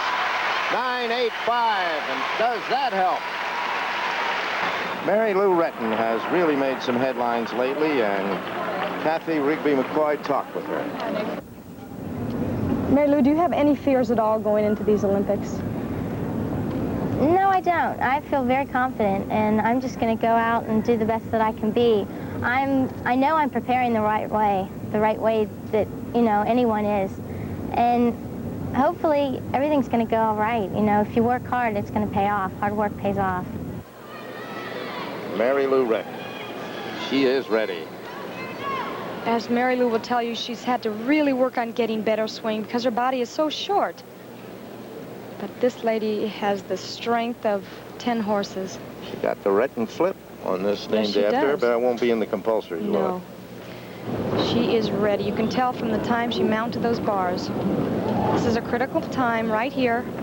Now you can see that she bent her arms a little bit. We'll see if the judges take off with that. Right to the handstand. This lady goes all out for these routines. Right into her handstand. Now there is a 2/10 deduction on those hands arms, but let's see what the judges say. Mary Lou has to be under a tremendous amount of pressure with the media coverage, with all the expectations from the coaches and gymnasts. What Mary Lou is to the vault, Julianne is to the uneven bars. Powerful. Her body type is perfect for this event. Now, let's take a look once again at Mary Lou's compulsory bar routine. You can see there her arms bend just slightly on that discipline. She rose above the bar, although she got more distance than height. 9.80 for Mary Lou Retton. And they probably took off a couple of tenths for those bent arms. Wow. Julianne McNamara. Kill it, somebody else. Which means, of course, get a 10. If she can keep her arms straight on her handstand. Nice extension so far. She really adds the flair. There's her handstand with a half turn. Bent arms there. Those could hurt our gymnast. Beautiful position on the bar. Kip to a handstand. Right in the handstand position. Pops way above the bar. Great routine for Julianne. All right, Julianne McNamara on the uneven bar. She loves it. Take another look here. Let's take another look at just her perfection. She shoots through. Very tight body on that shoot through. Now you can see that her arms do bend slightly on this handstand. She has such long arms, but very little. I doubt the judges will take off that. Look at that pop above the bar. And of course, what a landing. But Julianne McNamara really would have seemed to have hit a nice beam. It But certainly the looked that way. Judges are having a little bit of discussion on it. I might mention the head judge is Jackie Fye, one of the women on the women's technical committee, and she is at this time talking to some of the judges from the different countries. There might be a discrepancy in some of the marks. All right, that's the story here while we're waiting for Julianne McNamara. We'll be back for that score in a minute.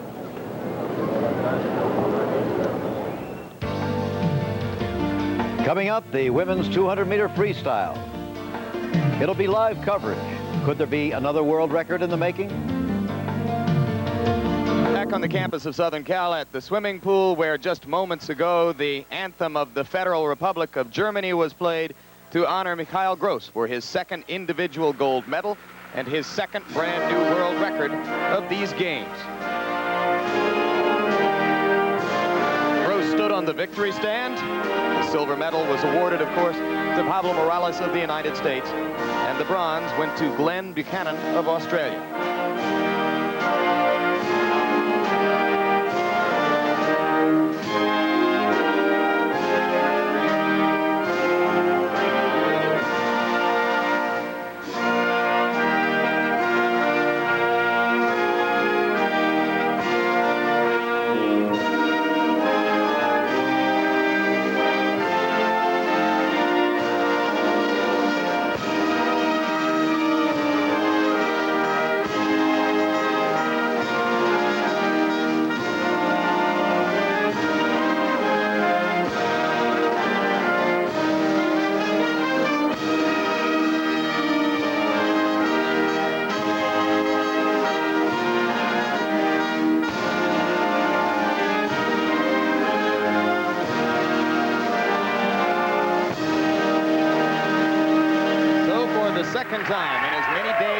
competition here. The 20-year-old from Frankfurt, whom they call the Albatross, squinted happily into the late afternoon sunshine to look at his nation's flag as it was raised over this pool. Now we're ready for the second event on today's calendar, the women's 200-meter freestyle final. And the favorite in the event is 20-year-old Cynthia Woodhead of Riverside, California. She is there on the right, issuing a pat on the back to her friend and teammate, 19-year-old Mary Waite of Mercer Island, Washington. Sippy Woodhead, only 20 years old, but don't let that fool you. She has been a big-time national swimmer ever since she was 12 years old. Qualified to swim in the 1976 Olympic trials, the year that she graduated from elementary school. Earlier, Donna DeVerona talked to her about her experience. Cynthia Woodhead, it appeared to me, was relaxed in preliminaries. Lane 1, Ina Betterman of the Federal Republic of Germany. Check it, Bayerman, I should say. Qualified slowly and has something left, but probably can't go under 2 minutes, which is what it would take to win a medal. Lane 2, Connie van Bentum of Barneveld, Holland, one of 2 Dutch swimmers in the field. She ranked number 4 in the world in this event a year ago. Just missed earning a medal in the 100-meter freestyle last night. She was touched out for the bronze by her teammate, Anne-Marie Verstappen. Lane 3, June Croft of Great Britain, regarded as perhaps the premier challenger to Woodhead and Waite coming into the event. She ranked 6th in the 1980 Olympics and was 3rd in the world in this particular year coming into the Olympic competition. There is 19-year-old Mary Waite of Mercer Island, Washington, and the University of Florida, the fastest qualifier for today's race, and the 1983 American champion, and she looks very relaxed and contented as she gets ready for this Olympic final. Now, Cynthia Woodhead will be swimming next to her in lane 5, and at this moment, at least from external appearances, I think you would have to say that she does not look quite as collected as Mary Waite. Former world record holder, she held the world record in this event for almost 6 years, in 1978 and this year. It was broken earlier this year by Kristen Otto of the German Democratic Republic. Lane 6 is Michelle Pearson, 22 years old, from Australia, 5th in the 100-meter freestyle event earlier in the competition, and trying to become the 4th Australian to win a swimming medal in the 2 days of competition. Lane 7, we mentioned her a moment ago, Anne-Marie Verstappen of Rosmalen, Holland, 1982 world champion in this event when she was 16 years old. She upset the East Germans in those world championships at Guayaquil, Ecuador, and won the bronze medal earlier in the 100-meter freestyle. In lane 8, Anna McVan, 15 years old, from Australia, showing some talent to qualify into this 200-meter race because she's regarded as much better at 400 and 800-meter races, the longer races. The Olympic record in the event held by the great Barbara Krause of the German Democratic Republic. The world record is held by Kristen Otto, who would have been the favorite, but not a prohibitive favorite had she been here. They're the women in lanes 3, 4, and 5, where the book would tell you that the race will be decided. June Croft on the left, Great Britain in lane 3, Mary Waite, and Cynthia Woodhead. Donna DeVerona, Waite looked very happy. She did. I've never seen anyone so calm and collected and outgoing right before an Olympic final, smiling and waving to the crowd. Cynthia Woodhead, right before the race, said to me, Donna, I'm nervous. This one's so important to her. False start. In case you have not been with us earlier in the swimming competition, the false start rule is as follows. The field is allowed 2 false starts. Does not matter which swimmer initiates the false start. No one will be disqualified for the first 2. But on the 3rd false start, regardless of whether the swimmer has been involved in any previous false starts, the swimmer who initiates the 3rd one is disqualified. And of course, for every false start thereafter, the swimmer who initiates will be disqualified. There is the field once again. Lane 1 will be at the top of your screen. Lane 8 is at the bottom. The world record is 1 minute, 57 and 75 100ths. The Olympic record, 1 minute, 58 and 33 100ths. Mary Waite, that's Mary Waite drying off right there. These swimmers are lean, in shape, body weight to strength. Sippy's got to be thinking, 4 years ago, I had 4 chances to win a gold. Now this is my last and only chance, the 1984 Olympics. That's right, in 1980, she didn't get to go to Moscow. She had qualified for the American Olympic team in the 100, the 200, the 400, and the 800-meter freestyle. Shirley Babashoff's the only other American to have qualified for the same amount of events during Olympic competition. 200 meters, 4 lengths of the pool. Cynthia Woodhead is small, but she is a fighter. And as they take off from the blocks, the woman in lane 6, Michelle Pearson of Australia, has gone to the lead. So has Anne-Marie Verstappen in Rosemellen Holland, who is down in lane 7. She is out there early, and in fact, as they get ready to touch at 50 meters, it is Verstappen who holds the lead. Waite has dropped a little bit back. Woodhead is up among the leaders. Okay, the splits, 28.40, Cynthia Woodhead. 28.40 is about a second off her world record split, but close to her American record split, 28.13. Sippy Woodhead, you got to depend on Sippy for the second half of the swim, and she's thinking of her 6-speed kick and her pull-through, concentrating on her technique at this point. She looks good, Donna. She has moved into about a half body length lead as they get ready to touch at 100 meters. Waite has moved up into contention for second place. They are well off of world record pace at this moment, but right now, that is not what's important. Cynthia Woodhead is trying to fill in the lone gap in her long and illustrious swimming career. It's the only honor she's ever missed. She's just like Tracy Calkins in that regard. And Mary Waite is pushing her very hard in lane 4. Cynthia Woodhead, however, is ahead of her American record split. She said to me earlier she wanted to go out in a 58 and come back in a 60. That means she's going 100 at 58 and repeating just 2 seconds slower. Got to bring it home and concentrate on a 6-speed kick. And here comes Mary Waite right next to her. Been a long time since Cynthia Woodhead has swum close to her world record, the former world record of 1:58.23. She's trying to do it right now, but right now the battle is in lanes 4 and 5 between Mary Waite and Cynthia Woodhead. The American women who went 1 and 2, or 1 and 1, I should say, in the 100-meter freestyle are about to do it again in the 200 meters. The others are coming on, but as they touch, it is Mary Waite who touched first. A mild upset, and the young woman who looked so relaxed and confident before the race demonstrated that we were exactly right about her external appearance as she swam a beautiful come-from-behind effort to nip Woodhead at the wall. Cynthia Woodhead will get the silver medal, and that's not too bad when you consider all that she's been through. But all the happiness in the world belongs at this moment to a 19-year-old woman from Mercer Island, Washington, who has just swum the race of her life and won an Olympic gold medal. Okay, Mary Waite at the top of the screen, Sippy Woodhead at the bottom. 5 meters to go. You can see the red mark. She just pulls in, kicks as much as she can, 6-speed kick.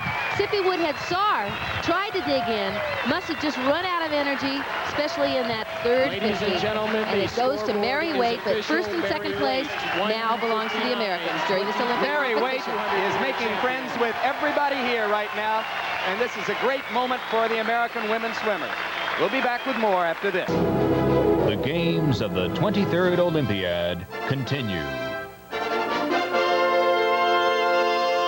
100-meter freestyle, Mary Waite, the gold medal with a time that makes her the 5th fastest swimmer ever in the event. Cynthia Woodhead will get a silver medal, and Anne-Marie Verstappen of Holland has won a 2nd bronze medal to go with the one that... Things about being an expert. Born in Pittsburgh, Pennsylvania, living now in Huntington Beach, California, and Kathy Rigby McCoy talked with her.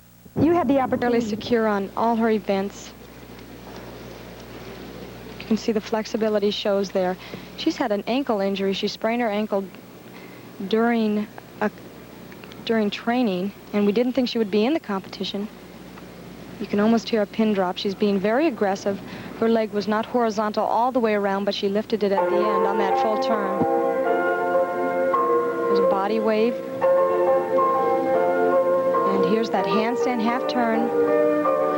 Very nice.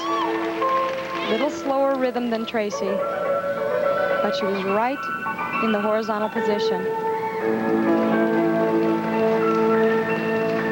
And for very little experience in international competition, she's moving extremely well. Here's her walkover. Let's see if she can hold on to this. Hitch kick.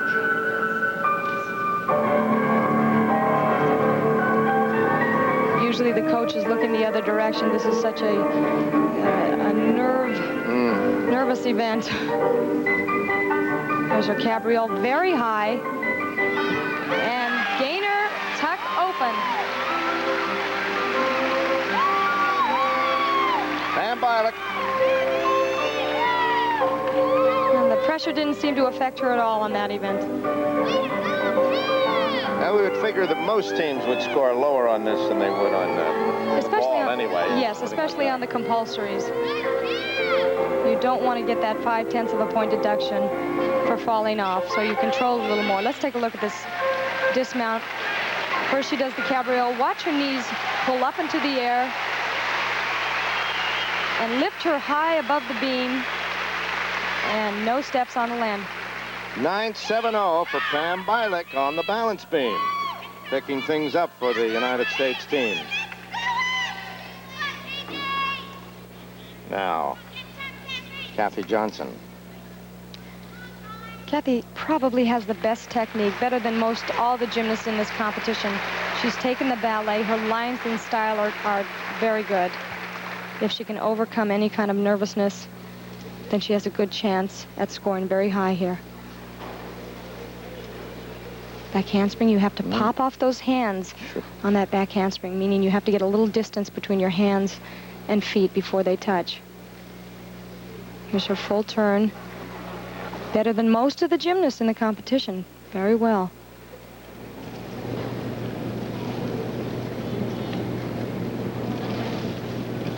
Here's that handstand half turn. Leg, back leg dropped a little down before it got into the horizontal position. Kathy doesn't seem to be very nervous. Her fluidity on this apparatus is quite good. I take it back, Jack. I think that music starting has to be a little distracting. That would just make me jump 5 feet. Walk over. This is the most confident I've seen Kathy. I think we saw it at the trials after she had that disastrous bar routine, and it hasn't stopped.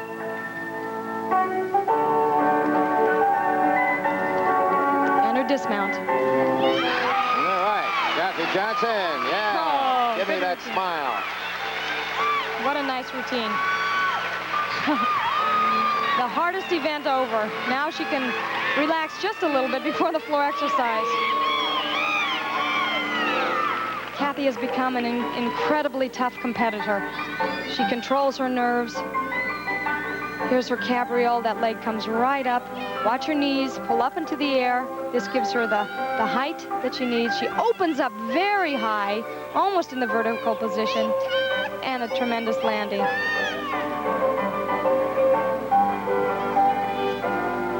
Waiting with Coach Don Peters for the judges. Jack, and you can bet Don's nerves are on end at the moment, too. Trying to encourage and motivate and keep the girls right where they should be mentally.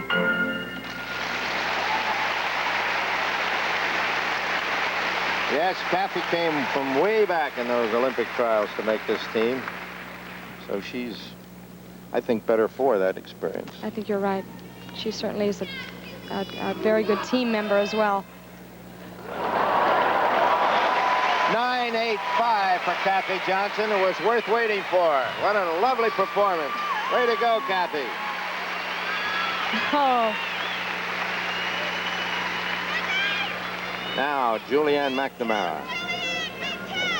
Julianne giving Kathy a little smile, but getting right back into her own world, having to concentrate. Julie has successfully kept her concentration in many world competitions, this being, of course, much more intense. The leg that is up should be in the horizontal position as they mount. She did that well. Julianne doesn't have the forward leg extension of some of the other gymnasts, but there's no deduction there. She did a good back handspring.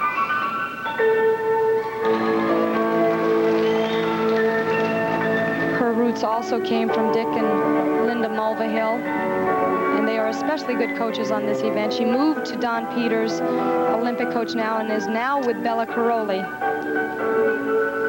And I've seen her go through this routine many, many times. Her front leg dropped just a little bit there, but she got it back into the horizontal position.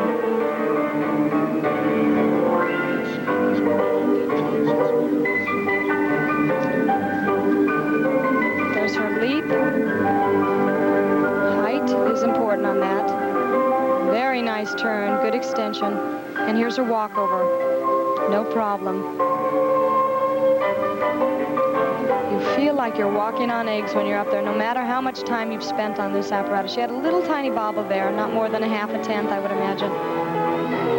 Showing her flexibility on her scale.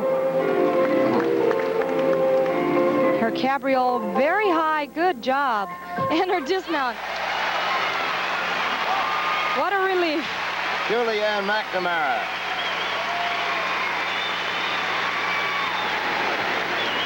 Well, Kathy Johnson's 9.85 must have made her parents very happy, and Ann Simon is with them right now. Ann? Nervous while you're watching Kathy on the beam? Always. We've watched meets for 9 years now while she's been competing at this level, and it's always the same on the beam. It's really something that you never get used to. Yeah. Very proud of her, aren't you, Mrs. Johnson? Oh, very. The Olympics are so exciting. I'm so happy she can be part of this great American team. Great. Thank you. Jack? All right, Ann, thank you very much. And while you were up there, the score posted for Julianne was 9.85 to match Kathy. So we're down now to Mary Lou Retton. As we've said many times, this is a critical event for Mary Lou. This is where her confidence and concentration will pay off. She has physically everything she needs to do a magnificent job. Mentally, she has to be there. Look at that extension on that. She had a little bobble, but she covered it up very well. I've seen Mary Lou go through 25 and 30 routines a day just on compulsory balance beam. She's not hesitating, being aggressive, not holding back. Here's her handstand, half turn, split. Couldn't be better. I think she's holding her breath the entire time she's up there. Mary Lou needs to work a little more on her toes. So far, she's doing very well. Here's her walkover. Holds her leg up at the end. Mary Lou is not holding back at all. You can tell that she's controlling every move. But her extension and her jumps are high. And her rhythm is good. There's her dismount. Pike open, and she flies above the beam. There's that smile, Mary Lou Retton. Woo! I think the compulsories are more difficult for Mary Lou than even her optionals. It's like holding a racehorse back. Let's take a look at her dismount. Watch how high she gets above the beam when she opens up. She's opening up right in the vertical. Not very many gymnasts can do it with that kind of stretch. And it's a 9.85 for Mary Lou Retton. So the last three score 9.85s. Bela Karolyi, her coach, with the congratulatory hug, and Mary Lou is happy. She's smiling. And that's the way the gymnastic competition for women is going at Pauley Pavilion. That was the third of the four events in the compulsory phase of gymnastics for the American women. We'll be seeing the fourth one a little bit later on. We'll also be seeing live in tonight's version of the competition, the Romanian and the Chinese gymnasts. Gee, it's good to know that behind me, all three of these Olympics, I will not be seeing a blizzard again, just clear skies. Remember Sarajevo? What else is coming up tonight? Well, think about it. We're going to have boxing, some of the Americans and other nationalities, of course, in competition, and women's volleyball. That's going to be a tremendous story here, and the story of the American team particularly is of great interest. So they're painting on a broad canvas, as we said at the beginning, and when we come back, we're going to be seeing the men's 400 individual medley competition in men's swimming. So that's the story up until here. There's a look at the swimming stadium itself. Assembled on top of a building adjacent to the Olympic pool on the Southern Cal campus with the Canadian flag. They're waiting for their man, world record holder Alex Bauman, 400-meter individual medley. Let's meet him. Narrated by our, as you learned there, he is the world record holder in both the 200 and 400-meter individual medley races. Now, there is the man who might challenge him most closely in this race. The one with the shaved head is Jeff Kostoff, 18 years old, from Upland, California, a student at Stanford University. He's the Silky Sullivan of the 400-meter individual medley. You can expect him to fall way behind in the first 200 meters of the race. His background is as a distance freestyler, and in all likelihood, he'll be trying to catch the leaders, Bauman among them, as they swim the last 100 meters of freestyle. There was Alex Baumann, who will be swimming in lane 4. And now stepping up onto his block to say hello to the crowd will be Kostov, who has shaved off a little bit more hair since he appeared with that look for the first time we've ever seen him that way this morning in qualifying. And next to Kostov is one of the other 3 swimmers in the race with a chance to win the gold. There are really 5 swimmers here who at least can be considered contenders for the gold medal. In lane 6 is Ricardo Prado of Brazil and Southern Methodist University, who is the former world record holder in the event. In lane 7 is Jesse Vasayo of the United States, who held the world record in the event for 4 years, won the world championship in 1978. And Vasayo, like Kostov, has also shaved his head, and I've never seen Jesse that way before either. And there is the field in its entirety. Now the 5 who can win: Giovanni Franceschi of Italy in lane 3, Baumann, of course, in 4, Kostov in 5, Prado in 6, Vasayo in 7. Expect Ricardo Prado to go out to a big lead on the butterfly leg, because Mark Spitz, he is a world-class butterflyer. Incidentally, they swim 100 meters of butterfly, 100 meters of backstroke, 100 meters of breaststroke, and then 100 meters of freestyle. And there is Jesse Vasayo, who would have been the favorite at Moscow in 1980. And there is the 2-shot of the men in the middle of the pool, Baumann and Kostov. Mark Spitz, should be a heck of a race. Absolutely. Jesse Vasayo and Kostov are really psyched. I've never seen this done in a long time, where 2 men in the same final from the same team in America would actually shave their head. They must have corroborated on that, because it's unbelievable. They're really psyched. Look to see Giovanni Franceschi from Italy to go out in the lead. He had the fastest prelim time at the end of the 100 meters, which is the first leg of this event, the butterfly. I disagree with you. I'd be surprised to see Franceschi ahead of Prado after the butterfly, because Prado will be swimming in the 200-meter butterfly here in the meet. Maybe you know more than I do about Franceschi. Well, Franceschi in the morning went 59.06, and Prado went 59.44. So there was about 31 hundredths of a second difference in time. So Franceschi, according to the morning trials, should be out in the lead, and he is. Well, you look good so far, Mark. It looks like he's doing just that right now. That's right. He swims butterfly very well. He's very relaxed. He's the type of swimmer that's not afraid to go out, because he knows that his best event is the butterfly, and he has to build up a lead right now in that. This is a very tactical race. Each man has different strokes in which he is most proficient. They try to marshal their energy to take maximum advantage of those occasions when they are swimming their stroke. So, for instance, Prado, who is going to lead now after 100 meters with Franceschi in second place, is trying to take this butterfly to the bank, because he knows he will lose a little ground in the second 200 meters of the race. They are under world record pace as they turn at 100 meters and go to the backstroke leg. And now you would begin to expect Jesse Vasayo of the United States in lane 7 to come on. Jesse is a world-class backstroker. Jesse's got to make his move right now. If he's going to win this race or even have a chance for a medal, he's got to make a move right now, because his breaststroke, which will be the next leg, Jim, is a little weaker than his backstroke. There's Jesse right now, swimming very nice, very in control. You can see how perfect his head is. It doesn't move faltering from side to side, which would cost you some time. Your shoulders would drop and you would dig yourself into the water. Now, I would expect Baumann to start making a move now. He's got to make a move, because he's got to get closer to the pack, up in the lead, to set a world record time. The world record splits are very insignificant here, Jim, because the lead changes so often. They have their specialties. Baumann's specialty will come now in the breaststroke and then in the freestyle. And Kostov, who I would expect to have been off by 2 seconds at the end of the 100 fly, was more than 2 seconds off, and he's almost out of it. They are well under world record pace, but as Mark Spitz points out, it is a bit misleading, because that is Prado who is ahead of the world record pace established by Baumann in his world record swim. So it is Prado in lane 6 who is in the lead. And now you begin to see Alex Baumann in the middle of the pool coming on. There is one important fact to note about Baumann, despite all of his accomplishments. He holds both world's records in the individual medley races, but because of various reasons, including the death of his father, he missed the World Championship 2 years ago, missed the Pan American Games last summer. So he is not as experienced in big international meets as his credentials would initially lead you to believe. Bauman looks very strong. He's moved up considerably on Prado in lane number 6. Now Bauman, again, is the world record holder.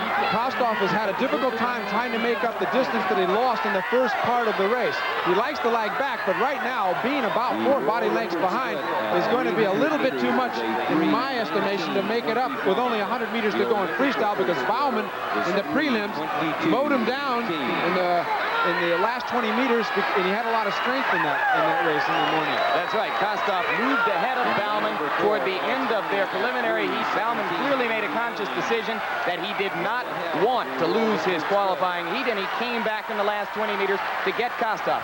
Unless he pulls an amazing comeback, Jeff Kostov is going to be out of this. Bauman is now well in front in the middle of the pool. Only Prado is still within hailing distance of him. And you are probably watching a world record performance by Alex Bauman of Canada.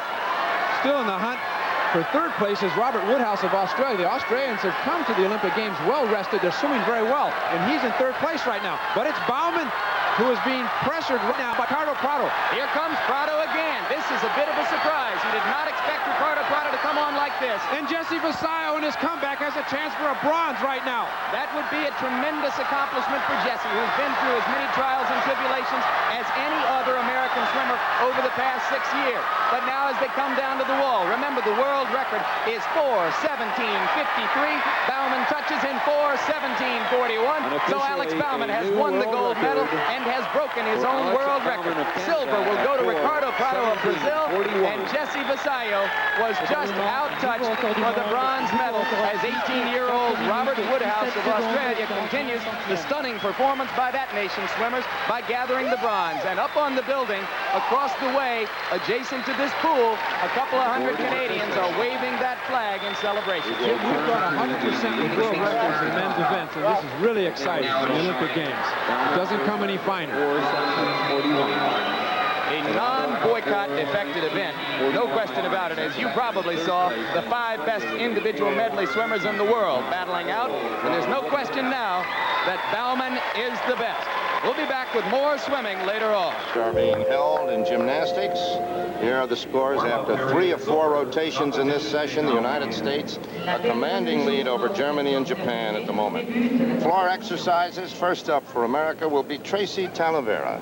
And at this point, Tracy must have a new confidence with brilliant performances on all 3 apparatuses, and this being her 4th.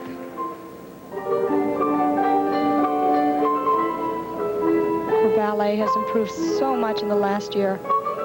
Here's her first tumbling run, back handspring into a very high layout and extended right through to the leap.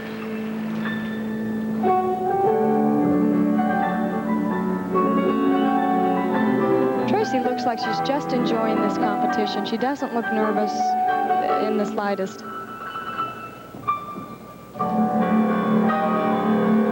She needs to get height out of this handspring, as she did right there, and height into the back handspring, which she did.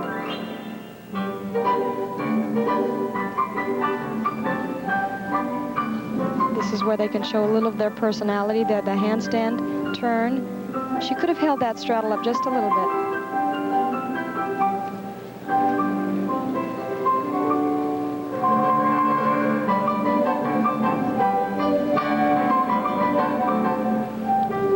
Here come the 3 back handsprings.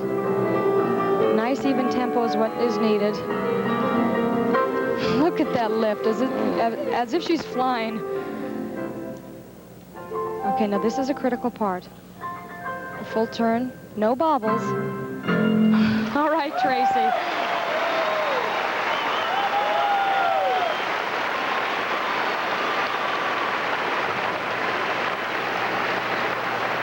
If you take a look at this last tumbling run, the 3 back handsprings, you can see how each back handspring is nice and even. Just what the judges are looking for. And then she extends so high out of it. She gets a good punch, jumps way up in the air to that high, high straddle. Cheerleaders would be envious. Oh, wouldn't they? 9.60 for Tracy Talavera in the floor exercise. Of course, that's alternate Marie Roethlisberger that just went out of screen. And here is Michelle Dussert. Michelle is Excuse me, go ahead, Jack. No, I was just saying, waiting for the green light. There's still some little delay there. A lot of judges' meetings this Olympics. Ah, she's right. A nice little strut. You gymnasts really have a strut to you, you know? It's all part of the style. Michelle also has to be very confident at this point with such a great routine, especially on the uneven bars.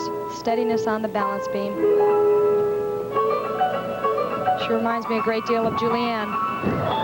What a punch. I might mention that that floor exercise has little tiny springs under it. And not only are these gymnasts strong, but it also helps them to propel and saves the legs for injuries. So there's less injuries.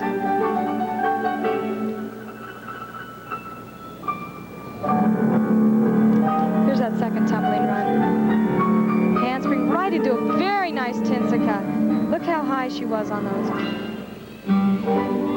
Now she'll play with the crowd a little bit. Handstand. What control.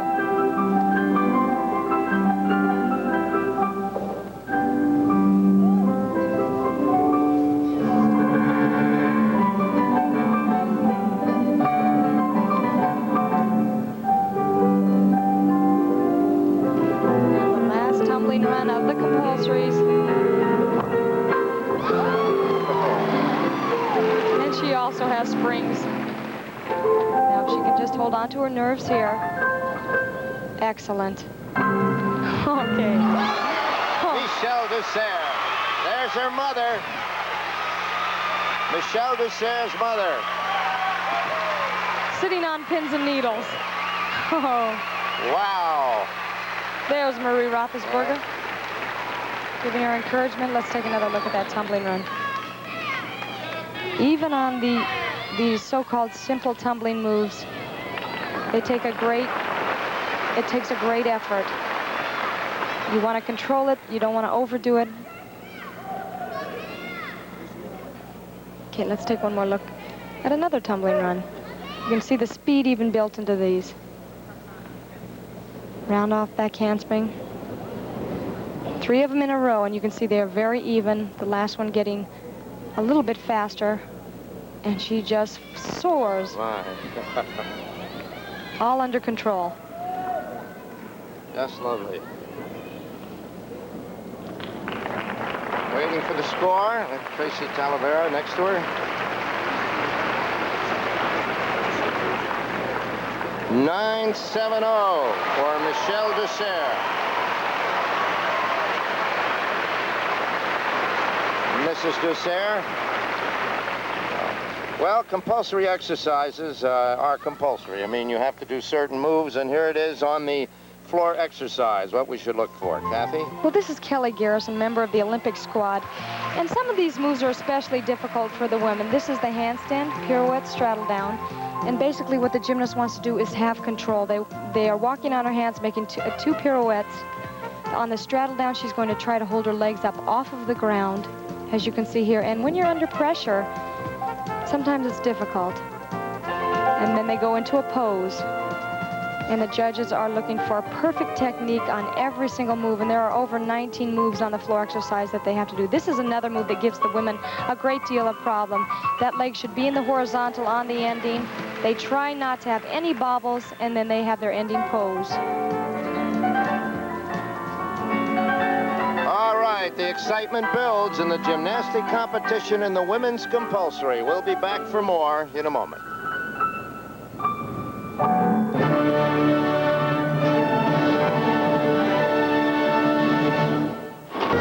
The games of the 23rd Olympiad continue. Julianne McNamara. As Bela will tell you, she is very much the style of Nadia. Julianne doesn't give away points for form breaks. She's the most experienced and has great concentration.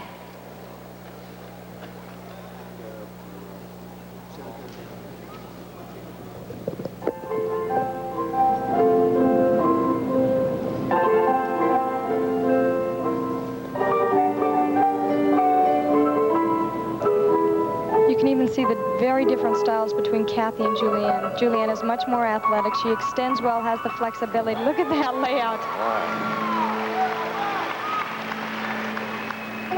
But not quite the arm grace of Kathy Johnson.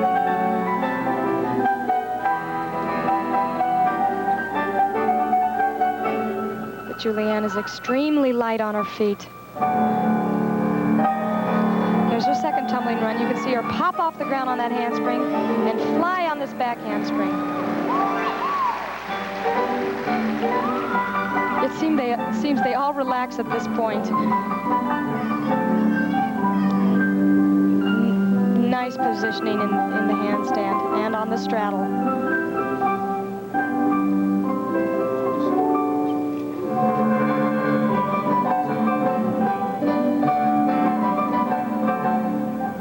So far, so good. Let's see about these back handsprings. Oh, she has wings, Jack. Back walkover. Now here's that turn. All right, Julianne. Woo.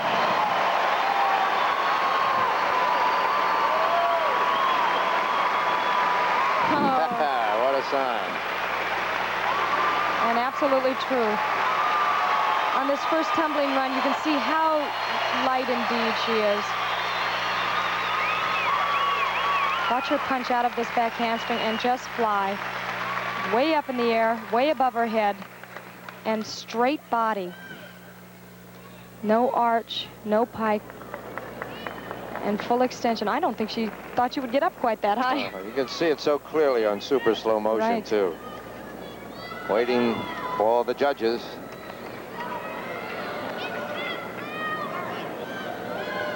In a capacity-filled Pauley Pavilion, second day of gymnastics competition, Julianne McNamara. Oh. Bela Karolyi. I wouldn't like to get Bela mad at me if I were I don't think judge, so. You know?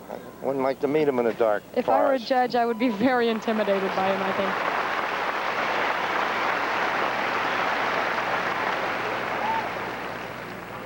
Yes.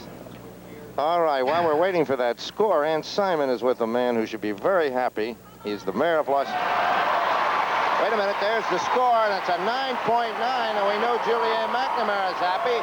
I hope Bela Karolyi's happy with that one, I'm too. sure he is. And that leaves only the 10 for Mary Lou Retton. That's all that's left, isn't it? That's right. Ann Simon is with Mayor Tom Bradley of Los Angeles, and we'll get to him in a minute, but we don't want to miss this next package of dynamite. Mary Lou Retton, who could maybe somersault right out of Pauley Pavilion on this one. We may not see her again on that first tumbling run.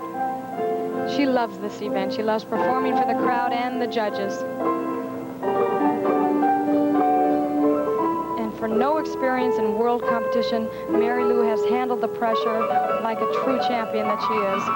Look at this. Oh.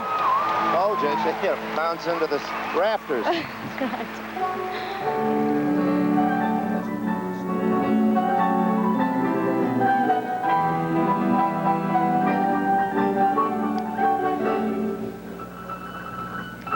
I think she could jump higher than the basketball players.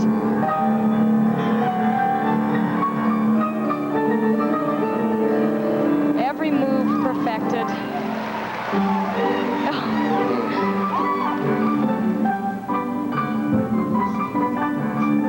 No deductions so far. In my opinion, of course.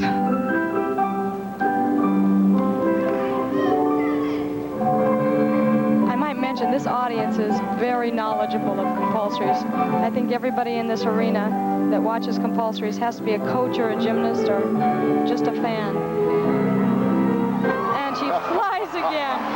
If she can get through this full turn after the back walkover, there's no reason she couldn't get a 10.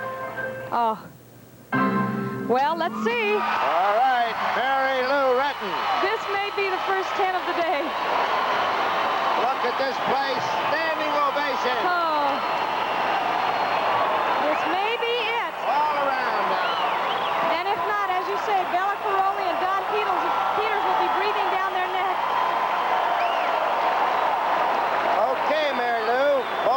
see and hear a lot of her the rest of this week. I might mention the head judge is from Romania, so let's see what happens. Romania, of course, to give the United States women their strongest challenge here, and the Romanians will be on this evening. We'll be able to see them live. By the way, there's not much that the head judge can do if all the scores are in line. If there's not too big a discrepancy between those two middle scores. All right, 9.9 for Julianne McNamara. Now let us see what Mary Lou Retton has. They're all chanting. Do you hear? The crowd is chanting 10, 10. I don't know whether that's pressure on the judges or not. Do you? Oh, it has to be a lot of pressure. There you go. That's Mrs. Dussert. 10. And the team spirit and the parents, it has to be a great thing for these athletes. 9.95. Oh, and they're not going to be happy with that. That's disappointed look on Mary Lou's face. 9.95. Did you ever think that you'd see the day where a 9.95 got booed? We have, as far as the judges are concerned, we have Romania, Sweden, Australia, Israel, and Italy. 9.95 for Mary Lou Retton. Well, we promised you Mayor Tom Bradley, so here now is Ann Simon with you. And Jack, you know that Mayor Tom Bradley has the best seat in the House, especially watching that Mary Lou Retton performance. Were you disappointed with that score? Well, she can do better, and I thought she was equal to a 10 there, so I'm disappointed, and I'm sure all of this crowd is. Mayor Bradley, you have access to all the venues here. Why are you at Gymnastics today? What's the draw for you? Well, I have a busy day every day. This morning at 4 a.m., I was with David Hartman on AM America. I had some duties in City Hall, and then a press conference with the mayor of Sarajevo, where we call for a cessation of hostilities in the world. I have been watching gymnastics, I guess, since Olga Korbut and Nadia Comaneci so popularized this sport, and I wanted very much to be here as often as I can, and so this was my first opportunity. Mayor Tom Bradley, thank you very much. A big fan here at Gymnastics. Thank you, Ann, and we're delighted to have him here to watch this American team who has really set a mark for the Romanians to shoot at now. They have been, as the men were yesterday, almost inspired.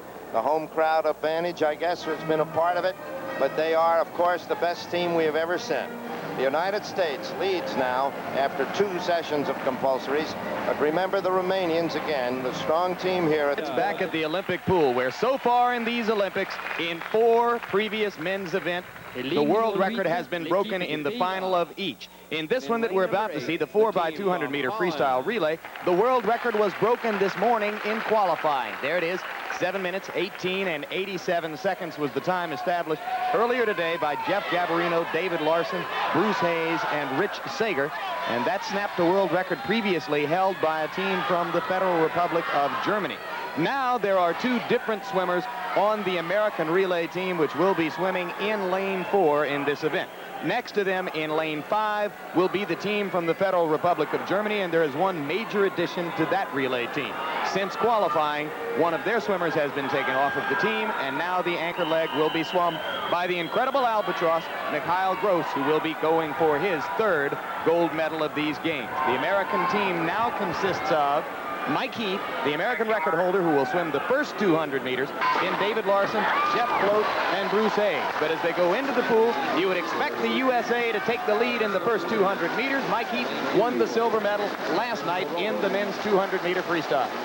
Jimmy swimming right next to Thomas Farner of the Federal Republic of Germany, who was 3rd. He won the bronze. And so it's going to be very close. Very interesting here is the way they place their swimmers. They're going to have Mikhail Gross, excuse me, for the Federal Republic of Germany going last. But he'll be swimming against Bruce Hayes, who is a phenomenal relay swimmer. That means that he goes a little bit faster in a relay, better than he would have done in an individual event, because he gets pumped up. He doesn't want to let his other team members down, and he'll have a rolling start.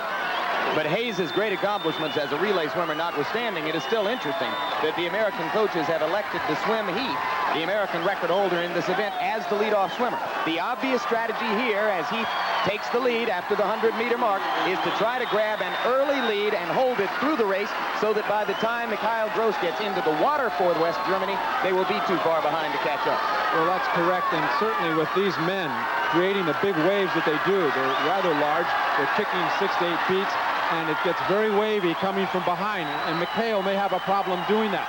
And remember, it's better to be out in front and try to hold it, because it inspires the other team members. And you can listen to the hometown advantage right now, because this audience and these spectators are going crazy for the Americans to break another world record. They've been very successful at pushing the Americans and the other people who have swum in finals to swimming their best times. Earlier today, Jeff Gabarino swam the first 200 meters of the qualifying effort in 1:49.80. We'll see what Mike Heath has done to perhaps improve on that. He has indeed. He touched in 1:48.67, and the United States has more than a second lead over the team from the Federal Republic of Germany, as now into the water for the USA is David Larson. You talked about how there are great relay swimmers. David Larson, 25 years old from Gainesville, Florida, is certainly one of them. What is the psychology, Mark Spitz, that sets apart a relay swimmer, a man who is great in this event, from one who is better in individual events? I think, Jim, when you think about yourself, it's very simple to say, well, if I'm not doing well, I'll give up.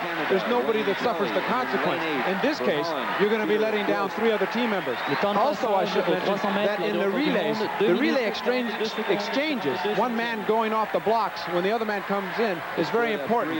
You're allowed to be fully laid out in the blocks as long as your team member touches the wall before your feet leave the block. And in the relay exchange with the Federal Republic of Germany, I believe that the Germans actually got off the blocks a little bit quicker than the Americans. But in the pool right now, it's David Larson just expanding this lead. It's going to be really critical for Mikhail Gross, to, I think, make the come up.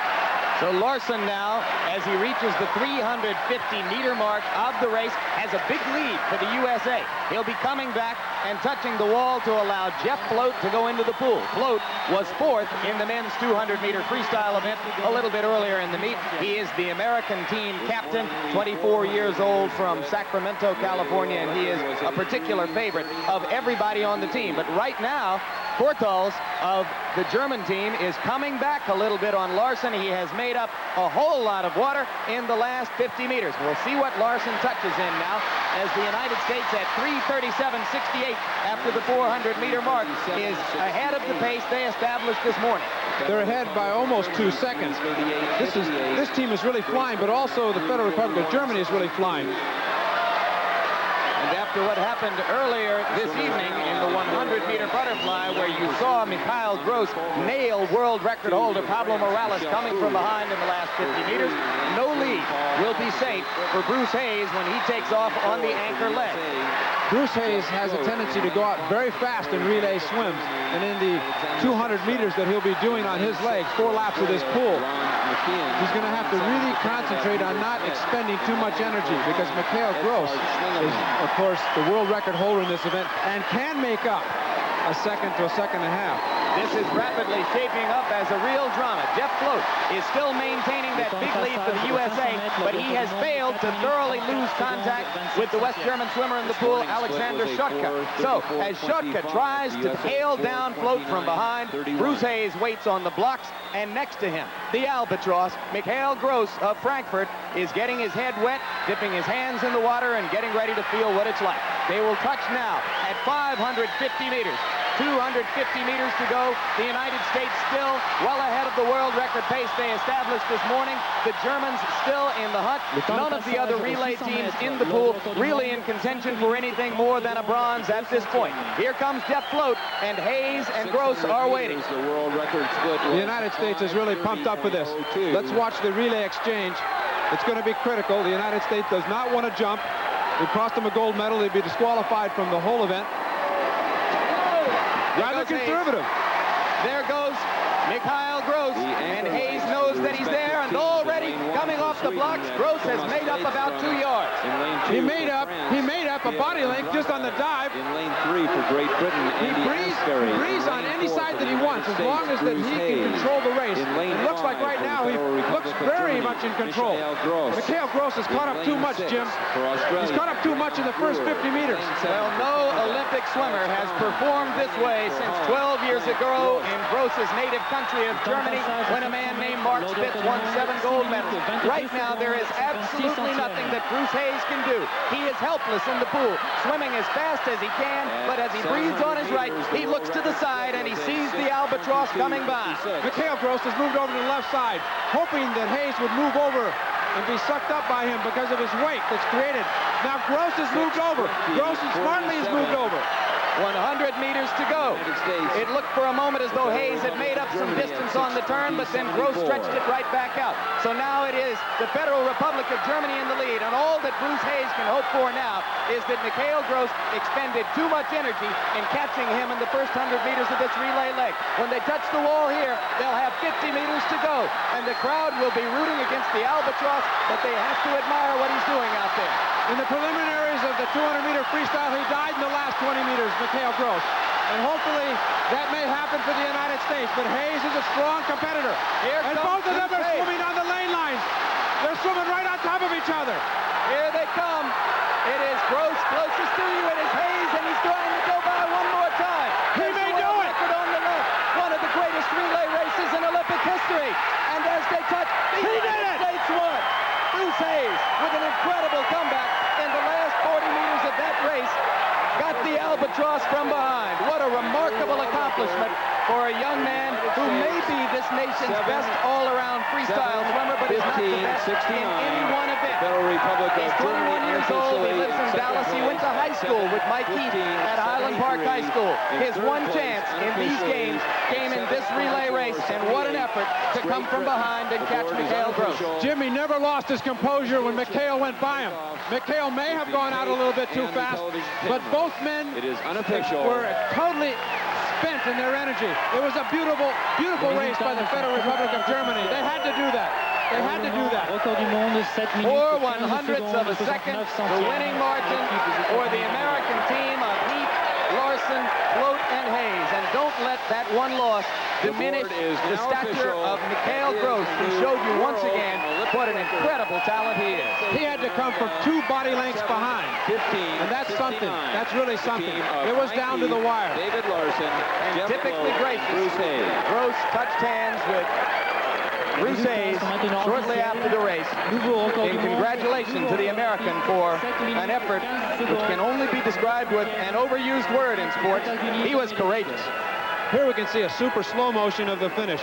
Mikhail Gross at this point in time had a slight advantage over Hayes of the United States, swimming just above him. And when they get close to the finish, it was only a matter of a slight underwater push in that finish at the touch plate that brought it out for the United States for that win. You know, this loss to Mikhail Gross cost him possibly the chance of winning 4 gold medals. 3 in individual events and 1 in this relay, but a courageous swim by both countries. It is almost incidental in retrospect that the United States team broke their own world record by more than 3 seconds. Look at that finish, and there you can see it, graphically illustrated. Hayes was there first by about the length of his hand. So the gold medal goes to the United States. The silver medal goes to the Federal Republic of Germany. And the bronze medal goes to a team from Great Britain. Congratulations at poolside for that American team and their victory in the 4x200 meter freestyle relay.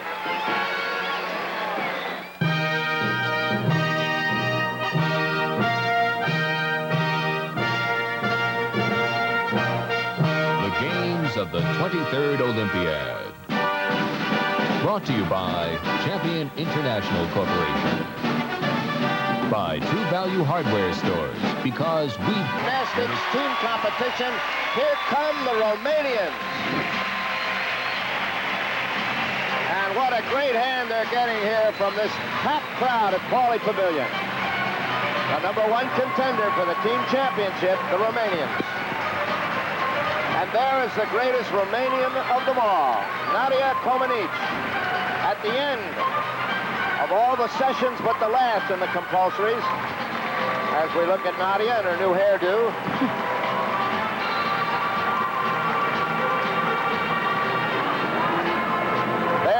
competition, the team everyone must beat. The Romanian women, the United States at the present time, they work this afternoon, is leading.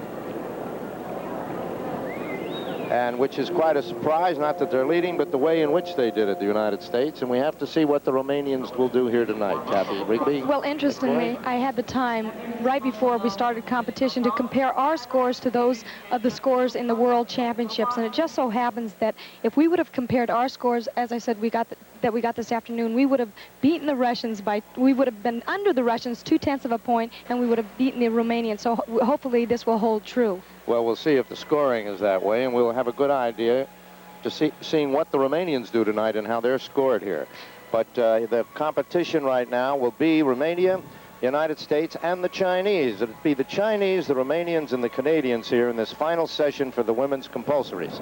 And then, of course, on Wednesday, they'll go for their optionals, and they'll add them all up, and we'll find out who wins the gold, the silver, and the bronze here in the team competition in women's gymnastics. Well, has women's gymnastics changed over the years? Well, you bet it has. In the beginning, all the girls wanted to do was have a little fun. Then they got serious into a very dramatic, entertaining, and very pleasant occupation. We're at the uneven bars now in this first rotation of the final session, the Romanian team, and first up will be Simona Pauca. This team has really worked together for a very long time. They help each other. They have a lot of fun in the gym, even though they are so intense. This compulsory can be very tricky. They begin with a very good flare there, cut catch, right to a kip, and she's swinging well so far. This entire Romanian team has depth, and you can see on that handstand, good position in the air, very tough competitors. First off the blocks, right to the handstand. That is what the judges are looking for, and a good pop. Way to begin a routine. Whoa. What a lovely landing. Simona Pauca. It's important that that first gymnast up is very secure. She sets the standard. Here's that stomach whip. They want a tight pike there and right into the vertical handstand. And you can see as she does this double leg shoot through, her hips and seat should be way above the bar. They cannot touch or it's a deduction. And this should be in a handstand. Let's take another look at that dismounting slow motion. Her hips should leave the bar right under it, and they should pop way above that high bar. Shoulders and hips should be very high and landing absolutely no steps. All right, 9.70 for Simona Pauca, the first of the Romanians we have seen, and they're off on a very good start. This is Paulie Pavilion for women's gymnastics in this Olympic game. Well, an awfully final about a sunset in California. In the east, you know, it's just gone over a mountain or a bay, but here it's gone forever. The glorious Pacific looking up past Malibu. It has just been perfect weather here since we came, a little warm, but perfect. She'll be up again tomorrow morning, that sun, as the shadows get long here in the city of the Olympics. Beautiful sunset. Pacific Ocean, the western rim of this continent, and the city of Los Angeles.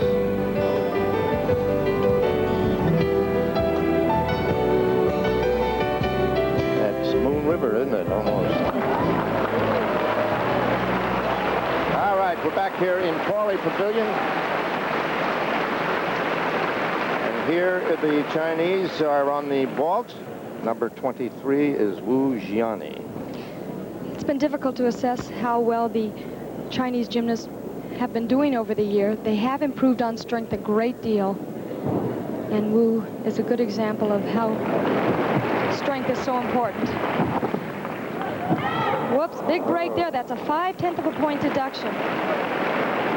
The vault is difficult. Not only are you going forward very quickly, but you're twisting at the same time. Difficult to land, difficult to know where you are.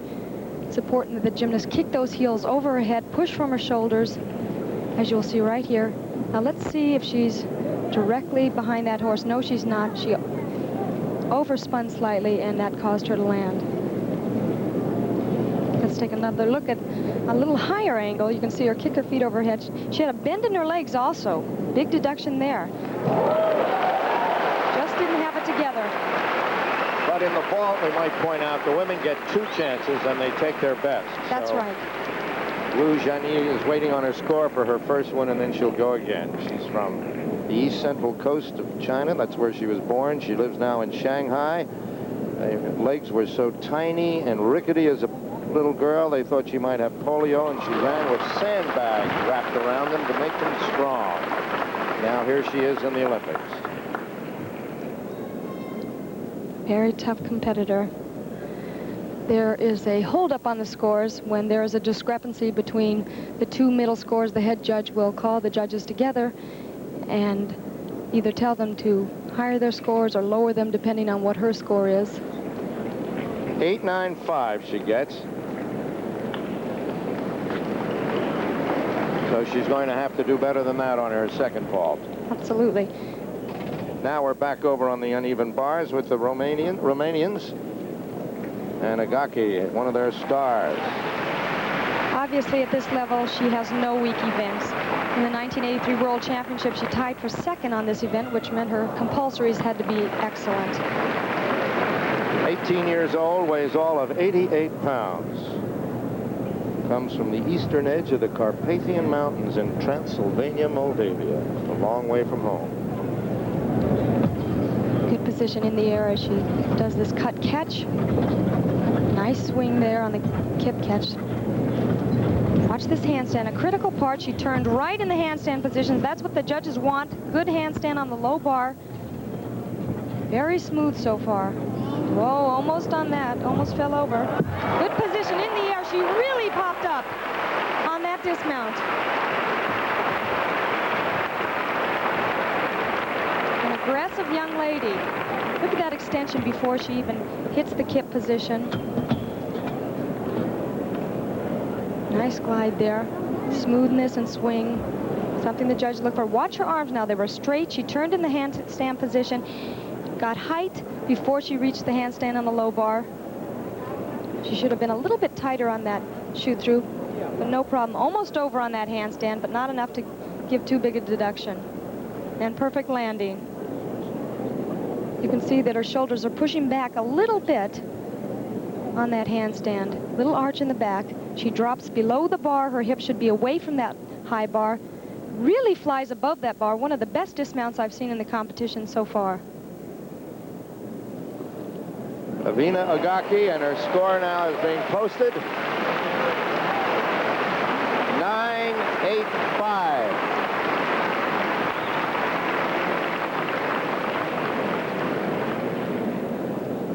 And now, the next big star.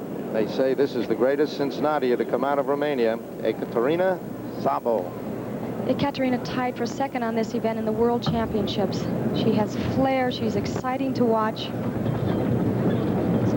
Strength like Mary Lou Retton. And moving exceptionally well now. Turned right in the handstand, pirouetted right up there. So far, Jack, no breaks. She's going to be tough to beat on this event if she makes this dismount, and she does. Oh, beautiful. Ekaterina Szabo. She feels it too, doesn't she? Everyone on this team has performed well. Look at that pirouette in the handstand, right on top of the bar. She gets right to the handstand and low bar with distance. Look at that pike right over, swing. No bend in the arms on the handstand. Clear hip right here. She flies above the bar. Very smooth routine. Well, her nickname is Kati. She scored 5 perfect 10s at the World Championship. We can report that Wu Jiani of China got 9.40 on her second vault. And 9.90 here for Szabo of Romania. Oh, well deserved. Tough competitor. Shades of Nadia. You wonder what Nadia must be thinking at this point. Yes. The super slow-mo really shows you the extension of every movement. Now, it's important on that kip that they don't bounce on that low bar, which she did not. You can see her hand movements, straight body position in the air. Look at this pirouette right on top of the bar, and that's where they want to be. There should be some distance between the hips and the hands before they reach that low bar. Uneven bar, isn't it? She has all the fullness, extension. And her hips above the bar there, as you can see. This event takes great strength, and there's her handstand and her dismount. Watch how she flies above.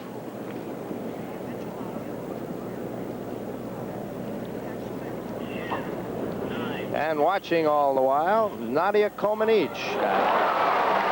We'll have more of the women's compulsory gymnastics from Paulie later. For the women's compulsories, and the Romanians, the favorite in this team competition, have just completed their uneven bars, and they have outscored the United States by 0.3 of a point on the uneven bars alone now.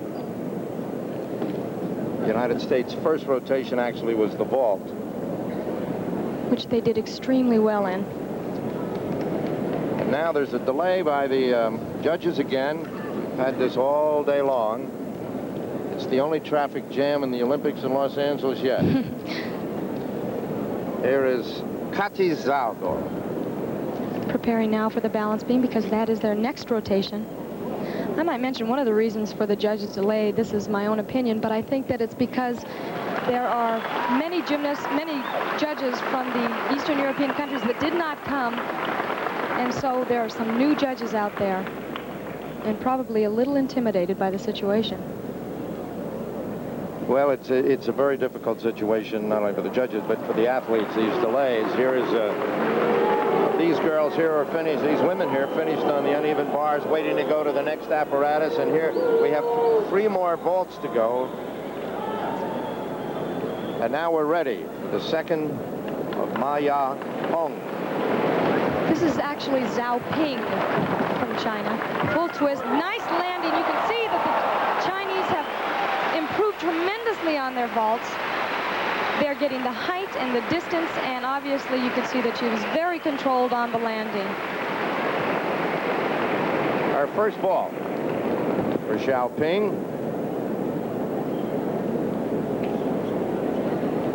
Watch how her shoulders push very hard. Her arms push hard, her shoulders take the shock. Good straight body. They want to be finished with the twist before they reach that imaginary horizontal position, and good landing there.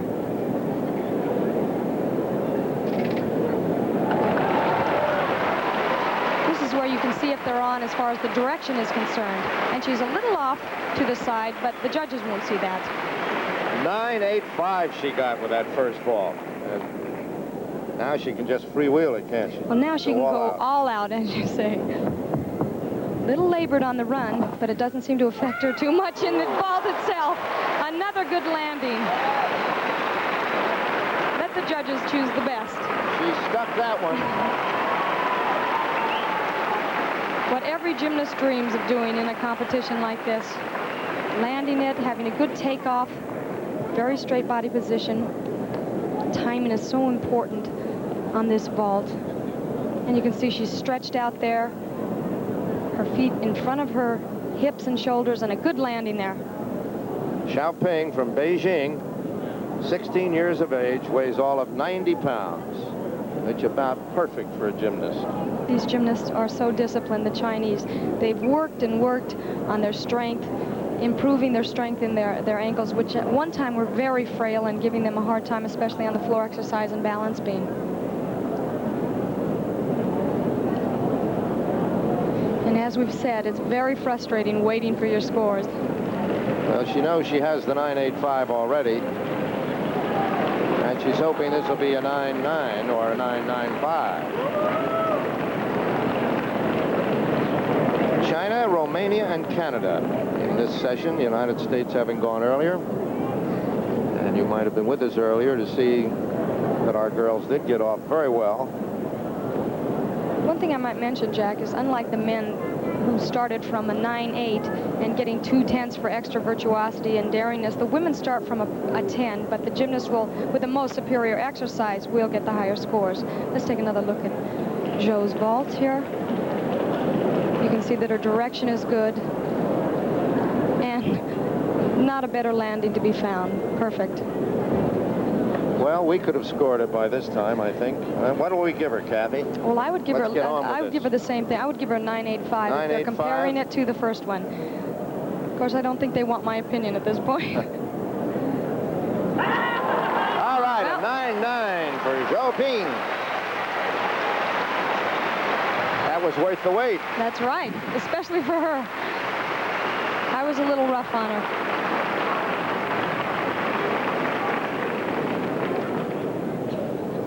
Now, Chen Yongyan. Veteran of this Chinese team, many international competitions. She has everything she needs to get a good score here. In practice, she was doing quite well. But that step is going to cost her a couple of tenths of a point.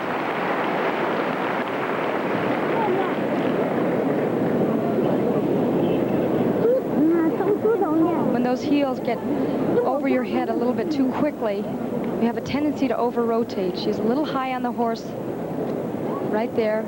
It's hard to see from this angle, but her feet went under her, and it caused her to step forward. Just pushing a little bit too early. Here you can see it. You can see that her heels are over her head, almost in the handstand position as she takes off, instead of closer to the beat board. But she has another vault. She can make it up. 22 years old is Chen Yongyan. She was first in the all-around at the Asian Games in 1982, second in the vault. She's quite a veteran, well-seasoned, experienced, and with an awful lot of talent. Chen Yongyan from Guangxi. She's very tall for a gymnast as well. When you put her next to Agaki and Zabo, she looks like a giant. And of course, they're having another judges conference. Very hard on these gymnasts to wait. 9.85. The reason she got a 9.85, the same as Zhao Ping, is because she had much more height and distance. Now, if she can land it, she will obviously get a better score than her teammate. She is ready. Second vault.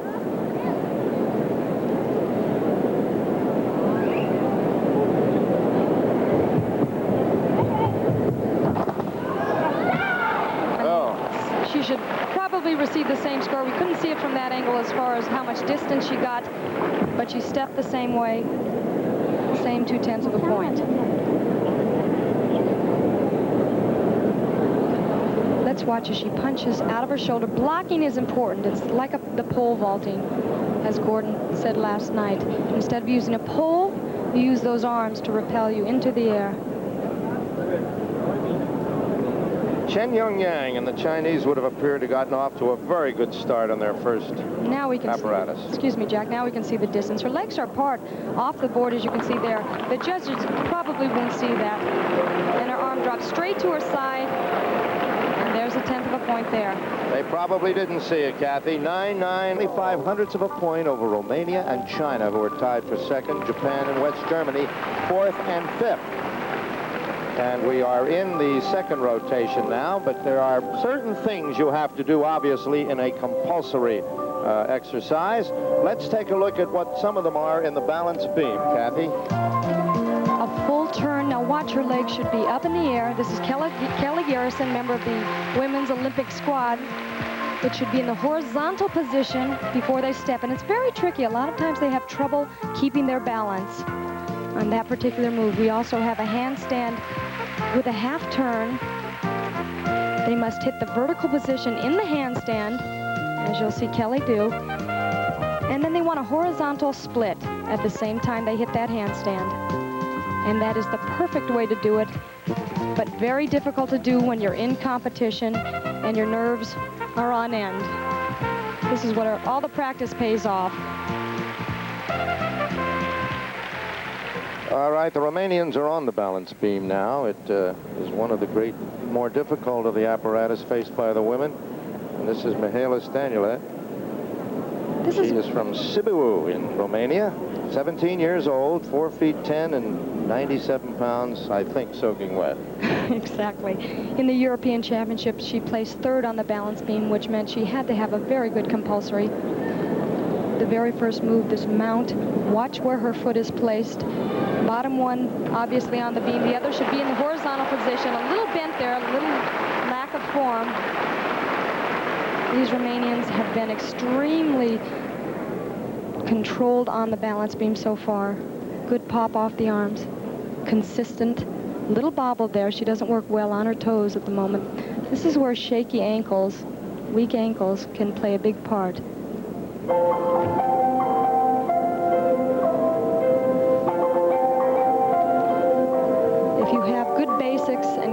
play training.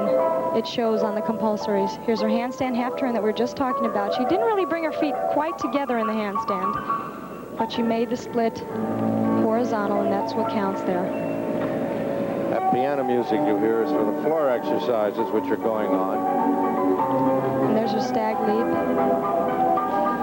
And as we said earlier, Jack, sometimes it's a little distracting when you're up there and it comes in all of a sudden. Here's her walkover, very nicely performed.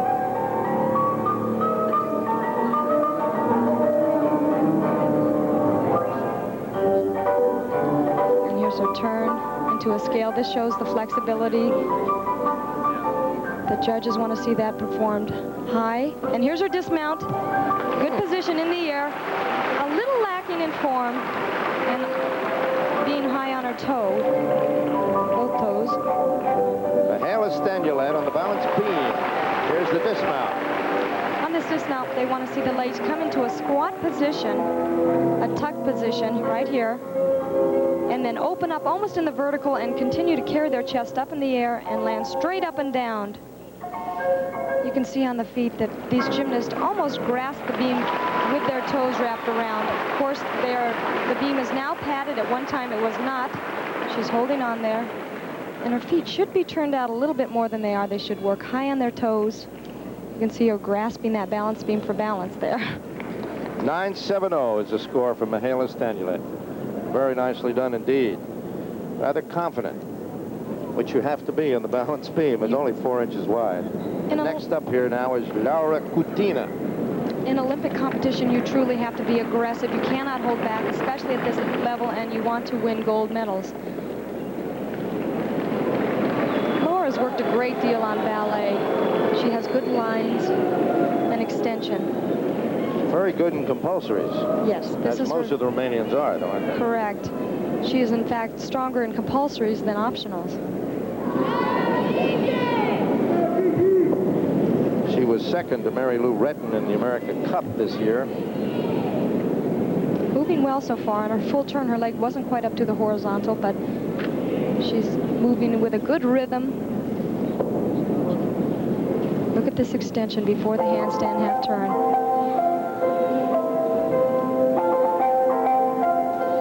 There's her sideward jump. A little low on that, a little hesitant, controlled.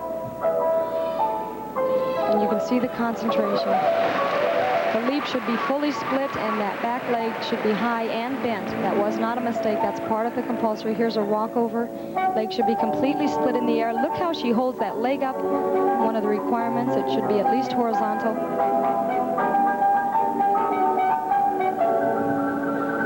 Little break there. Small breaks, only worth 1/10 of a point. Here's her cabriole. Nice and high. A little flare there. And a good dismount. Laura Kutina.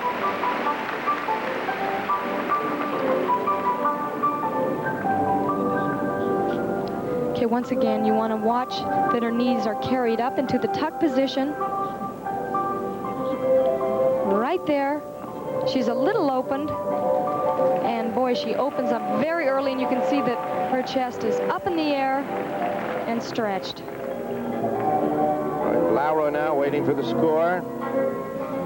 Lovely smile. She's from Bucharest, but she trains 200 miles away from Bucharest. 9.65. 9.65, and our Ann Simon now is with the United States women's coach, Don Peters. Ann? Jack, I've spoken to several of the gymnasts who seem a little bit concerned about the scoring. Don, is there a reluctance, do you feel, on the part of the judges to give the kind of scores to the United States girls that they might deserve? Well, I don't think it's anything directed against or towards the United States girls. I think that it was more related to our draw. And there's a problem in judging, that when you're judging all day, session after session, the scores tend to go higher in the later sessions, and unfortunately we drew an early session. The reason for that, I think, is because most judges know that it's a top-ended system that ends at 10. And if you throw out 9 9s and 10s, and if perchance someone should come up later and be better, then you don't have any place to go. So they tend to be very conservative with their scores in the early sessions until they see everyone, and then in the last session they usually let loose a little bit. And it's a definite disadvantage. I was upset that The scores that we got on the balance beam and the floor exercise were, I thought, lower than what they should have been, and there's really nothing we can do about it. All right, Don Peters, thank you very much. Best of luck to you. Okay, thank you. Thank you very much, Ann. Don Peters talking about the scoring here in the women's compulsory, and that's what we're having in Pauley Pavilion with the Romanians on board, and we'll be back with more Olympic action in just a moment. Back at Pauley Pavilion for the women's compulsories and gymnastics, you're looking at Lavinia Agaki of Romania on the balance beam.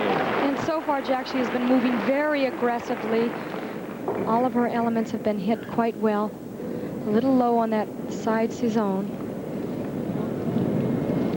She was first on this balance beam in the European Championships in 1983. She has good flexibility. She attacks every move.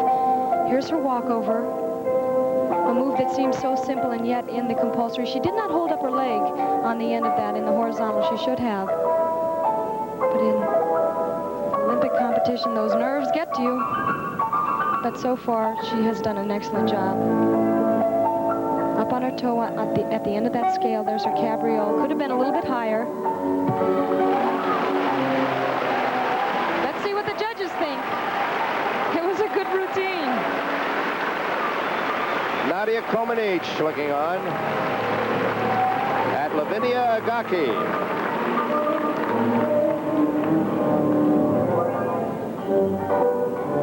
These Romanians show so much more emotion than they did when Nadia was competing, and it's good to see. Let's take a look at that dismount now. She just did the cabriole, which was a little bit low. That front leg should have been up just a little bit more above the horizontal. She opens up early, chest is up, good position on the floor. And a 9.85 for Lavinia, and the Romanians keep very consistent here with some nice scores. Now we might have Nadia's heir apparent, Ekaterina Szabo.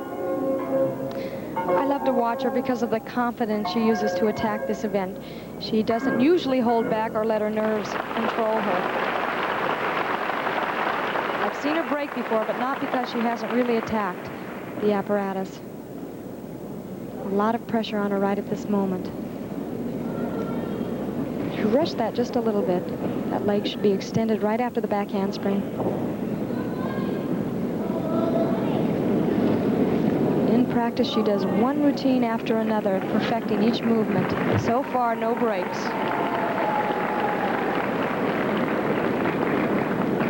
Jack, the confidence is just so apparent.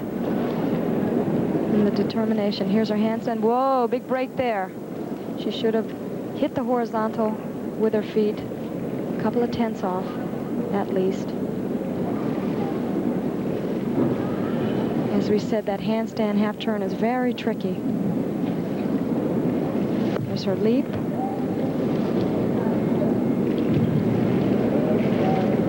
But the experience is paying off. You don't see the nerves. Whoops. A little off on her technique on that walkover.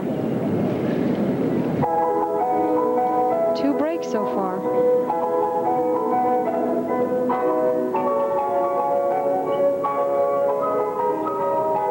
There's her cabriole and her dismount coming up. 2 slight breaks. Ekaterina Szabo on the balance beam to conclude that for the Romanians. It just goes to show you, no matter how much you're on that balance beam, how much you practice, when you're under pressure, anything could happen. Let's take another look at that break. You can see that she hit the vertical position in the handstand, but just was a little bit overturned on that handstand and had to pull it back to the split position.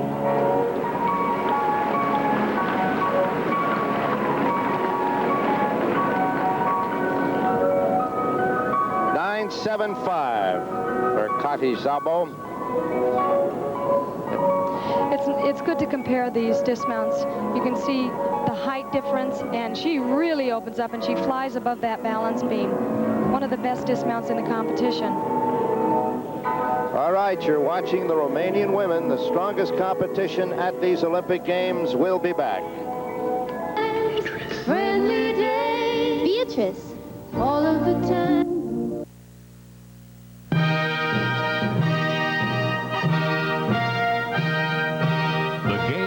The 23rd Olympiad. Brought to you by Minute Maid. We make sure your first taste of the day is the best it can be. And by 7-Eleven, giving great athletes the freedom to pursue their dreams. At Pauley Pavilion, but there's much more to come this evening. We'll have live the United States women's volleyball team, one of the great stories of these Los Angeles Olympics, women's swimming, and much more. But right now we're in Pauley Pavilion in the standings after the second rotation in this final session. The United States still leading, but only by a little bit over Romania, who is closing the gap. China in third place, fourth for Canada and West Germany. And what do you think, Kathy? Well, Romania is very tough on the floor exercise. I think the Americans, as well as the rest of the world of gymnastics, knew that they would start catching up.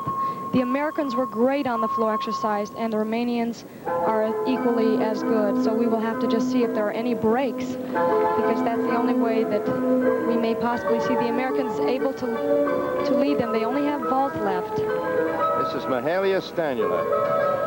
In her first tumbling run, round off back handspring layout, executed very well so far. The Romanians are showing much more grace than they have in the past.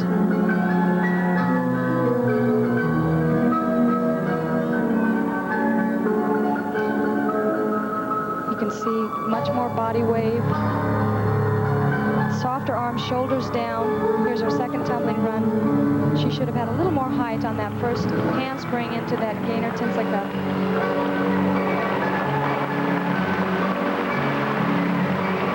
Her handstand quarter turn. She should hold that straddle up before she sits, and she did.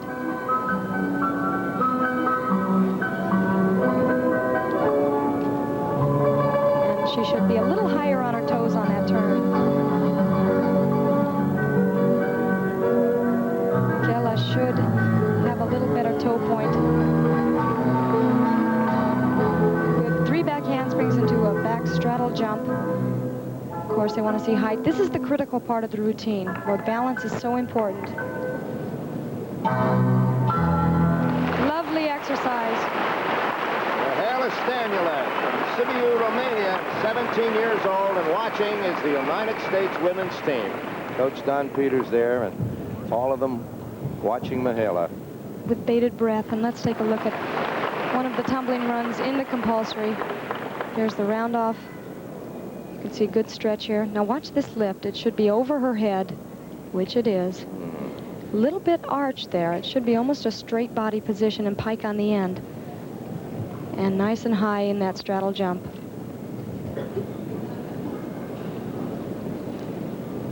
Waiting for her score in the floor exercise. Mahalia Stanula.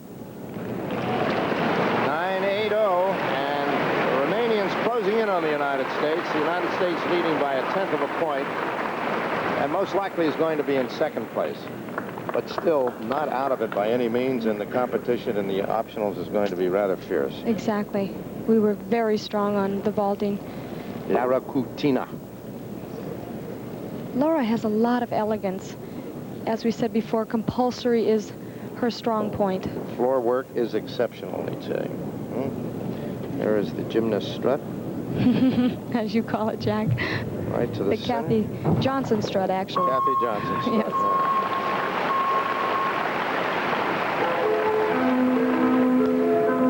The judges are watching every move to make sure it's perfected, especially on compulsories.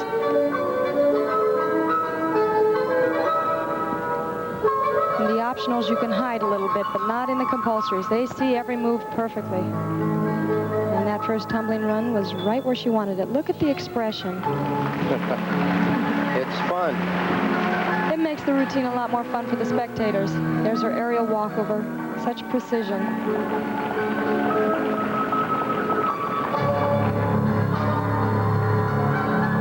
Here's that second tumbling run. Let's see if she gets height. Very nice. And on her back handspring, she should fly before she comes down. You can see why this young lady is so good on this event. Every move is precise, except for that right there. I spoke too soon. Little stumble. Not only can you stumble on your feet, but on your hands. Her leg should have been bent just a little bit more than it was on that lead. There's are 3 back handsprings. An elegant gymnast to watch on the floor exercise. Here's that turn. Good horizontal position. All the way around. Karolyi from Bucharest, Romania. One of the rising young stars of the Romanian team, and Olympic coverage will continue in just a moment. For the women's compulsories, this is Lavina Agashi. Laura Cutina scored a 9.8 as the Romanians keep very consistent. Lavinia has lots of pizzazz on this event, and she extends every move. I see a big difference from the time when she was with Nadia and so stifled almost in her expression, and now she's improved it a great deal. And she has the technique. Look how high that aerial was.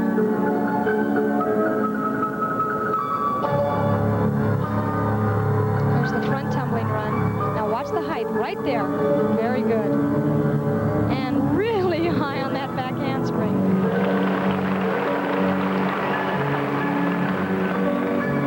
There's the handstand. This is where some of them bobble. She held it up there, right in the end of that straddle.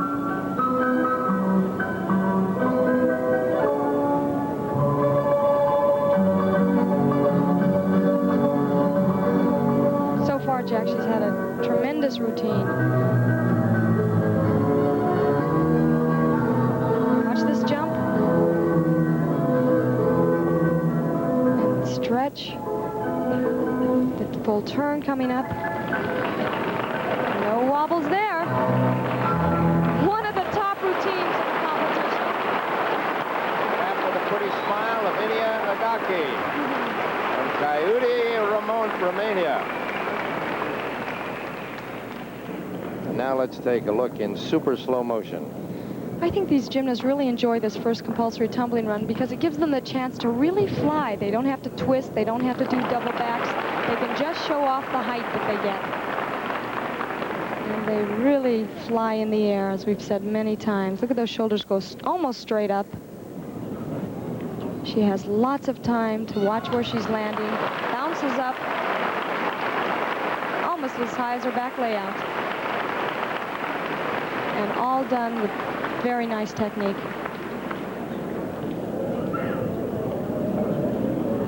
Agashi waiting on her score.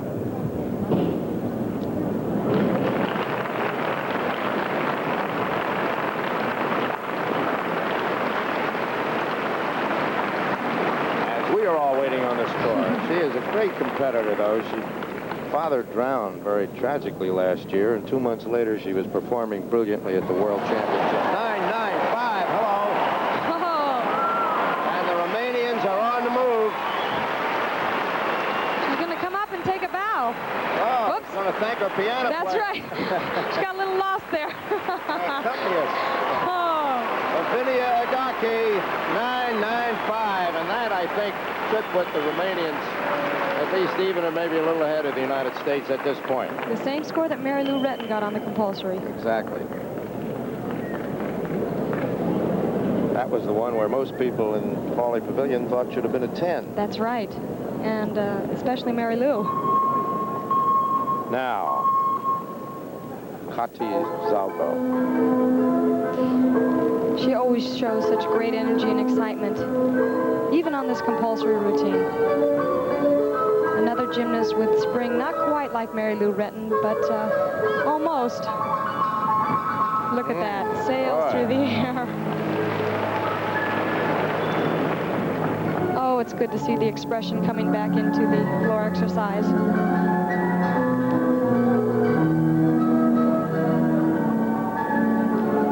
And yet you see the perfection the Romanians have, inspired by Nadia. Look at the flight on this tumbling run. Oh. Here's that handstand. Quarter turn. Oh, she holds on to that. Almost a disaster there.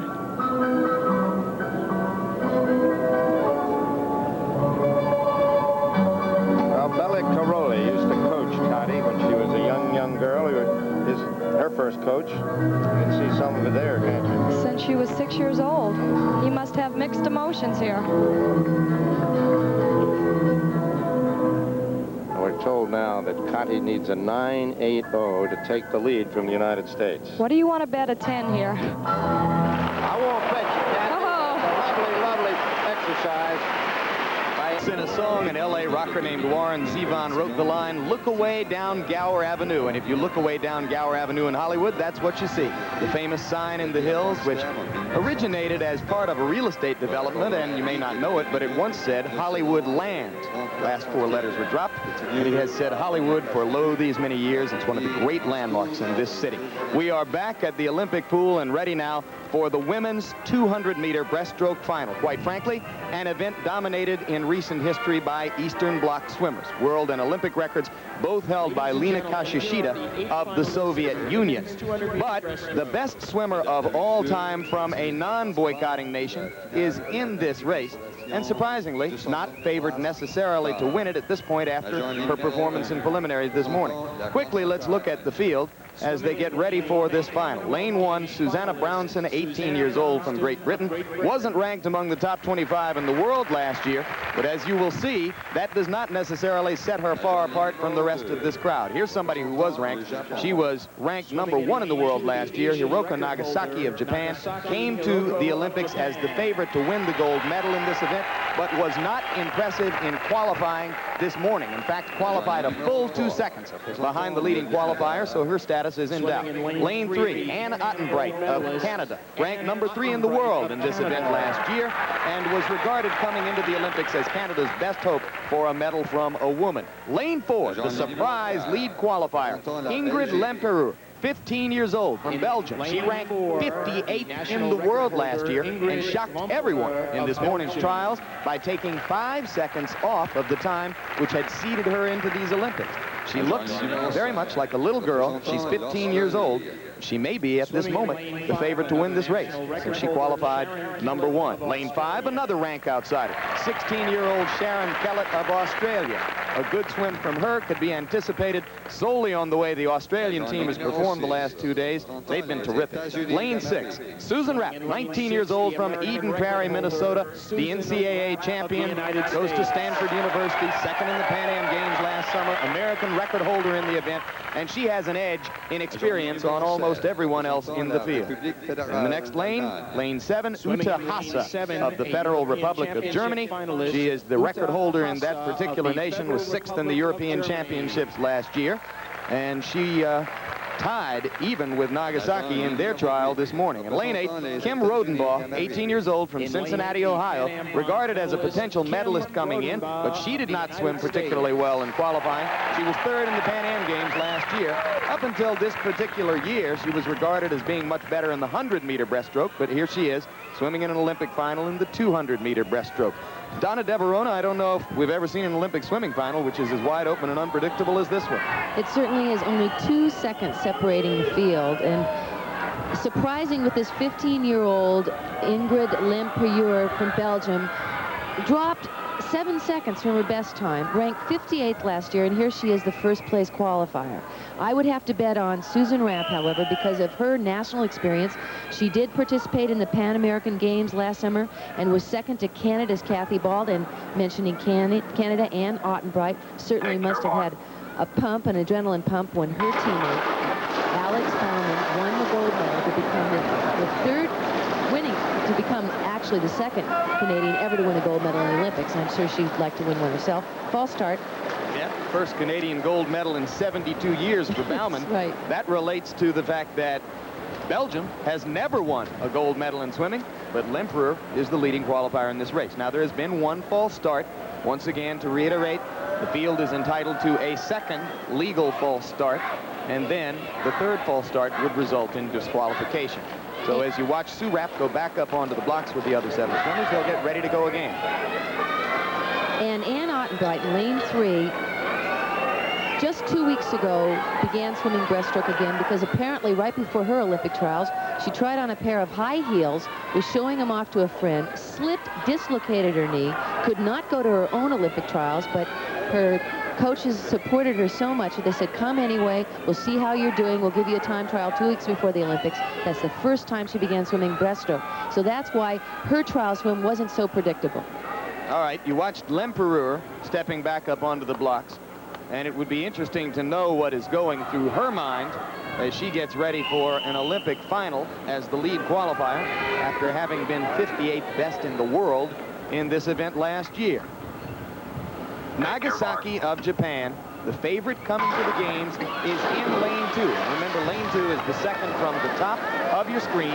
Lane 8 is down at the bottom. And remember, the two Americans are Rodenbaugh in 8 and Susan Rapp in lane 6. As they come off of the blocks, it is Nagasaki who has gone to the lead, and that is something she did not do in her preliminary heat this morning. And that's probably why she's doing it now, because she knows she needs to take that lead on the field. This field is a strong comeback field, meaning most of the top swimmers swim the second 100 faster than the first.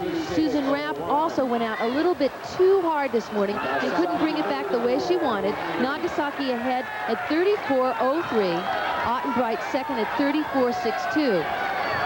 So it is Nagasaki who has the lead as they come back toward the 100-meter mark. 200 meters breaststroke, an exhausting race because this is perhaps the most physically difficult of all 4 strokes, perhaps the most taxing during the course of a race. Right now, 2 women have taken over command of the race. They are Nagasaki in lane 2, and next to her, Ann Ottenbreit of Canada. And those are the 2 who ranked #1 and #3 in the world last year. So for the moment, this is no surprise and quite a battle. It certainly is, Jim, and if Susan Rapp is going to make a comeback, she's got to really push this third 50 because those 2 have gotten away from her. Rapp is in 3rd place now as they come off of the wall. She is down in lane 6, and she is beginning to try to make up a little distance in the pool. At the moment, it appears that Ottenbreit has taken a very small lead over Nagasaki. Perhaps not enough at this point to be a psychological factor. You have to wonder what Nagasaki is thinking after having been so slow in qualifying this morning. Another Japanese swimmer, Shigehiro Takahashi of Japan, failed to make the final in the 100-meter breaststroke for men, and he was expected to. And now Susan Rapp is beginning to come up into contention. Her experience may have paid off here, Donna, if she can catch up about 2 more body lengths. They have dropped down under Olympic record pace, and Ottenbreit of Canada has put Nagasaki away, but she's going to have to deal with Susan Rapp. You're not kidding. Look at Susan Rapp, and that's exactly the way she said she wanted to swim this race, that she wanted to go for it in the third 50, but can she make it up? Does she have enough time to catch Ottenbreit? Looks tough now. She's got to make up another quarter of a body length. It looks like Canada is about to win its 2nd gold medal in the past 72 years in swimming, and they do. Ottenbreit.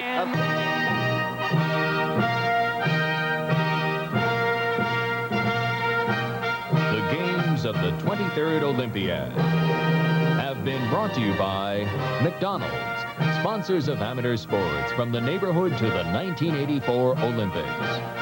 By IBM. IBM salutes the spirit of the Olympics. And by General Electric. At GE, we bring good things to life.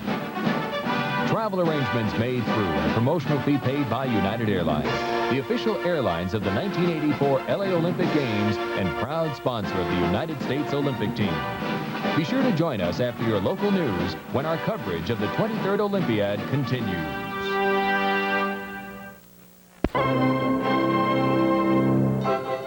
The start of a new day in Los Angeles, California brings more than golden sunshine. During these 2 weeks, it also brings golden moments and golden medals. And from Los Angeles, ABC Sports brings you third-day coverage of the games of the 23rd Olympiad. Today's schedule includes swimming competition. American Rick Carey, the premier backstroker in the world, is heavily favored for the gold medal in the 200 meters. The men's gymnastics team competition concludes. The United States, the surprise leader over the world champion Chinese after the compulsory exercises, is primed for a medal. In boxing, 2 more Americans fight for the first time in the games, light middleweight Frank Tate and flyweight Steve McCrory. The glamour.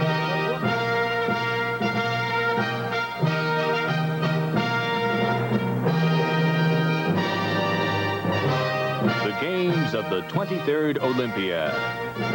are being brought to you by Lipton family-size tea bags. A great way to make smooth-tasting Lipton Sun Tea. McDonald's, sponsors of amateur. Biggest names in American swimming. 25-year-old Rowdy Gaines of Winter Haven, Florida, now with his only chance to win an Olympic gold medal in an individual event. Let's meet Rowdy Gaines. Win 4 gold medals, perhaps more, at Moscow in 1980. Now he will have only this one chance. He failed to qualify for the American Olympic team in the 200-meter freestyle, so here it is. Jim Montgomery holds the Olympic record in this event. Rowdy Gaines has held the world record at 49 and 3600 since 1981. Rowdy Gaines was not the leading qualifier at the United States Olympic trials. He was beaten there by his teammate Mike Heath. And Heath, as Mark Spitz mentioned earlier in our evening program, has already won a silver medal and a gold medal at these games. Now here are the 8 men in the pool. Dirk Kortals of West Germany is in lane 1. He was on the 4x200-meter relay team that you saw win a silver medal in that dramatic race last night. In lane 2, you will see Dino Halsall. There's Kortals, 22 years old, saying his hello to the crowd. Lane 2, Dino Halsall, 21 years old from Onex, Switzerland. He set a Swiss record of 50.91 in his trial heat this morning, but was not ranked in the top 25 in the world last year. Didn't make the finals of the European Championships and must be called a rank outsider. Here is Gaines. He swam 50.41 in the trials. Not a particularly fast time for Rowdy. Was he coasting? Was he holding something back? It has not been his pattern in recent years. He is known as a very fast morning swimmer.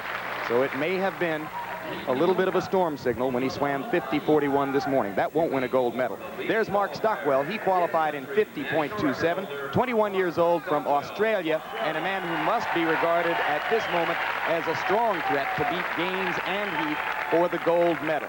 There's Mike Heath.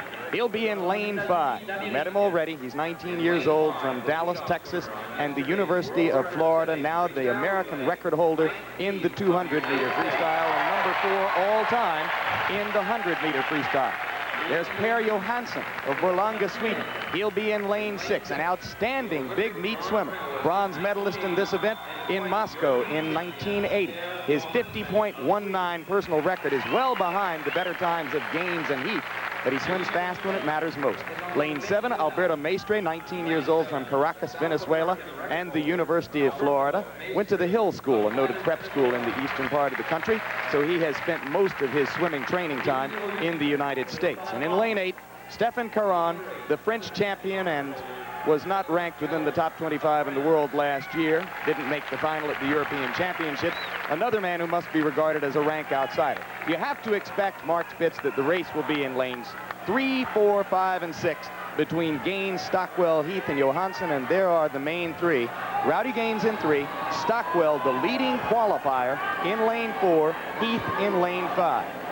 Rowdy Gaines may have a slight disadvantage because he has not had a chance yet to come out to the finals and swim yet, where the other 2 men have. And this could actually have a very big bearing on whether or not Rowdy can get out to a fast time. Rowdy will use that unconventional style start, and he got off to a very fast start. He did indeed take the lead off the blocks into the water before any other swimmer. Rowdy Gaines in lane 3, holding the lead.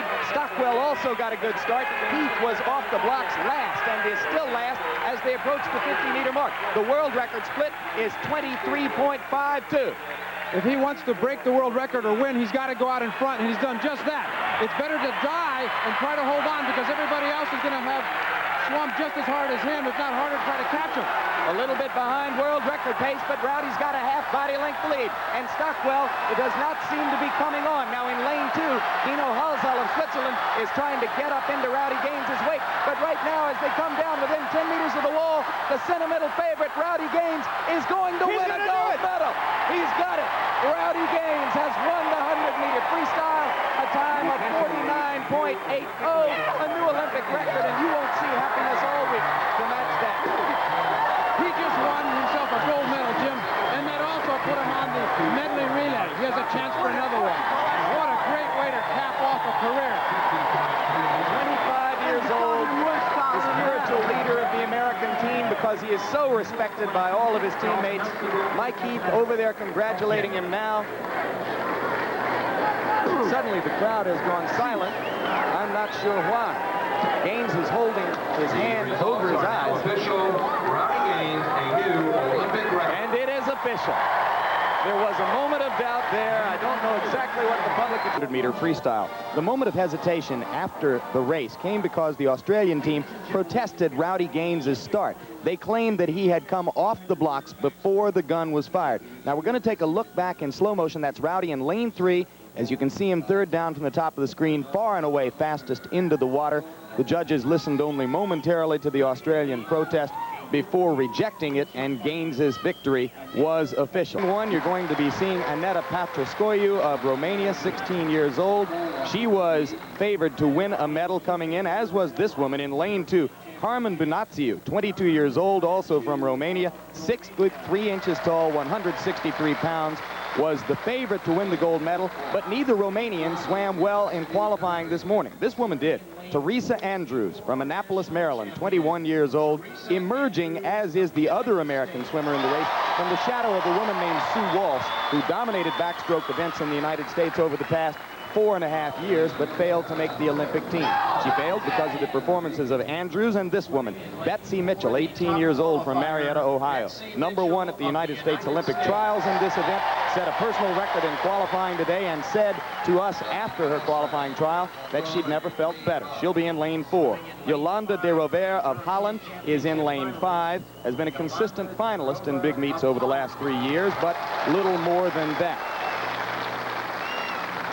In lane 6, Beverly Rose, 20 years old, from Great Britain, 5th in this event at the Commonwealth Games 2 years ago. If she needed an emotional lift, she should have gotten it by seeing her British teammates, Sarah Hardcastle and June Croft, get 2nd and 3rd places just a little bit earlier here in the 400-meter freestyle. That's Svenja Schlicht of West Germany, 4th in this event at the 1983 European Championships, behind a pair of East German swimmers and Bunațiu of Romania. She was the German champion in 1981 when she was 13 years old and is regarded as the greatest talent in West German women's swimming. And in lane 8, Carmel Clark, 19 years old, from New Zealand, an outsider, did not rank in the top 25 in the world last year. Now, Donna Deverona, coming into the Olympics, we regarded this as a weak event for the American women, and honesty dictates that we should tell you this is a boycott-affected event. It has been totally dominated in recent years by East German swimmers. You see there that the Olympic and world record is held by Rika Reinisch of East Germany. Were she here swimming, another East German named Kristen Otto, I should say, would have been the Olympic favorite, but she's not. And in her absence, there now appears to be an opportunity for either Betsy Mitchell or Teresa Andrews to win a gold medal. That's right, Jim, but I'm sure they have an eye on Kristen Otto's world best time, which is 101.13. However, Betsy Mitchell this morning swam a personal best time in the qualifying, so she's gone as fast as she's ever gone. I do think, however, because of the spirit of the team, the sense that this is the final competition, that we're going to see a fast final. Again, we did dominate this event over the years up until 1976. And the last time the Olympics were held in the United States, the great Eleanor Holm won this event. Her time was 1:18.3 in a preliminary heat. She won the final in a 1:19. Not bad. They're only 16 seconds faster now. False start. Hard to tell who went first in a backstroke false start, though my guess would be that it was Bunațiu in lane 2. Appeared that way to me. Bunațiu.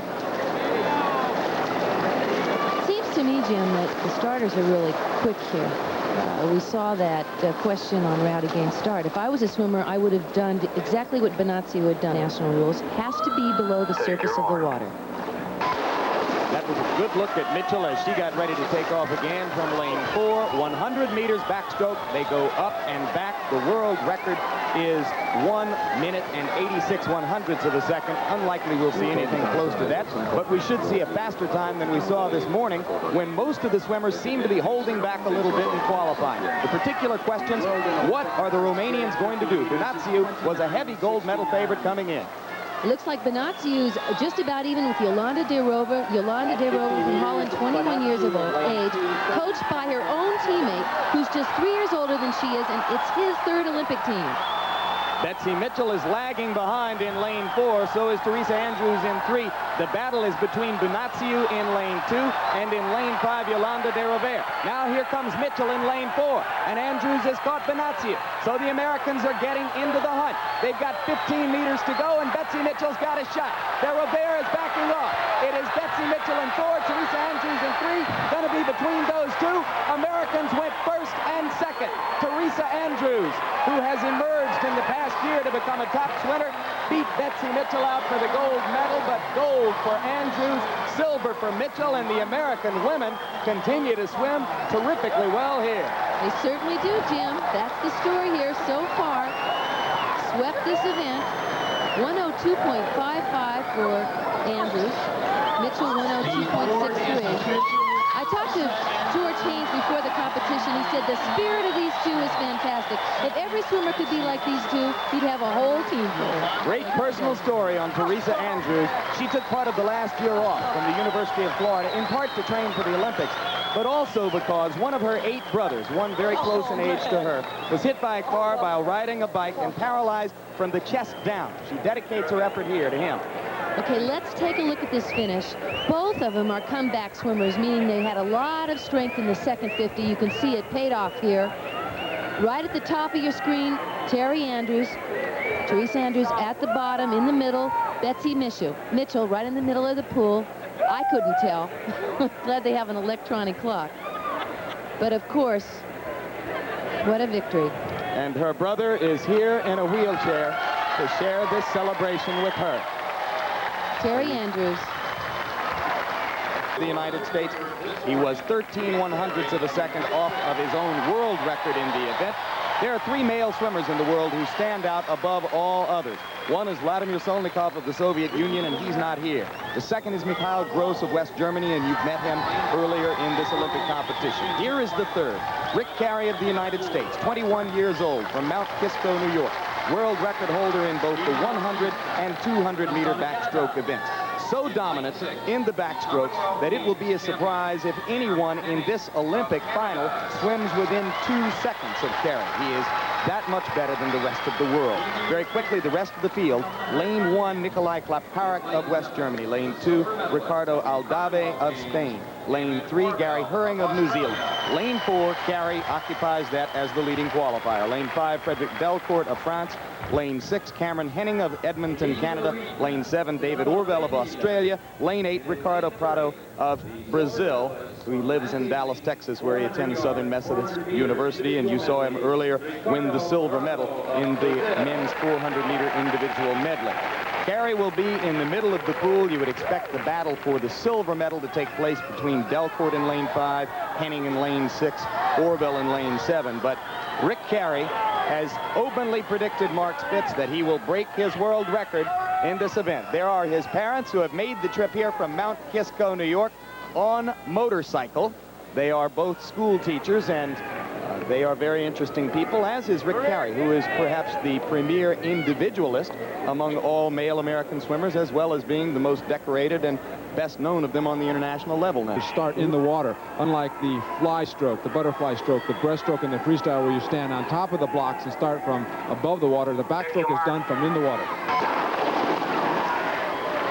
Rick Carey is the owner of 6 of the 7 fastest times ever swum in this event.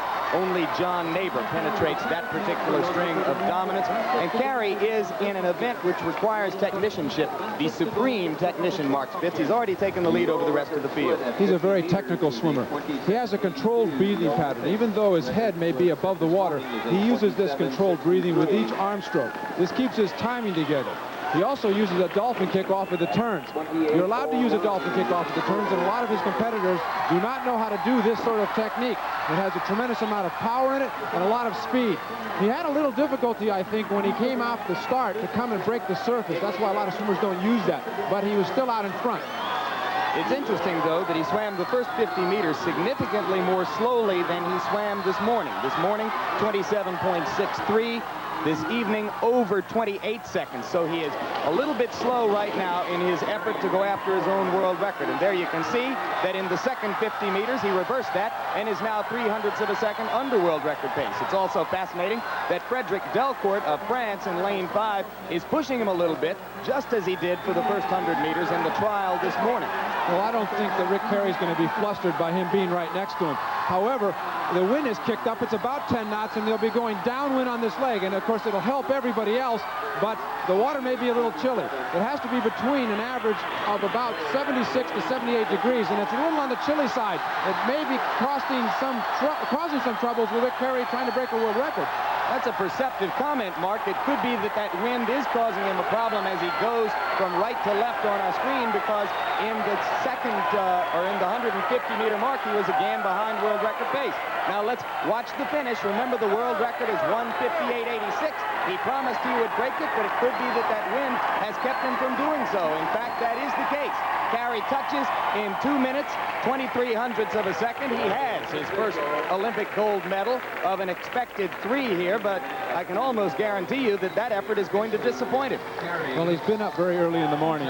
These swimmers get up at around 5:30 in the morning to come to the swimming pool after eating breakfast to swim in the prelims. Then he's forced to go back to the village and take an extra long nap. And his day becomes quite lengthy. He may have underestimated what energy it was going to take to go through the whole day, and he was a little bit tired, I think. There are his parents, and they are celebrating the gold medal.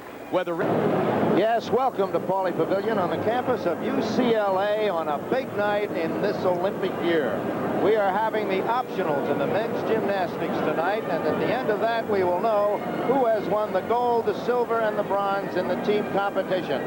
Coming in now are some of the scorers and officials. The gymnasts will be right behind them, and it is set up a little bit here tonight as a showdown, perhaps, in the gold between the United States and the People's Republic of China. Jack Whitaker along with Gordon Maddox and Kurt Thomas.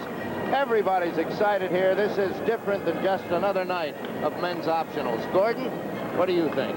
Well, Jack, I think that any man who has spent any time in a gym coaching gymnastics, or any gymnast who spent some time in there swinging around the apparatus can... And 3 of those were on the pommel horse, which is considered the most difficult apparatus. There's an awful lot of great gymnasts here. And now, ladies and gentlemen, we're about to see the gymnast. It will be West Germany, and it will be Japan, the United States, and China competing here tonight for the top 4 in this last session in the optionals. Ladies and gentlemen, the gymnast. Et maintenant, mesdames et messieurs, and get ready for an explosion from this capacity crowd at Pauley Pavilion. Here comes the Federal Republic of Germany. Pavilion on the campus of UCLA, where this young man, Mitch Gaylord, has spent quite a bit of time. And earlier today, Gordon Maddox talked with him. Well, now you've got a few hours before you come back with the team final. We'll have the home crowd advantage, and that is a big advantage in this sport. Don't you think, Gordon? I think it is, absolutely. It's a partisan crowd for sure. They also have another advantage. They're starting on floor exercise. Now, that's based on the compulsory scores. They're their top team going in, so it's Olympic order. They start on floor exercise. There'll be 4 events going on here at the same time. Timothy Daggett will lead off with the United States at floor exercise. Japan is on the still rings, West Germany on the vault, and China on the pommel horse. Tim Daggett. Well, Tim, what a start. Double layout, straight body position, doing 2 somersaults. Nice way to start a routine. The thing you want to watch here is the amount of depth. They're starting off with Tim Daggett, there's a double pike to the second pass. He's a very strong tumbler. Gives you an idea of what we have in store for him. Straddle press to a wide arm handstand. A little under rotated there. Now that's going to cost him about 1/10 of a point. Got to remember, Jack, at this point, these guys are still nervous. Front, a little under rotated on that. It's going to be another 10th. 5 scores count out of 6 gymnasts. So if there's a bad routine, then we can take that score and they can throw that out. Now his double back dismount. Tuck position. Another step. Tim's going to have about 3/10 of a point deduction in that routine. Tim Daggett to get things underway with the floor exercise for the United States team. As we all are here. Scoring has been terribly slow, Jack, all through the Olympic Games. So Tim Daggett has led the way for the United States here on